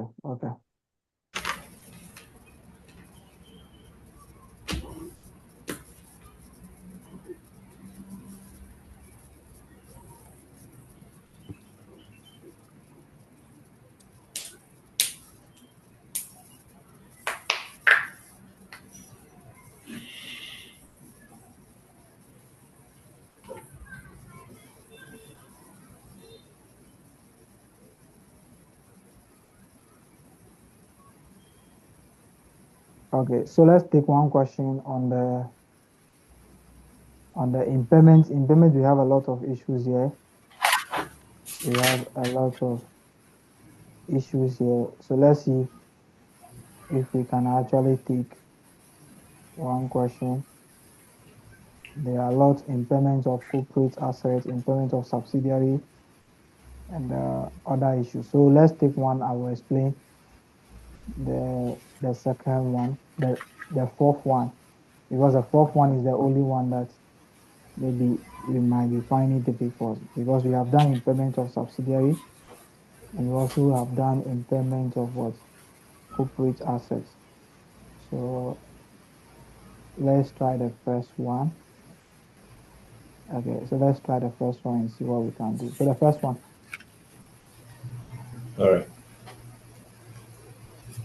A division of, so question one, a division of Ziwa Limited has the following non-current assets, which are stated at their carrying values as at 31st December 2021. So we have goodwill, property, plant and equipment. We have land and building, and we have plant and machinery. Since the assets are used to produce a specific product, it is possible to identify the cash flows arising from their use. The management of Zia Limited believes that the value of these assets may have become impaired because a major competitor has developed a superior version of the same product. Forecast cash flows arising from the use of the assets are as follows. Year ended, we have 31st December 2023, 31st December 2024, and 31st December 2025. The following additional information is useful. One, the directors are of the opinion that the market would expect a pre-tax return of 12% on an investment in an entity that manufactures a product of this type. The land and building are carried at revaluation. The surplus relating to the revaluation of the land and building that remain in the revaluation surplus reserve as at 31st December 2022 is 65 million. All other non-current assets are carried at historical cost. 3. The goodwill does not have a market value. It is expected that the land and building could be sold at 270 million and the plant and machinery could be sold at 50 million net of direct selling cost. Required. A, calculate impairment loss to be recognized in the accounts of Ziwa Limited. B, explain how the loss will be treated in the financial statements for the year ended 31st December 2022. Okay, so okay, the question about 2, I'm sure we have done something about that before. So I'll just, because we have to pick we have earnings per share and we have less than 1 hour and something. So we do the earnings per share some parts, then we just pick the rest, share-based payments. I'll do the cancellation. We haven't done cancellation before, okay? And we have done the repricing also. We have done the hybrid instruments, but maybe those who are not part of us, we can actually explain those ones to them. And we pick because we at least we have to do something about each of the one by one. Okay. So let me see. So this one, after after the session, maybe we can also fall. So after the session, maybe if I have time, I have financial assets. We have to solve this one too for you. Okay, it's also it's a new area under financial instruments now. And I saw ACCA examining that one. Okay, so IC man actually bring that question. So we can just come and discuss the rest of them because as it stands now, man is tired and we also we see what we can do. So let's see. So I have to solve the income tax also, this one too. So we will just pick them anyhow and see what we can do.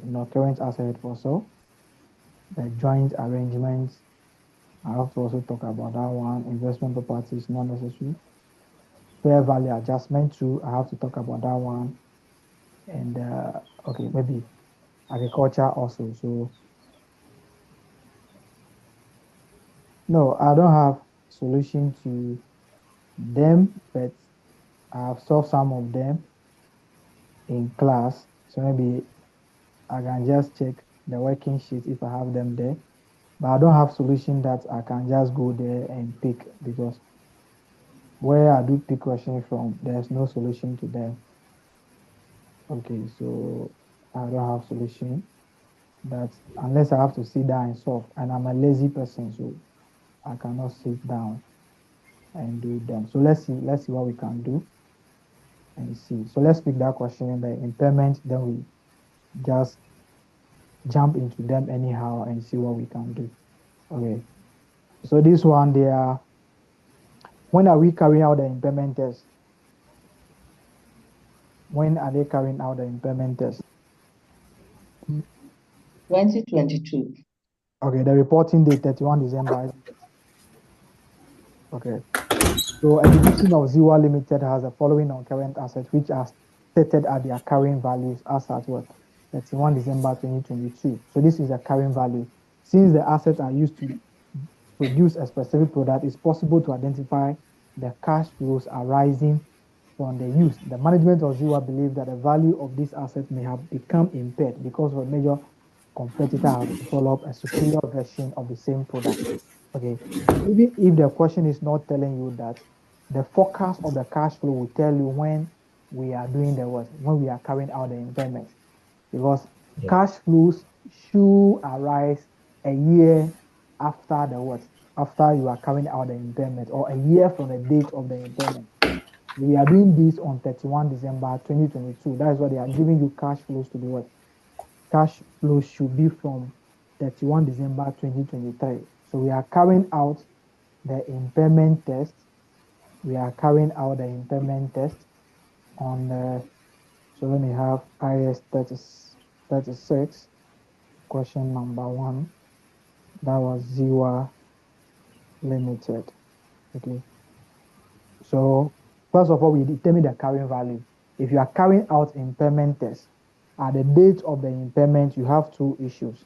Determine the value of the benefit that you are expecting from the original benefit of the asset, the carrying value of the benefit that is left, which is the carrying value. You determine that.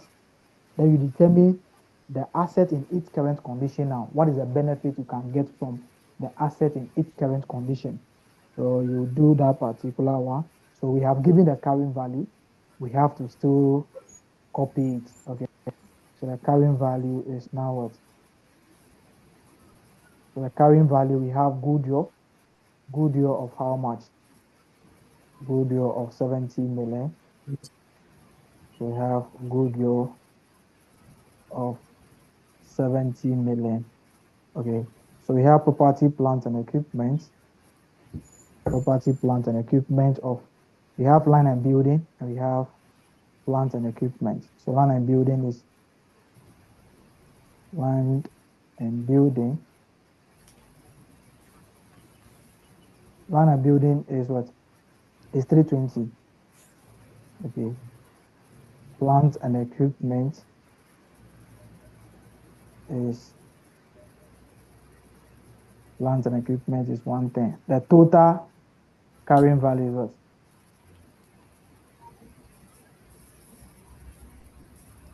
Would that give us 500?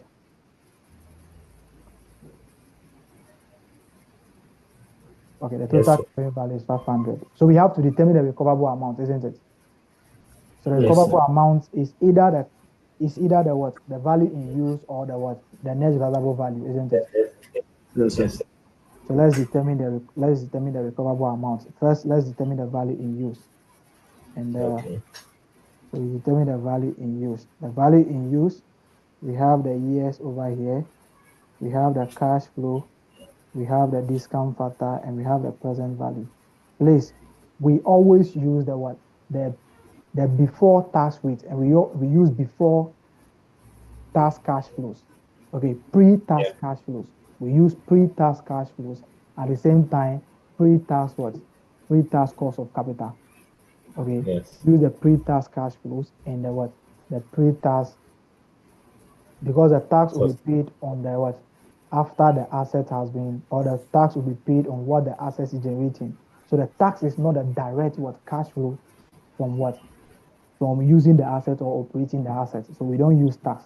Interest is not used. Please, we don't use interest because the effect of the interest on the cash flow is included in the cost of capital. So we always use what? Weighted average cost of capital, which is taking into consideration the cost of debt and also the cost of equity. So the effect of the interest on the cash flow has been what? Has been taken into consideration in the cost of capital. So if you are giving interest also, please ignore. If you are giving tax, please ignore. If you are giving any provision or any liability that is already recognized in the books of the entity, you ignore that one. So if the question is giving a restructuring provision, the restructuring has already been recognized as a provision. So whenever we are paying, it will just reduce the liability that we have. So it will not be a reduction in the cash flow. Okay, so anything that is being recognized as a liability already should be excluded from the what? From the cash flow. They can give you information and ask you to determine the value in use. So you have to take away your interest. Interest should not be included. Don't subtract the interest from the amount that you are generating. Tax should not be taken away from it. Provision, the question can give a restructuring provision. Restructuring provision has already been provided for as what? As a liability. We are looking for future cash flows.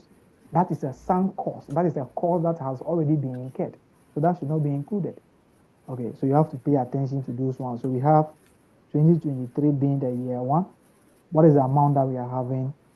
What is the cash flow that we are having from 2023? That is 185. 185. Okay, so 185. Our discount factor will be 12%, isn't it? Yes, sir. Yes, sir. 2024, what is the cash flow in 2025? Please, 2023 is a year from now. We are doing this at the end of 2022. So it's a year from now. So if you like, you can make it year 1, year 2, year 3. No problem. Okay. So we have the 160 and 130. Is there going to be any disposable? Is there going to be any scrap value at the end of the year? Let's go and check before we do the last year. So let's check whether there is any scrap value there before we do this particular one. Okay. The directors are of the opinion that the market will expect a pre-tax return of 12% on all investment in the entity that manufacture this one. So land and building are carried at revaluation. The surplus related to the revaluation of the land and building that remain in revaluation surplus account as at this one is 65 million. All other non-current assets are carried at this one. The goodwill does not have market value.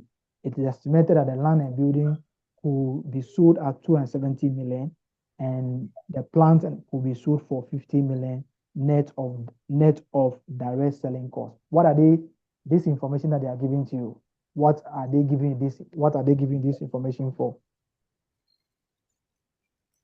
Net result overall. Thank you. Yes. They are giving you this to determine the net valuable value. Are you okay? So we'll come back to that one later. So there's no scrap value from this particular one. So this will be our cash flows. So the discount factor for the first year is what? 0.893. 0.893. Second year is what? 0.797. 0.797. And the last year? 0.712. 0.712. So what are the present values? One for the first year, 165.21. 165.21. Second year, 127.52. 127.52. Third year, 92.56. 92.56. So the total give us what? 385.29. 385.29. Please, when you are doing the recoverable amount and you have calculated the value in use and it is higher than the what? Than the carrying value of the asset, don't go ahead to calculate the net recoverable value because it is clear that the asset has not impaired. Because the recoverable amount is the higher of the value in use or the net recoverable value. So if you calculate one of them and it is higher than the carrying value, it means that the asset has not impaired. Just leave it and move on. You don't have to do anything. Okay. Hello, sir. Yes, please. The value in use, I want to check those figures. Okay.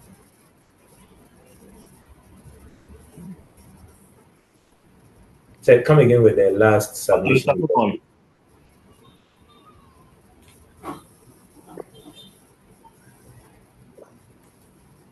Okay. I'm saying that if you calculate one of the items or the value in use or the recoverable amount, okay, and the value that you have is higher than the carrying value of the asset, it means that the asset has not impaired. So you don't have to go back and calculate the remaining one. So if you have calculated a value in use and it's over here, you don't have to go and calculate net recoverable value because the recoverable amount will be the higher of any of the two. So since one of them is higher than the carrying value, it means that the asset has not impaired. So don't go and calculate the remaining one. Okay. So we have the net realizable value over here. Goodwill have no what? No market value. Market value. Yeah. Have land and building. What is the value of land and building? How much could we be sold? 270. 270. Okay. 270. And plant and equipment will be what? 50 million. 50 million. Okay. The total will now give us 290. No, that'll be 320. 320. Okay. So let's come here. Which of them is higher? Yeah, 285. 285.29. Okay. So we use the recoverable amount as what? The value in use will be our recoverable amount. Okay. Okay. So we have the recoverable amount will now be the higher of the two. So as a rational person, you would like to what? You would like to use the asset than we're selling it. Okay. So you have 385.29. And the carrying value, so we have our impairment over here, our impairment loss. Okay. Our impairment loss will be give us what? 500 minus what? 385.29. What are we having?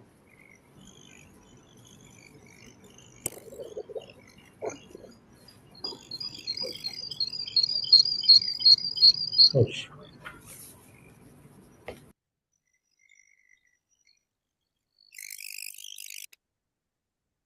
Okay, what are we having as a difference? 114.71. Okay, 114.71. So this is an impairment relating to what? Cash generating unit. How do we share it?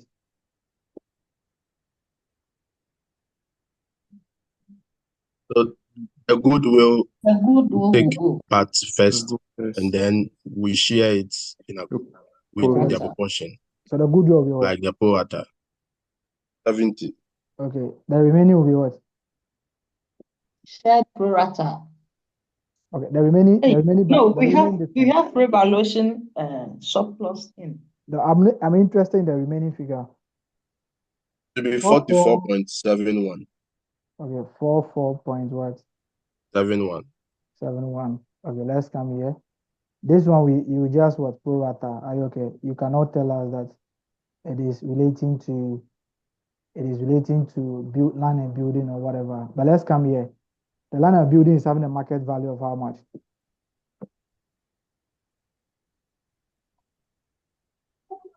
The market value. Okay, 320 against what? 270. How much is that?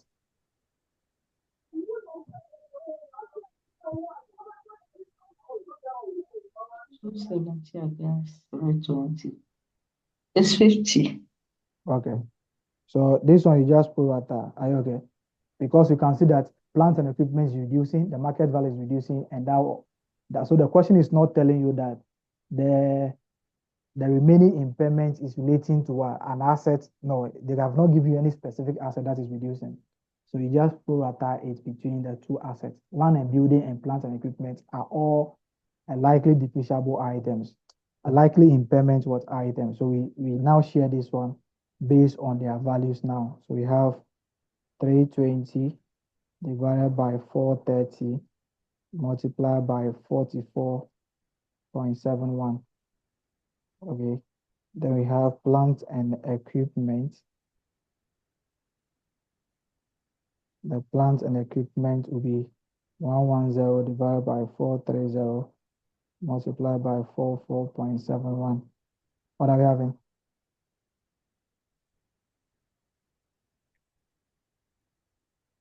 $33.27.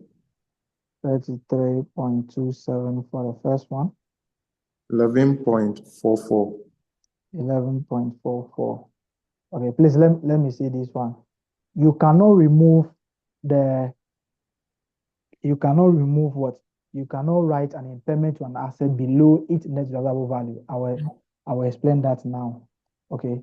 Let's assume that the impairment loss for the land and building, if you share it, okay, this one is just an assumption. This is the figure that we have is the actual sharing.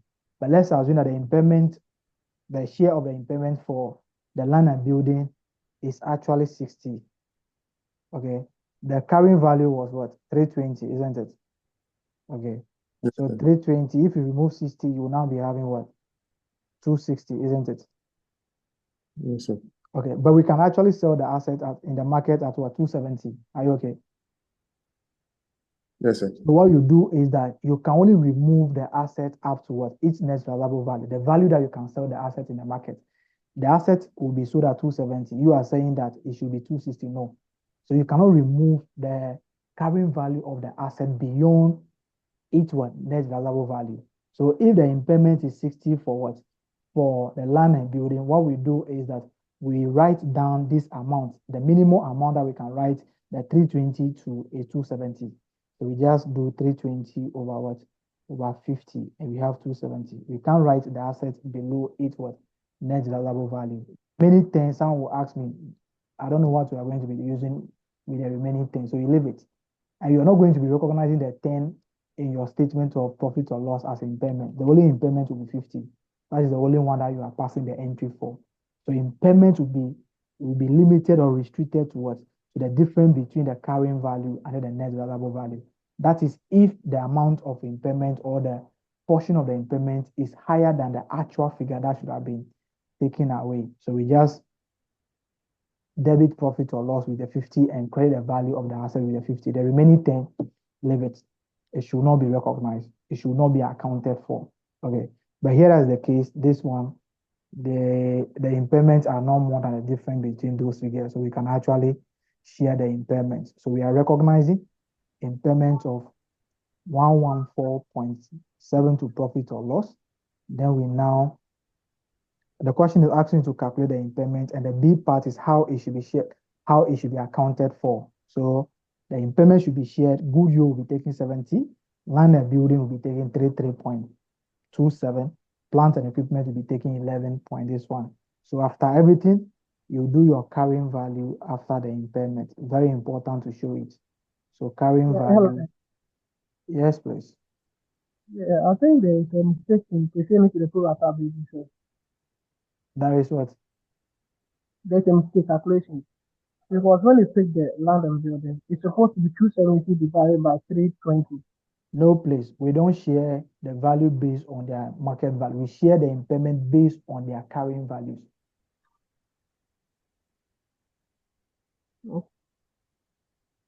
Okay. Okay. So let's come to this side now. So we have goodwill will now be dashed. I will tell you something about the land and building impairment later. But let me do this one. This will be 0 because the goodwill has been taken off. Then we have land and building. Okay, land and building will be 320 minus what? 33.27. Oh, sorry. That will be 33.27. 33.27. Okay, then we have plant and equipment. Plant and equipment will be 110 minus 11.44. 44. So if you put the two together, you'll be having 385.29, which is a recoverable amount. Let's come to the impairment. How do you recognize the impairment? The impairment will be like this. Okay, you can see that there's a revaluation surplus on the what? On the land, isn't it? Yes, sir. Okay. Revaluation surplus of how much? 65. Okay. So what you do is that an impairment loss that is relating to what? To a revalued asset. The impairment loss is treated as what? As a revaluation loss. So what we do over here is that we are having a loss of 33.27, but there is a revaluation surplus of what? 65. So we write the loss against the revaluation. So you debit other component, other comprehensive income, with the revaluation relating to, with the loss relating to this particular one. It will be taken to revaluation surplus account. It will be treated as if it's a subsequent revaluation loss, which will be net against the what? The previous revaluation surplus. Then you come over here and debit profit or loss. So you debit profit or loss with the remaining one because the remaining assets are carried under what? Under cost model. So we now have 114.71 minus what? 33.27. So that will be the profit or loss. So the impairment loss relating to land and building will be taken to the then the remaining ones to what? To profit or what? Loss. Okay. That is about that particular one. Any issue? Okay. Then we select the question. Yeah. My network went off. Can you go over on the proportionate of the goodwill side? The proportionate is we are sharing the amount between them on their carrying value. That is it. But I could see that the 270 is for plant and machinery. No, that is net realizable value. Their carrying value is this one. That is their carrying value. 320 and 110. These are their carrying values. That's their carrying value. Okay. Yes, please. No. Yeah, 110 and 230. We are good to go. Okay. Hello there. Yes, please. Yeah, with the effect of the impairment on the revaluation. Yeah.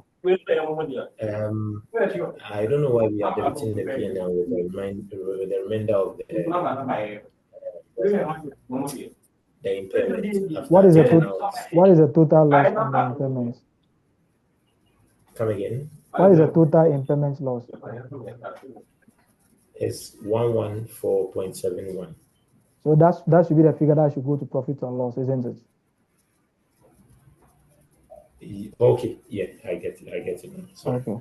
So 33.27 out of that will go to OCI to cancel the previous revaluations of loss. I hope you're okay now. Revaluation.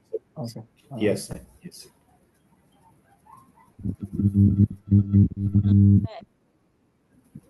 Hello, sir. Yes, ma'am. We are together.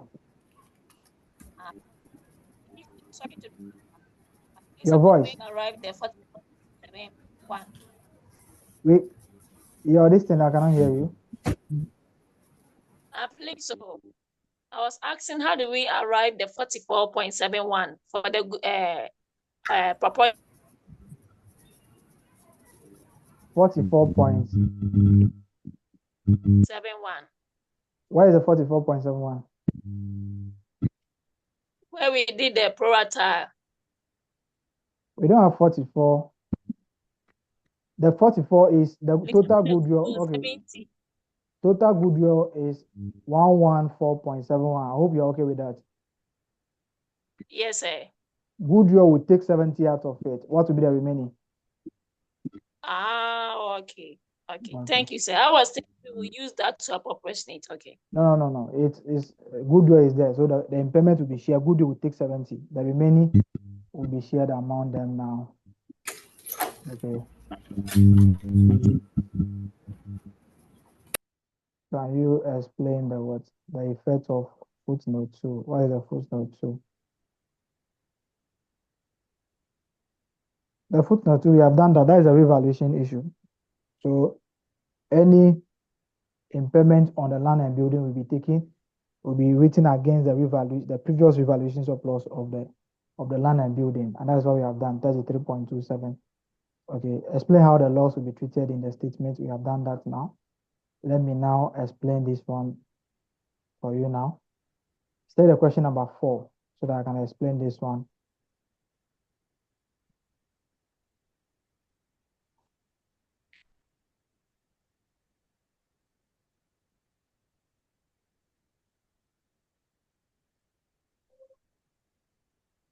Hello, sir.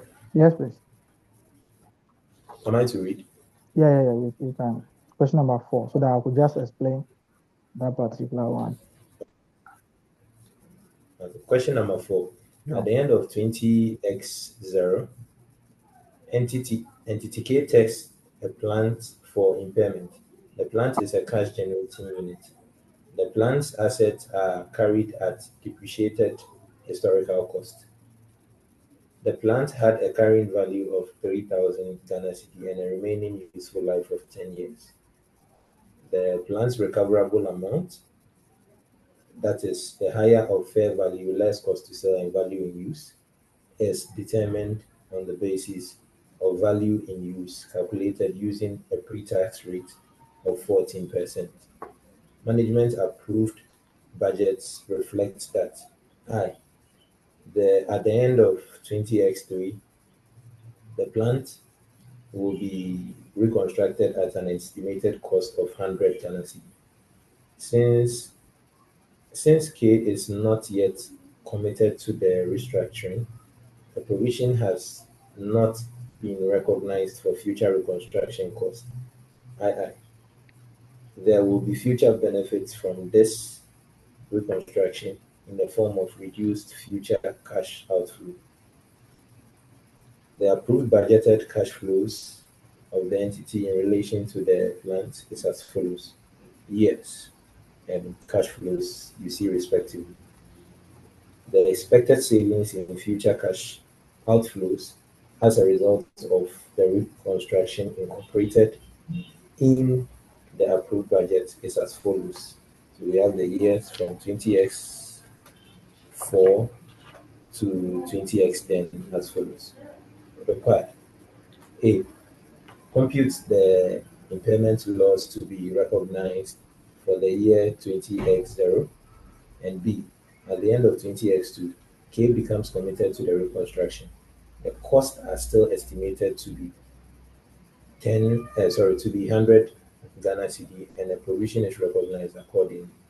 Compute the impairment loss into brackets or any reversal to be recognized in 20x2. Okay, so this one, the focus is not about the A part. So the A part, you can see that the restructuring will not be done. So our value in use will be calculated using these figures for 10 years, isn't it? Okay. So what you do is you use the years, this one, and calculate your value in use using the 14%. Okay. So that is not the focus part, which is the A. So the A is not the focus. A is not the what? It's not my focus because the A will be calculated the same way. Okay. So The A, there's no restructuring. So you just calculate what? You just find the present value of the cash flows over the 10 years under the what? The normal condition of the assets now. Okay. So you have the 14%, you use it to present value this one. Then you compare with the carrying value because you are doing the impairment at the end of 2x0. So the carrying value is still 3,000 million. Okay. So you do that one and also calculate that particular value now. But let's come here. Yes, sir. Let's come to this particular issue. Okay. Let's come to this particular issue here. Okay. They are saying that the what? The expected savings in future cash flows as a result of the restructuring incorporated in the approved budget is as follows. Let's come here. Okay, so the computer loss to be recognized, that one you just use the normal value without this one. Okay, this one, the standard says that if there's any restructuring and the entity is committed to what? To the restructuring, if the entity is committed to the restructuring, the impact of the restructuring on the cash flow should be what? Should be included in the cash flow. What it means is that if the restructuring is done, the restructuring might be resulting in cost savings. If you are estimating the cash flow and you are committed to the restructuring, if you are committed to the restructuring, it means that you have to take into consideration because the restructuring will be done.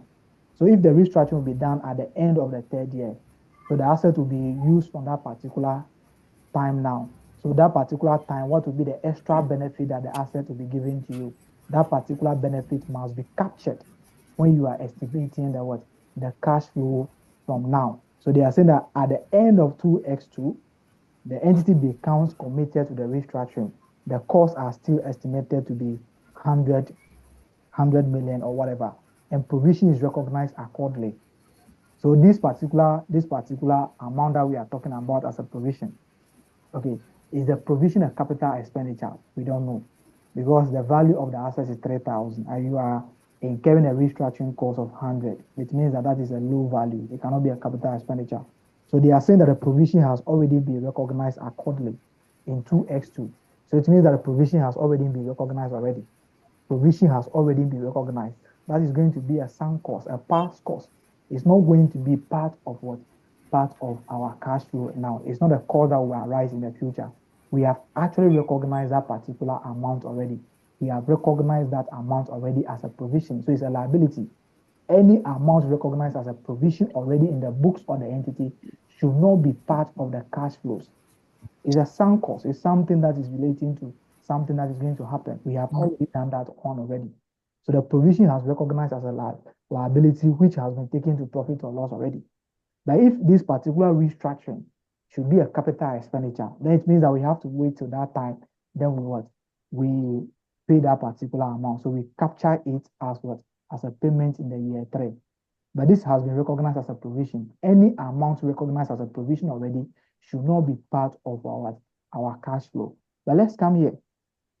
They are saying that the amount, if the restructuring will be done at the end of what? 2023. Okay. If the restructuring is done at the end of 2023, this is what will happen. The restructuring is going to be leading to a cost savings in the future cash flows. So what will happen now is that you still have your cash flow because you are doing this at the end of 2x2. So your 2x3 cash flow will still be the same figure as 320. Okay, because in that particular year, the cash flow will still be 320, but there will not be any cost savings there. But if you count to 2x4, the 2x4, we are going to be having a cash flow of 570, but there will be additional cost savings of what? 50. That will give us a total cash flow of 620. So you just add this additional cost savings, expected cost savings to the ordinary cash flow that the asset will be given to you without the restructuring. So if the asset is not restructured, it will be given 570. But after the restructuring now, or maybe the maintenance, the restructuring can be maintenance. If you do maintenance for a car, it's going to be saving some fuel costs for you. Okay. So if without the restructuring or the maintenance, you are getting 570. With the restructuring or maintenance, you are getting additional 50. So it means that this will be 620. You come to the 2x5. the 2x5, you'll be getting 380 without a restructuring, and the restructuring will be giving additional cost of what? 30. That will give you 2x5. The 2x5 will now give you 410. Okay, you do the same thing for all of them. That's what we do. So if the entity is committed to the restructuring, please, you factor in the future cash benefits from the restructuring. You factor in that particular one. 2006, 2x's will be 480 because without a restructuring, we are going to be having 450. Then you're having 30 over here. This one, 2x7 will be 540 because without the restructuring, we are having 510. With the restructuring, we are having that. Then you still present value at 14%. The provision of 100 has already been what? Recognized as a provision, so it should not be part of what? Our cash flow. Okay, so that is why we do over here. Very simple. So that is treated as a sunk cost. Yes, please. It's treated as a sunk cost. Okay. Hello, please. Yes, please. Yes, please. Yeah. In case the provision they have not been recognized, we have to take it into consideration. The provision you only take the provision into consideration when the entity is saying that they are committed to it. Okay. So if they have not recognized the provision, then we have to estimate the provision that it will be paid in the what? It will be paid at the end of the what? The 2x3. So we will take it from the 2x3 cash flow here as 100. Okay, so if it has not been recognized, so we just take the 100 over here because it will be the restructuring was in the future. But they have recognized it already as provision, so that should not be part again. But if they are here to take it to consideration, they are here to recognize, then you have to take the 100 from the 320, which will be in the year 3. How that is okay now. Yes, sir. Yes, sir. Okay. Please, assuming there's also expected expenditure in future, will you deduct it from the expected? If the expenditure is directly attributable to generation of the cash flow through the usage of the asset, that will be taken into consideration.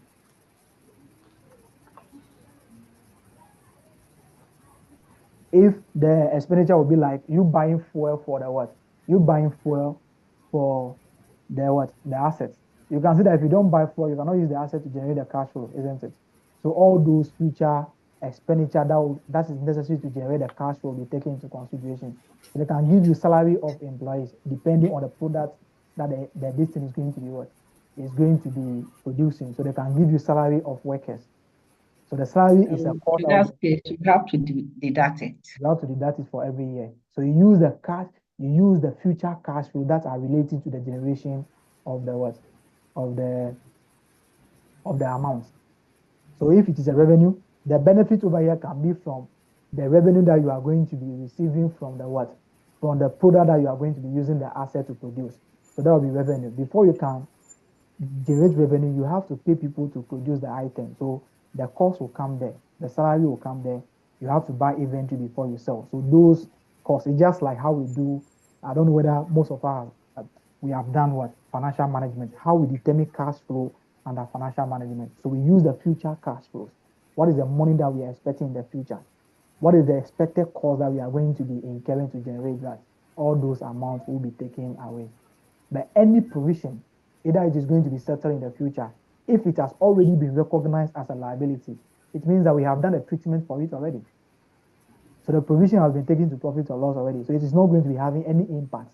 It has already have impact in the past. So that will be treated as sunk cost. Okay. So they can give you a question like this, but they will reduce it because I'm suspecting it. Last sitting, they give a question to financial reporting people where they have to determine the value in use. They have given them revenue, they have given them salaries, they have given them purchases, and they were asked to determine value in use. They can do the same thing for you with so many items. You just do it like how you do cash flow under financial management. You use only relevant costs. Let me put it like that: relevant costs, costs that are relevant to what the generation of the revenue using the asset. Okay. So let me pick one. Hello. Yes, Ina. Senior, please, can I make some suggestion? No hard feelings at all. Okay. Please, can I go on? If it should be about solving Hello. this question, then that suggestion there, it will not hold. Senior, some of us, we have been following you for a long time, and we know the strong probability of your predictions on question dropping. So I'm suggesting that even though we know you are very tired, and since all the standards that you have selected are very important and are capable of dropping, is it not possible that maybe Saturday, Sunday, or any other day, maybe you can squeeze time and we treat them properly and finish the rest? Because we believe in your questions. That is my problem. What would be your work as a student? We won't know if you are right. I understand, but compare. No, don't worry. Let's see. I understand, but we have but time. you know. Don't worry. We'll communicate that. Don't worry. Even though we can come and. Okay. Don't worry. Some of us are living only CR, so if you can help us. The help is from God. Okay. So it's true. The help there is from God. So okay, senior, maybe something about maybe it. After.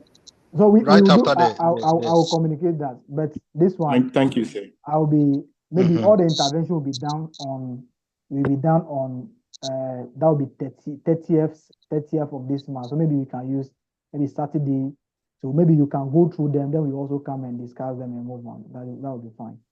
Okay. Yeah. So that will not be any problem. That will not be a problem at all. Okay. Thank you, sir. But just that you have to do the thing yourself. Okay. Please go on. Okay. So let's take the earnings per share, one question on earnings per share and see what we can actually do there. Then okay, share-based payments, I will take the cancellation and okay. So let me just try to see the ones that I can solve. So earnings per share. Question number 1, yeah. All right. So earnings per share IAS 33. Question number 1. On 1st January 2023, Tunza Limited had in issue 43,200,000 ordinary shares of 10 Ghana cedi par value each and 12% convertible redeemable preference shares of 10 Ghana cedi par value each. The preference shares are convertible into ordinary shares on the basis of 80 ordinary shares for each 100 Ghana cedi of preference share capital. Tunza Limited's profit after tax from continuing operations for the year ended 31st December 2023 amounted to 201,600,000 Ghana cedi, and for the year ended 31st December, it was 97,200,000 Ghana cedi. The average market value per ordinary share during the year ended 31st December 2023 was 20 Ghana cedi. Additional information. On 1st April 2023, the company invited the current ordinary shareholders to subscribe for a rights issue on the basis of 2 new shares for every 3 held at a concessionary price of 15 Ghana cedi per share when the market value on cum rights basis was 20 Ghana cedi per share. On 1st July 2023, Tunza Limited issued 36 million ordinary shares at their full market price. On 1st September 2023, the company made a 1-for-3 bonus issue of ordinary shares using the share premium account. On 1st October 2023, holders of 80 million Ghana cedi 12% convertible preference shares exercised their conversion right. Required 1 or A. calculate the basic earning per share for the year ended 31st December 2023. B. Calculate the restated earnings per share for the year ended 31st December 2022. C. Calculate the diluted earnings per share for the year ended 31st December 2023. Okay, thank you. So, okay, so you can see that many of the issues happened during what 2023, isn't it? Okay. Yes, sir. So we have to calculate the earnings per share. So we will do it. I'll give you so many approaches. You pick the one that you are comfortable with. Okay. So that is not a problem. So let's come here. We are calculating the basic earnings per share for the year ended 31 December 2020 3. Okay, 2023. So this is what we are going to be doing. So we have so let's have basic earnings per share. Basic earnings per share is calculated as what? Profit attributable to what? To the ordinary shareholder. So if you have any irredeemable preference shares, you take their dividend out of it because their dividend is treated as what? It's treated as if ordinary dividends. Okay, so you take Ordinary it. dividends, yeah.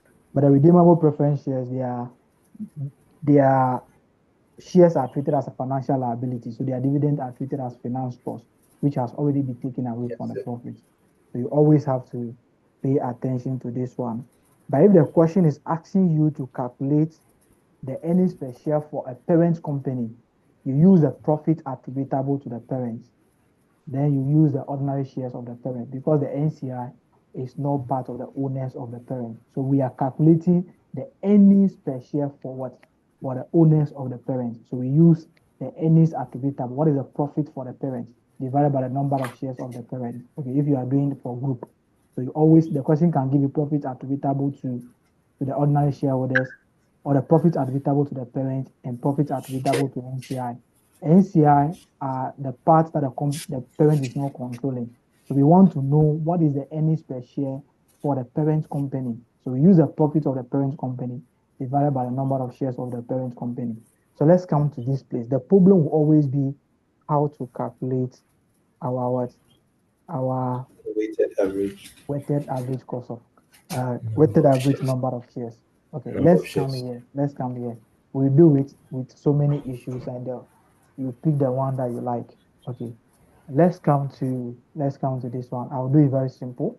You don't have to worry yourself. Okay, at the beginning of the year, what is the number of shares that the company is having? 43,200,000. Okay, so the company will be having existing shares. So I will be doing existing shares here. So the existing shares will be 43,200. Okay, can we do it 43.2 million? Okay, 43.2 million. That will be having a full year contribution to the profit. It will be there for full year, isn't it? So you can do 12 by 12, but we do it one by one. We get the issues one by one and see what we are going to be doing. Okay, let's come here.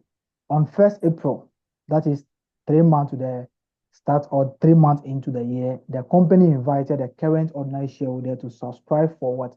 A right issue on the basis of 2 new shares for every 3 held at a concession price of what?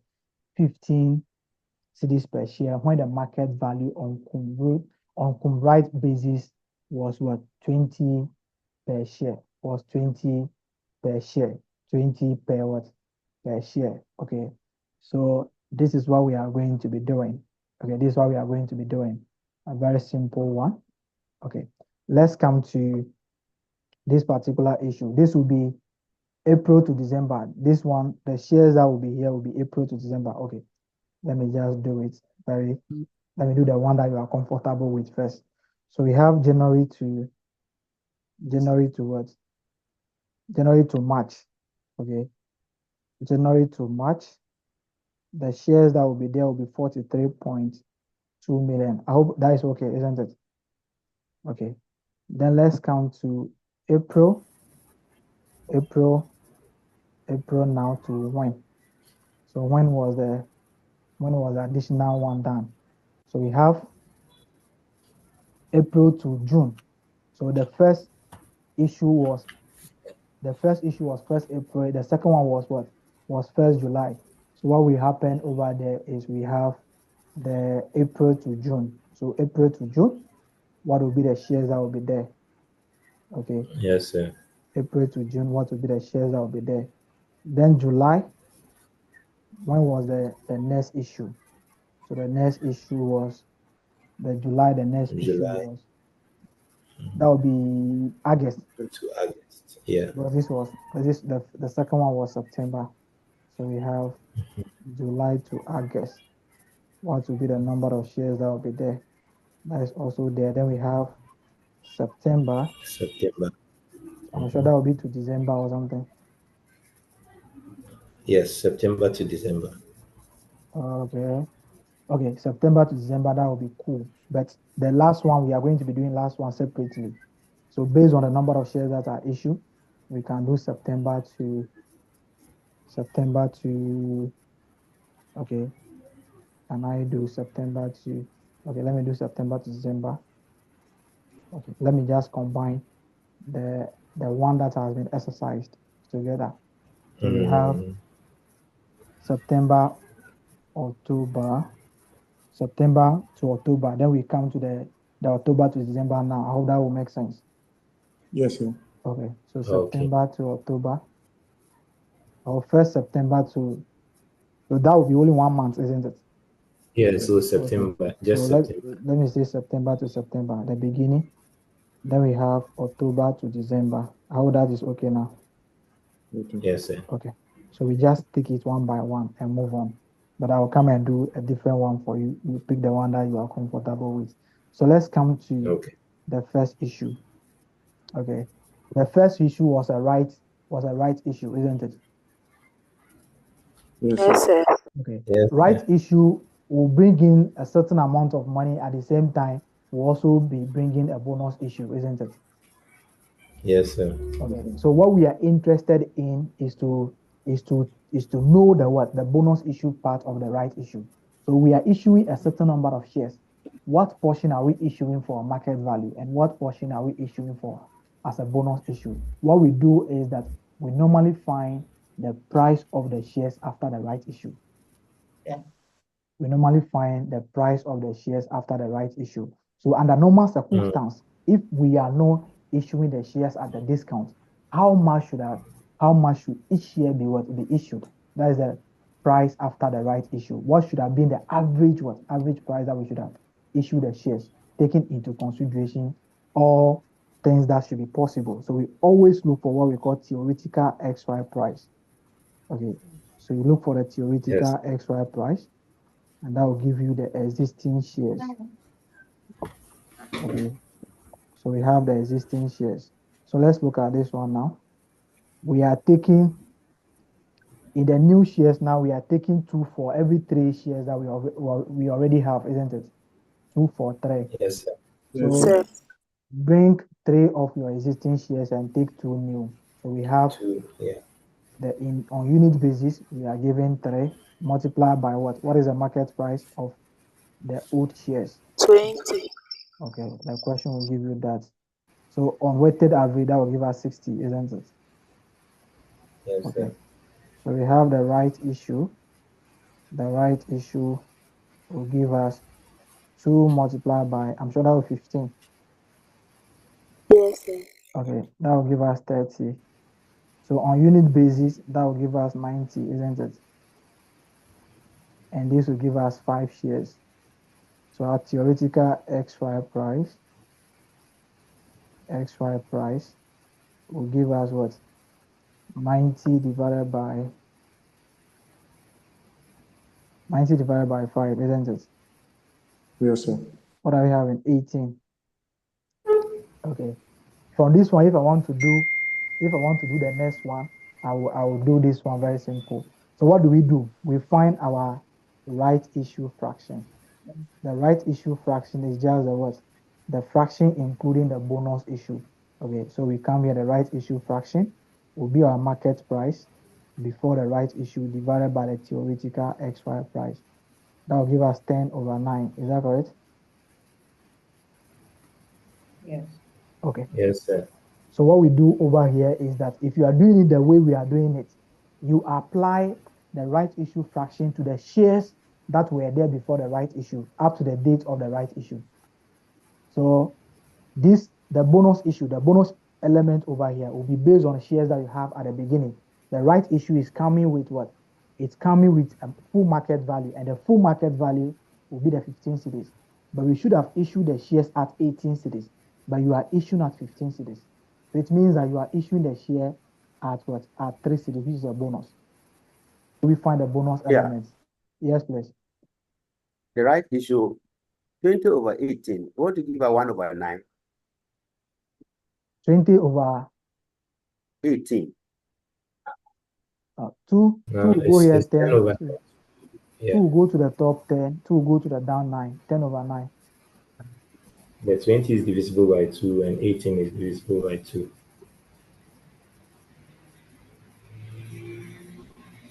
Come again. 20 will go to 2 will go to 20 10 times. 2 will go to 18 9 times. So 10/9. Okay. All right. Oh, so yes, what you yes. okay. Yes. So what you do is you apply the what?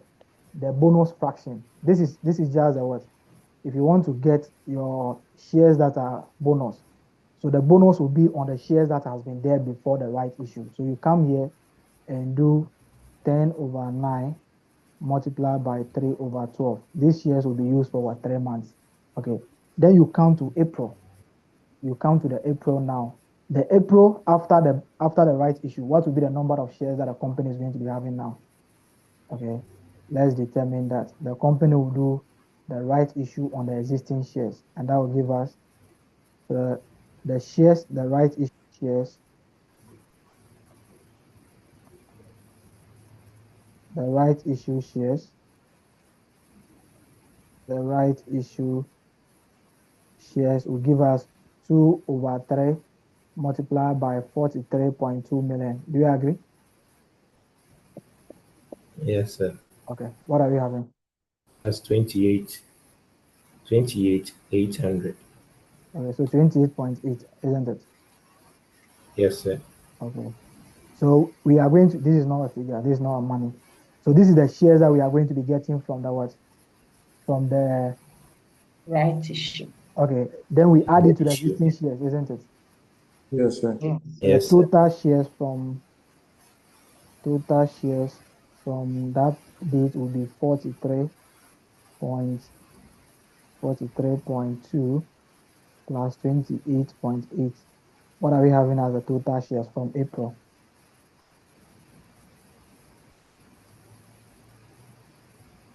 72 million. 72 million. Okay. Yes, sir. So we now have 72 million here. Okay, this 72 million will do only how many months? 3 months, isn't it? Okay. So we multiply by the 3/12. Another thing will be affecting this. We'll come there later. Let's count to which of them was done. Okay, what happened on the July? July, they have done a full market issue, isn't it? Okay. Yes, sir. Before the full market issue, we have, how many number of shares do we have? We have 72 million, isn't it? Yes, sir. So the 36 million will now be increasing the what? Will now be increasing the Million. 72. 2 million. Okay, that will now give us 108, isn't it? Yes, sir. Okay. And that 108 will be used for how many months? 2 months, isn't it? Yes, sir. Yes, sir. So that 2 months, something will affect the 2 months later. Let's come to the September now. 1st September, the company made a 143 bonus issue of ordinary shares using the share premium account. Okay, so the bonus issue, whenever we are saying bonus issue, the bonus issue will be based on the shares that we have there before the bonus issue. So the bonus issue will be made on all the shares that they have before the bonus issue. The one over here, the one that will be arising from this place, and the one that will also be arising from this place, which in total will give us 108. Do you agree? Yes, sir. Okay. So if we are making a bonus issue of 143, how many shares are we going to be getting from the bonus issue? 1 over 3 multiplied by 108. What are we having? 36. 36. Okay. 36 plus the 108. What are we having? 142. That will be 144. Okay. That will be the total shares after the right issue, isn't after the bonus issue, isn't it? Yeah. Okay. So the bonus issue will affect the shares. The bonus issue will affect the shares before the what? Before the bonus issue. So what do? We mostly use the bonus issue fraction. Okay. 143 means this. So we do the bonus issue fraction. The bonus issue fraction, what we mean is that we want to find the total shares after the what? After the bonus issue. So 143 is this one. So we have 1 plus 1 over 3. That will give us the bonus issue fraction, and that will give us 4 over 3. So we apply the bonus issue. The bonus issue, it is assumed to be in existence from the start of the year. It is not bringing in money. So it means that we are just splitting the shares that we already have to have what we are having. So we just treat it as a share split. Share split is treated in the same way as what? As bonus issue. It is not bringing any amount of money. So we assume that it has been there. So we are just splitting the what? The shares that we have from the beginning. So what we do over here is that the bonus issue will be on the shares from January to what? To August. Do you agree? Because the bonus issue was made on what? 1st September. So we are giving them a bonus on all the shares from these days. So what we do over here is we multiply this by 4 over 3. We multiply this over 4 over 3. And we multiply this over 4 over 3. And out of these days, you have 44. Bonus issue will not come here. And this will give you 1 over 12. Okay. Let's come to the last part. Yeah, a hand is up. Yeah, it's me. Please, I want to ask if the question says a 2-for-1 right issue, what does it mean? 2 for 1. It means that you'll Yeah. be taking 2 new shares for every one that you have. Oh, okay. Thank you. It really does. Okay. So 2 for 1 is just I like thought that. 100%. 2 for 1. 2 for 1 is Yeah. just like 200% shares. For every shares that you have, we are going to be giving you 200 of that. So if they tell you 1 for 2, 1 for 2 is that for every share that we have, we give you 50% of that. Okay. All right. Thanks. Okay. So every share that you have, we give you half of. For every 2 shares that you have, we give you half of that. That is the 1. Okay. So let's come to this is how we go about this one. For me, it's complicated. Okay, for me personally, it's complicated. Okay, but let's count to October to December. October to December, they are saying something over there. They are saying something to the October to December. 1st October, holders of what? 18 million, 12% convertible preference shares exercise their conversion what rights. So it means that some people, they have actually changed their convertible to what? To equity shares. So this is going to be a market value because it will be changed as a market value. So what do we have? It will have effect. It will become equity shareholders from the time that what? From the time that they have exercised their what? Their option, isn't it? Yeah, option, yeah. Equity holders from 1st October. They will become equity holders from 1st October. So the question is, how many shares are they what? Are they receiving from the conversion? Let's come to the top over here. The question is saying that they will receive 80 for every 100 Ghana cedis, isn't it? Yes, sir. Yes. So if 80 shares is equal to 100, how many shares will be equal to 80 million?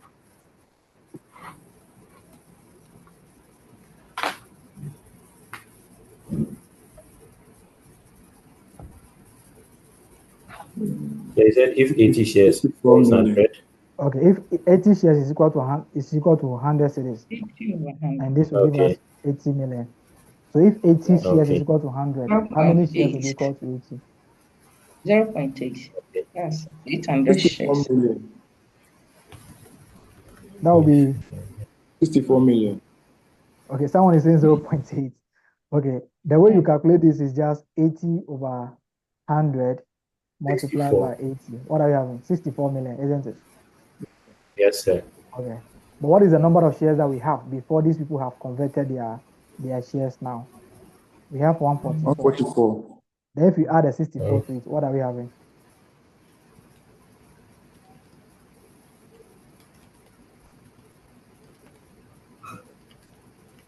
$208. Okay, that will be 208. And this 208 will do what? How many months? 3 months? Oh,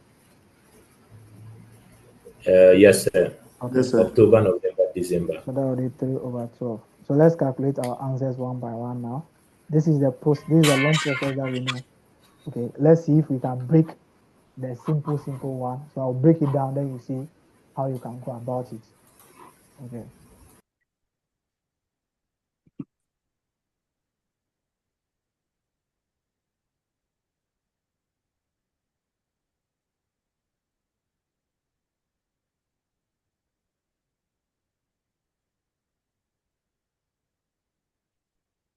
So what are we having for the first one?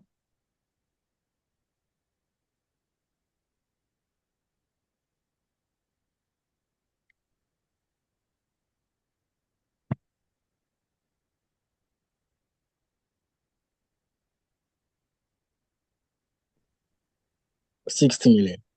60. 16, 16. Okay, 16 million. The second one is what?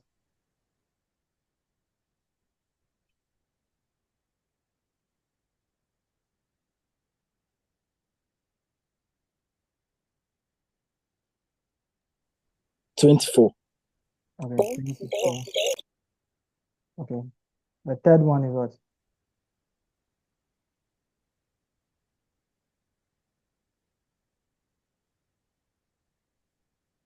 $36. Okay, 36. The fourth one. Would that be 12? Yeah, 12. Okay. And the last one? 24. The last one is also 24, isn't it? Okay. So the total is what? No, the last one is 52. Is 50, 52. 62 or 52? 52. Okay. So what is the total? For the third one, I'm getting 24. 24. The third one? No, it's 12. No. First one is Yes, it's 16. 24. Okay. So this will be 24. Third one is 24. Okay, sure. The second one is also 24. April to June, is it 24? Yeah, 24. Okay. So the September to September is 12, isn't it? Yeah, September is 12. Okay. And the last one is 52. 52, yes, sir. Okay, what is the total?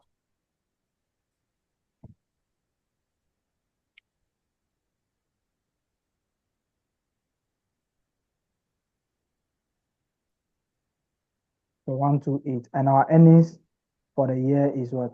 201.6 million. Okay. So our earnings for that particular year is 201.6 million divided by 128 million. What are we having as the earnings per share?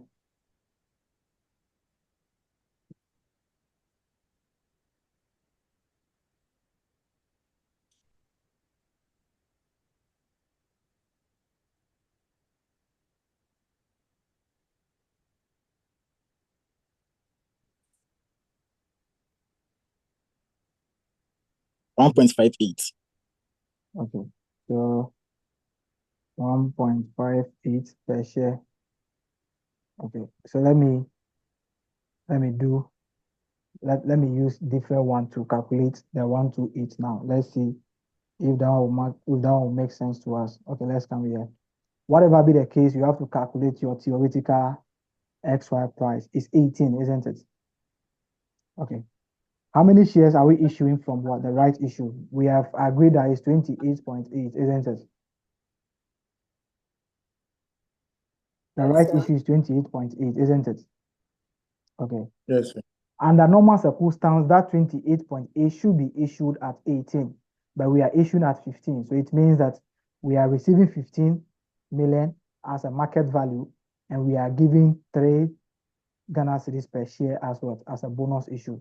So what will happen is that the right issue will have an element of bonus issue and element of what? Market value, and the market value is the 15 over here. So we're supposed to issue the 28.8, all things being equal, at 18. Okay, at 18, all the shares should be at 18, so that the bonus can actually what? Have the same effect, because we have the old shares will also be 18 now. The new shares will also be 18. So we have to issue the shares at 18, but we are issuing at 15. Where do we get the remaining 3 cedis from? It is being used, or we are using bonus issue to do that. So we share the total shares that we are issuing from the right issue between the bonus issue and this one, and what will be 3 over 18. The 28.8 should be issued at 18 cedis. So we have 3 over 18. That will be multiplied by 28.8. What are we having?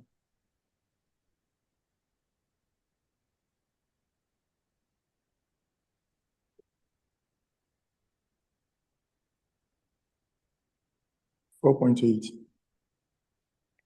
Okay, 4.8, isn't it? Yes, sir.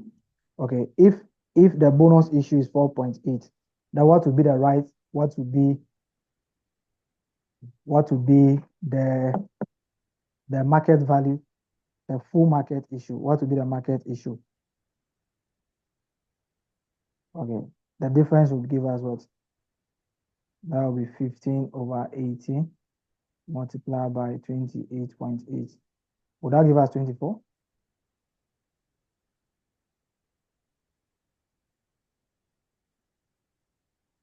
Yes, 24. Okay. So this is what we do. I'll calculate the work like this. Look at this one. The weighted average number of shares like this. I will have my existing shares. So my existing shares will be there from January to December. That will be having a full year. So January to December, I'll be having this figure. Okay. January to December, I'll be having 43.2. The bonus issue will be done on the what? On the shares that are in existence before the right issue. So the bonus issue will be here. Bonus issue will be there from the beginning to the end of the year. The bonus issue is assumed to be in existence from the start of the year. So the right issue, the bonus, we are making the bonus on the shares before the right issue. So I'll come to the right issue. When am I doing the right issue? That is April. So I'll have April to December now. I'll do it one by one. April to December, my right issue, the full market issue is 24 million. So I've separated the right issue shares to a bonus issue of 4.8 million. I'm issuing 24 million only at what? At full market value. Then I'll come to the next issue now. I'll come to the next issue. Pay attention to this one. Very important. I'll come to the next issue. It will be July. It was July. So I'll have July to December. That was a full market issue of 36 million. That will do 6 months. So I'll have July to December. There was a full market issue of 36 million. Okay. Then I'll have October to December. That is the shares that have been converted.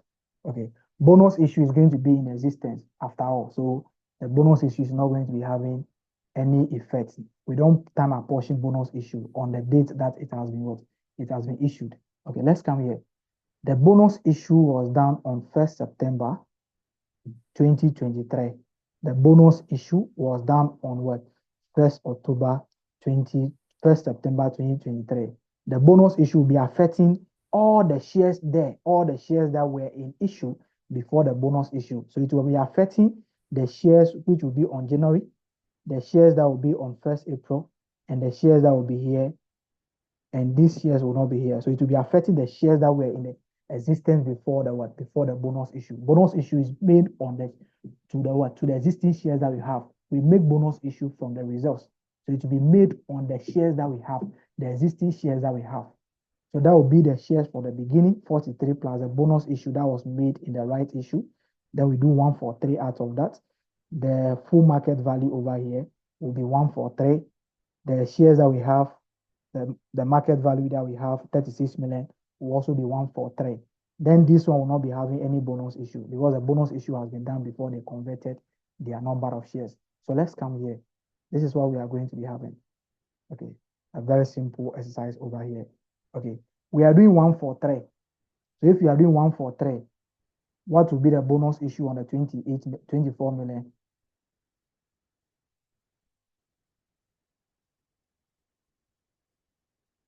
We are doing 143. What will be the bonus issue on the 24 million? Would that give us 8?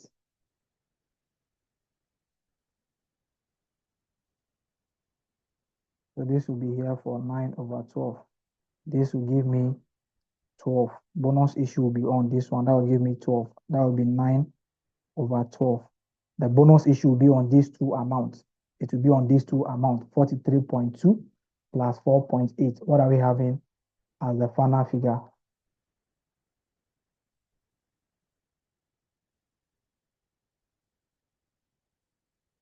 Okay, I'm having the bonus issue will be 16. So this will be doing a full year. Okay, then I'll come to October over here. I'll have 64 million, and that will do only 3 months. Okay. So someone should compute them and give me the figure.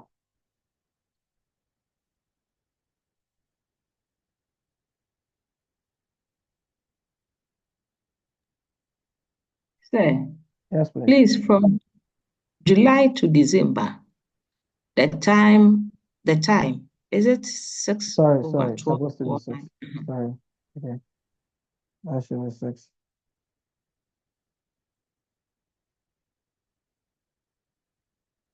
Okay. So the bonus issue, we have 24 million as a full market issue. The bonus issue after that, which will be 143. So 24 plus 8 multiplied by 9 over 12. I'm having 24 over here. Okay, 36. 36, that will give us 48. 6 over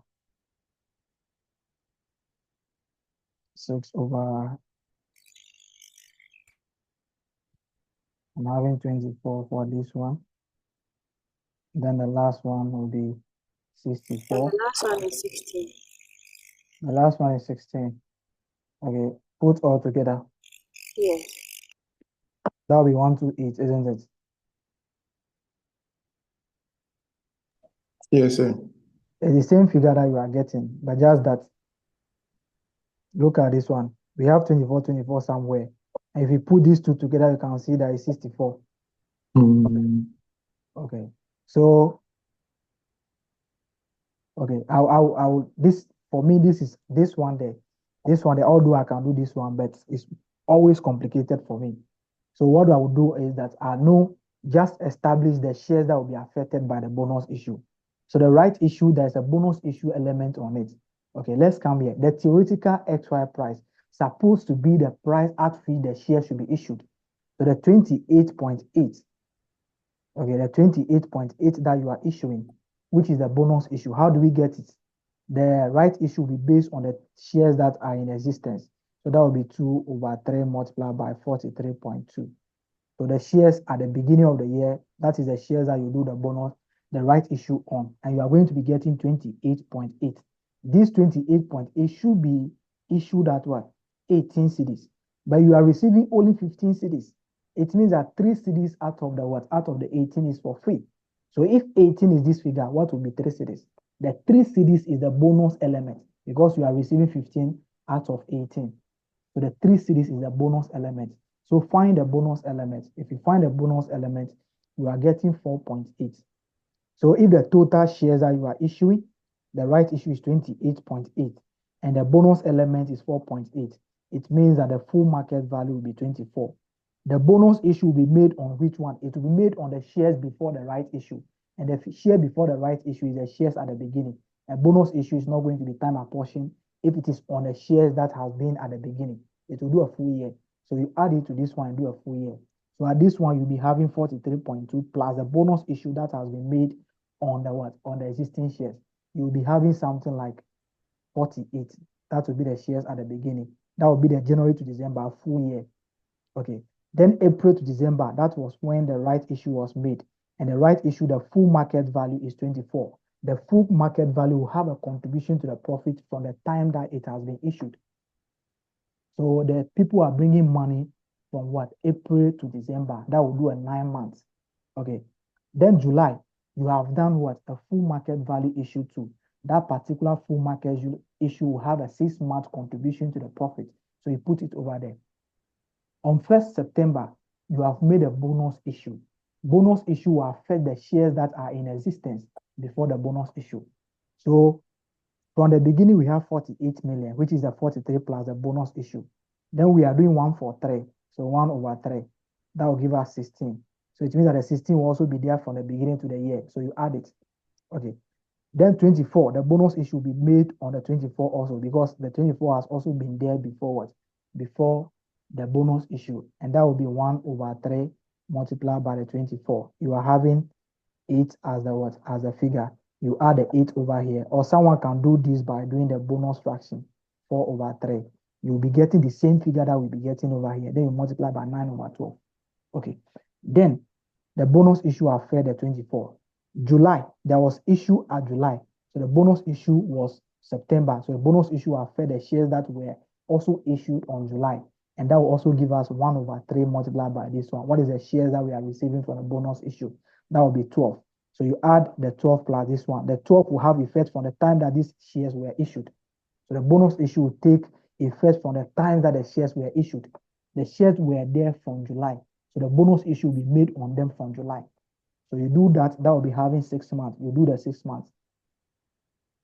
You do the 6 months, then you move on. Okay. Another way of calculating the 4.8. This is 64, which is a conversion. That will do 3 months. So 64, 3 over 12. That is it. So you get your 128. Another way of getting your bonus what issue on the existing shares is this one. If you do 43.2 multiplied by 10 over 9, what are you getting? I'm sure you'll be getting something like 48.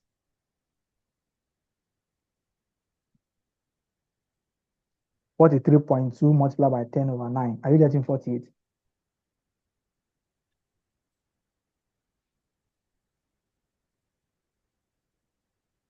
$43.2 multiplied by 10 over 9. Are you getting 48? Yes, sir. Okay. Let's come here. The 10 over 9 is from where?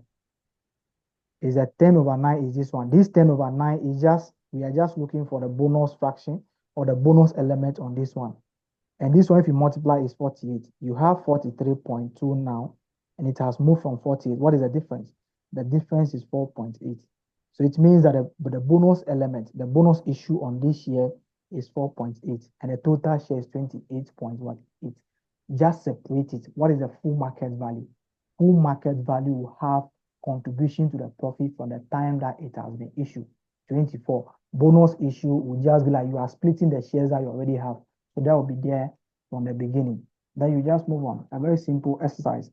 Let's come to, so the one that you are comfortable with, you pick that one and you move on. Okay.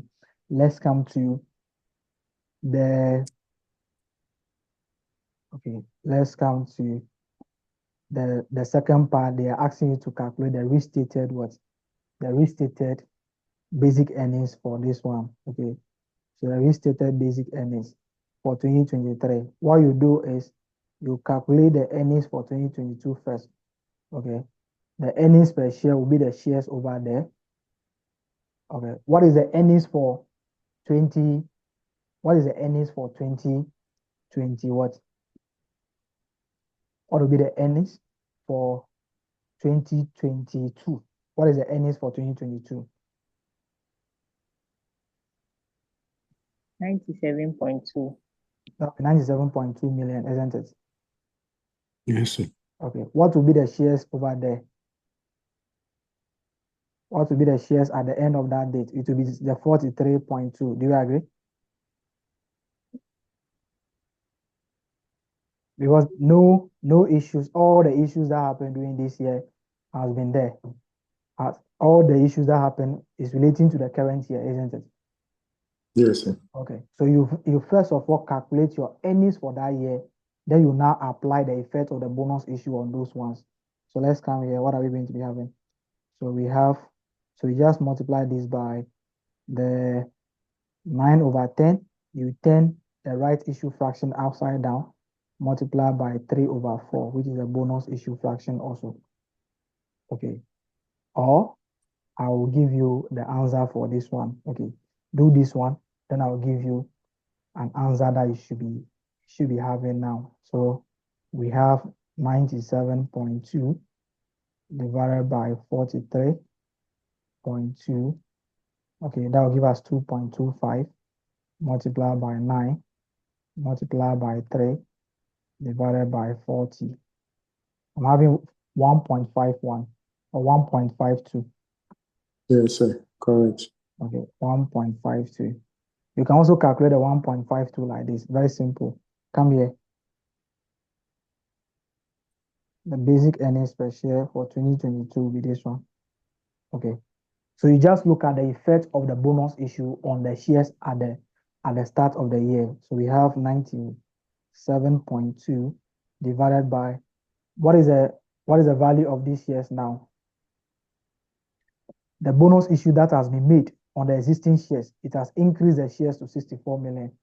So just do over 64 million.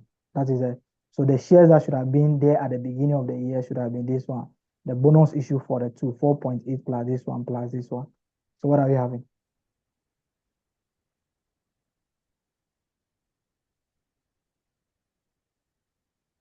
So the shares that should have been there, the bonus issue is assumed to be in existence from the beginning. So the shares that should have been there should be 64. That is the shares at the beginning, 64. It is 43 plus the bonus issue that has been made on this one. But since these shares has been in existence from the beginning, the bonus issue will also be assumed to be there with them from the beginning. So we just do 97 point this one divided by this one. Or you take the earnings per share for the previous year, then you reciprocate, you turn the bonus fraction, also the right fraction, upside down. What are you doing? You are incorporating the impact of the bonus issue and the right issue on the earnings per share, which is a 64. So you have the 1.58. The question is asking you for diluted earnings per share. Okay. The diluted earnings per share is just our profits plus notional interest. So we just assume that some people they have the right to convert some of the shares to some of their loans. Mostly we use convertible loan and share options. So we assume that if the people should convert their shares now at the end of the year or immediately at the start of the following year, what will be the impact on our earnings per share? We just assume if they should exercise their right now, what will be the impact on our earnings per share? So we count to the weighted average number of shares here, then plus the notional number of shares also over here. Okay, the notional shares also over here. What we do is that this will still be our earnings. It will still be our 201. All the figures that we use to calculate our basic earnings per share will still be used, 2.6 divided by our 128. Then we just add the notional interest and then the notional one. So let's come here. The only instrument that we have over here is convertible instruments. So it's a convertible instrument. Okay. The convertible instrument, first of all, we have to know the total value of the convertible instruments. Okay. The total value of the convertible instruments in terms of money will be 120 multiplied by 10. Do you agree?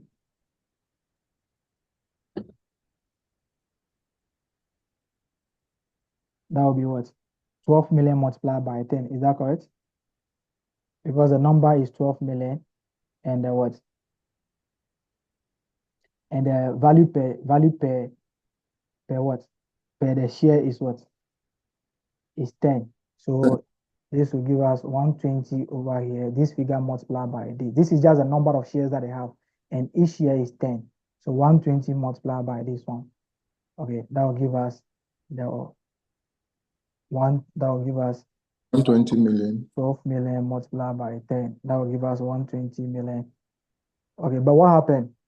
80 million has what? Has converted their what? Their instrument, isn't it? Yes, sir. Okay, so let's look at the remaining convertible preference shares. This is convertible preference shares. Convertible preference shares. That will give us 120 million minus what? 80 million. That will give us 40 million. Okay, this 40 million, what is the interest that we are paying? The interest is not actually interest. This is preference. This is what? Preference dividend. So the dividend that we are going to be paying on them will be the 0.12 multiplied by the total amount they have at the end of the year. So the interest or the dividend that we have paid to the remaining people for this year is 12% on the what? On the total value that we are owing them, which is 40 million. The ones that have converted their own, please, their impact has already been adjusted against the what? The profits. We only look for those who are here to convert. If they should convert now, what will be the impact on our current earnings per share? The 80 million, the impact on the current earnings per share has already been what? Has already been reflected there because we have actually prorated this one for what? For 3 months. So what we do over here is how much are we paying them? 4.8. Okay, that will be 4.8. It means that if you are converting to what? To ordinary shares now, we are not going to be paying them this amount again, isn't it? And Yes, that sir. will be savings to us. Okay, so it means that we are going to be saving 4.8 out of the what? Out of our profits. Okay, let's come here. What will be the number of shares if they want to convert? What will be the number of shares if they want to convert? That will be 80 over 100 multiplied by 40 million. I hope that is okay now. Yes, sir. Every 80 shares is equal to 100. So 80 over 100 multiplied by 40. What are we having?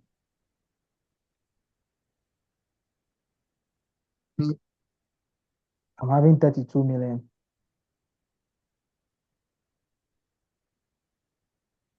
Is that 32 million? Yes, sir. 32, isn't it? Okay. Yes, sir. Yeah, Most of the times you test to see whether the instrument is dilutive or anti-dilutive. How do you go about it?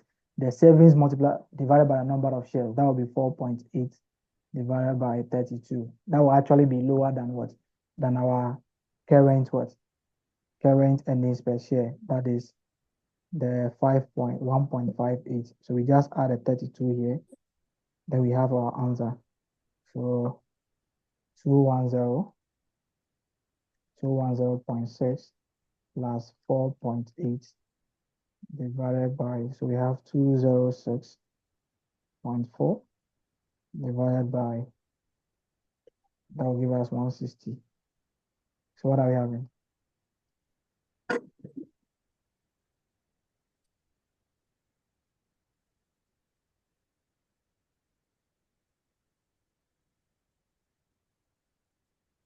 $1.29 per share.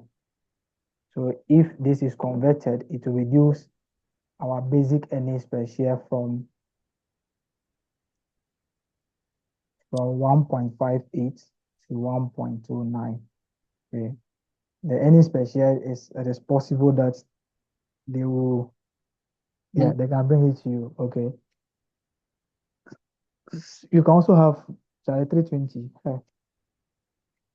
Yes, it's okay. Let's ask our brother. Okay, as communicated by our brother, we find time and come and discuss the rest. Okay, but you can also be trying some of them on your own. Okay. Yeah, hello. Yes, please. Yeah, I want to ask a question on the earnings per share. There was a question in July 2023 that they brought. I don't know if I can share the question on the page, but they only brought what they call okay. So let me read the question. On 30th June 2021, Bediako Limited made an issue of 30 million new ordinary shares to a venture capital firm to raise 120 million. Later on 1st November 2021, the entity also made a capitalization issue on the basis of one new share for Bonus every issue. Bonus issue is capitalization. Capitalization is bonus issue. Okay. Okay, so you can For read every, now. Okay. for every shares held at that time.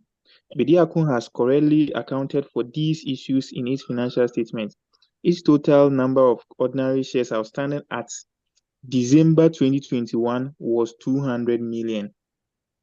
And then they said ordinary dividends for the current period, when compared to the draft profits attributable to ordinary shareholders, translate into dividend cover of 5:1.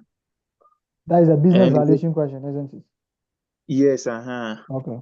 So what the 21 million given to you, okay, the value given, the total shares outstanding is at where? What date are they giving you? Is it at the beginning or at the end? Yeah, they said on 30th June Okay. 2021 is what they gave you, the 30 million new ordinary shares. Okay. But is that reporting date or closing No, time? the reporting date is December 2021. Okay. So when are they issuing the shares? The shares, the first one, the shares, the one made in June was 30 million. That's 30th June 2021, 30 Okay. million. Okay. And then later okay. on in November, 1st November, Okay. and that was when they Give me made the the figure. capitalization. Give me the figure so that we can actually Okay. tackle it. Okay. So in November, they gave a capitalization issue on the basis of one new share for every 4 shares So held at that time. let's have the shares at the beginning. What is the shares that they have at the beginning? What is the existing share? Yeah, so that is the problem. The opening, they didn't give you any opening shares, Okay, but so in June. give me the date. Give me the date now. Okay, so in June 30th June 2021, 30 new ordinary shares, 30 30 million new million. ordinary Okay. shares. Okay. Uh-huh. And what again? And then in November to 1st November, Okay. another capitalization, that's a capitalization issue on the basis of one new share for every 4 shares held at that time. 1 for 4, isn't it? Yes. Okay.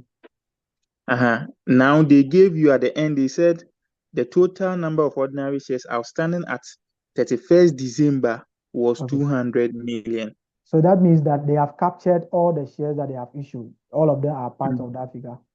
So the opening figure plus the 30 plus what? Plus the bonus issue. Capitalization issue, that is yeah. the total they have given to you. So you have to separate them now.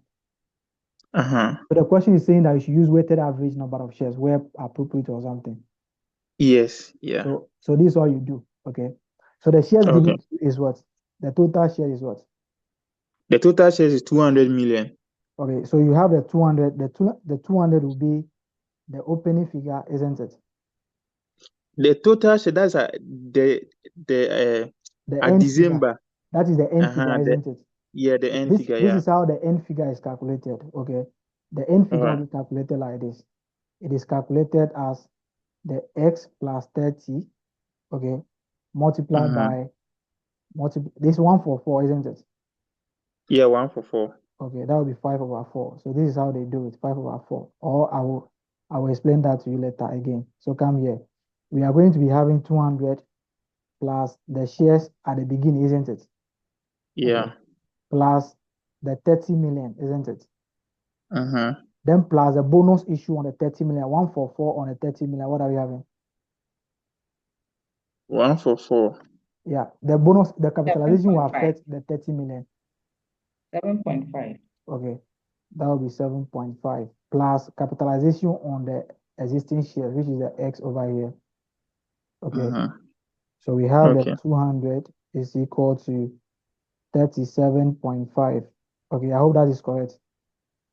Okay, plus 5/4x, which is a bonus on this one. So you have this figure, you have your grouping items. We have 200 minus 37.5 is equal to 5. Then this will now give us what? This one. Let's subtract this and give me the answer. I'm sure that will be 163.5. is equal to 5/4. So we have this answer to be 4 multiplied by 163.5 or It's divided by 162. is 162. Okay, so that will be 162, and this will be 162. So what are we having? What will be the share? 130 million. That will be at the beginning, isn't it? Yeah. So you now find your weighted average now. Okay. So Okay. you have to determine. You see, these people are foolish. Okay. Excuse my language, but that is how it is. So this is how you do. Okay. So you have January to December. January to December, you have 130, isn't it? Yeah. That will have a bonus issue fraction of 5/4. Then you come to June, 30th June. So that will be July to what? To December. November. Oh, no. We are doing it for, it will have a full year. So July to December. Okay, I don't okay. want to do it the way Okay. you know it. So Okay, this will okay. be 30 multiplied by 5/4 multiplied by 6/12 multiplied by 12/12. This will be a full year. So what are we Okay. having?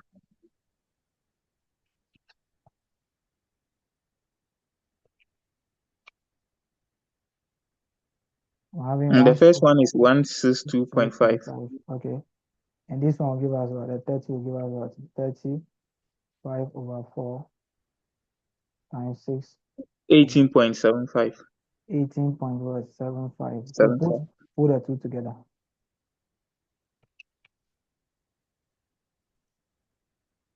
181.25. Okay, they should be getting something like that. Okay. Okay. So they should be getting something like that. That will be used to calculate the what? So maybe they will use this one to calculate. This is a weighted average. So if they want to find the earnings per share, then they will use this figure now to find the earnings per share or the dividend per share. Okay. So you calculate your dividend per share now. You calculate your total dividends first. Okay. The dividend that will be paid to them will be 130 multiplied by, they have calculated the dividend per share based on the old figure. So that will be 130, total dividend to be 130 multiplied by the dividend per share that they are giving to you. What is the Okay, this one, they give us a dividend cover of 5:1. Okay, they have given you a dividend cover of 5:1. 1. Okay, 5:1. So the dividend cover is what? Earnings per share over what? Dividend per share. Okay. So what is the earnings given to you? What is the earnings given to you? What is the profit for the year? The profit is 170. So it means that the earnings per share calculated or the earnings per share used was 170 over 130. What was the figure? 170 divided by 130. 1.3. Okay, 1.31. Okay. So you now use the 1.31 because the dividend cover calculator was based on the what? On the profit without the adjustments. Okay.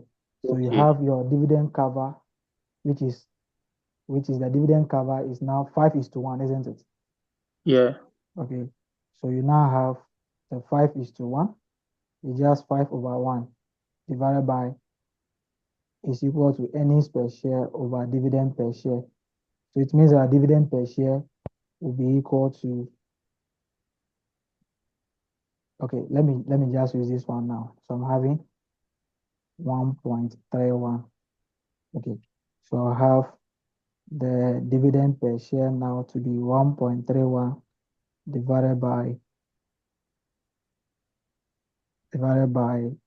5. Okay. I should be having something like 0.26. Okay. Okay. So this 0.26 now, okay, you now multiply it by the total this figure. So that will give you the total dividend was paid. Then you now calculate dividend per share based on this figure using the weighted average number of shares now. If that is what they're asking you to do. Okay. Okay. Okay. And thank you very much. It was this thing. The number of shares outstanding at the beginning that was confusing, and you've explained it. So they have given you the total. They have given you the total shares. The total shares. They should it should be what? They should be simplified, or they should be specific in their statement that the closing number of shares include what? All the shares that happen during the year. If you Yes, are going, yeah. you can actually do that particular one. But the examiner will say that there is no ambiguity or something in the statements. Okay. So that is it. All right. All right. So I hope you're okay now. Oh, I'm all very okay. Thank you very much. Yeah. All right. So if there are no other issues, okay, then WhatsApp link is in here. Also, just if you, but you can see my name on you can see my number on the material here. Okay. So this is my number. Let me just write it for you. So you just WhatsApp me. Then maybe I can add it to our page. Okay.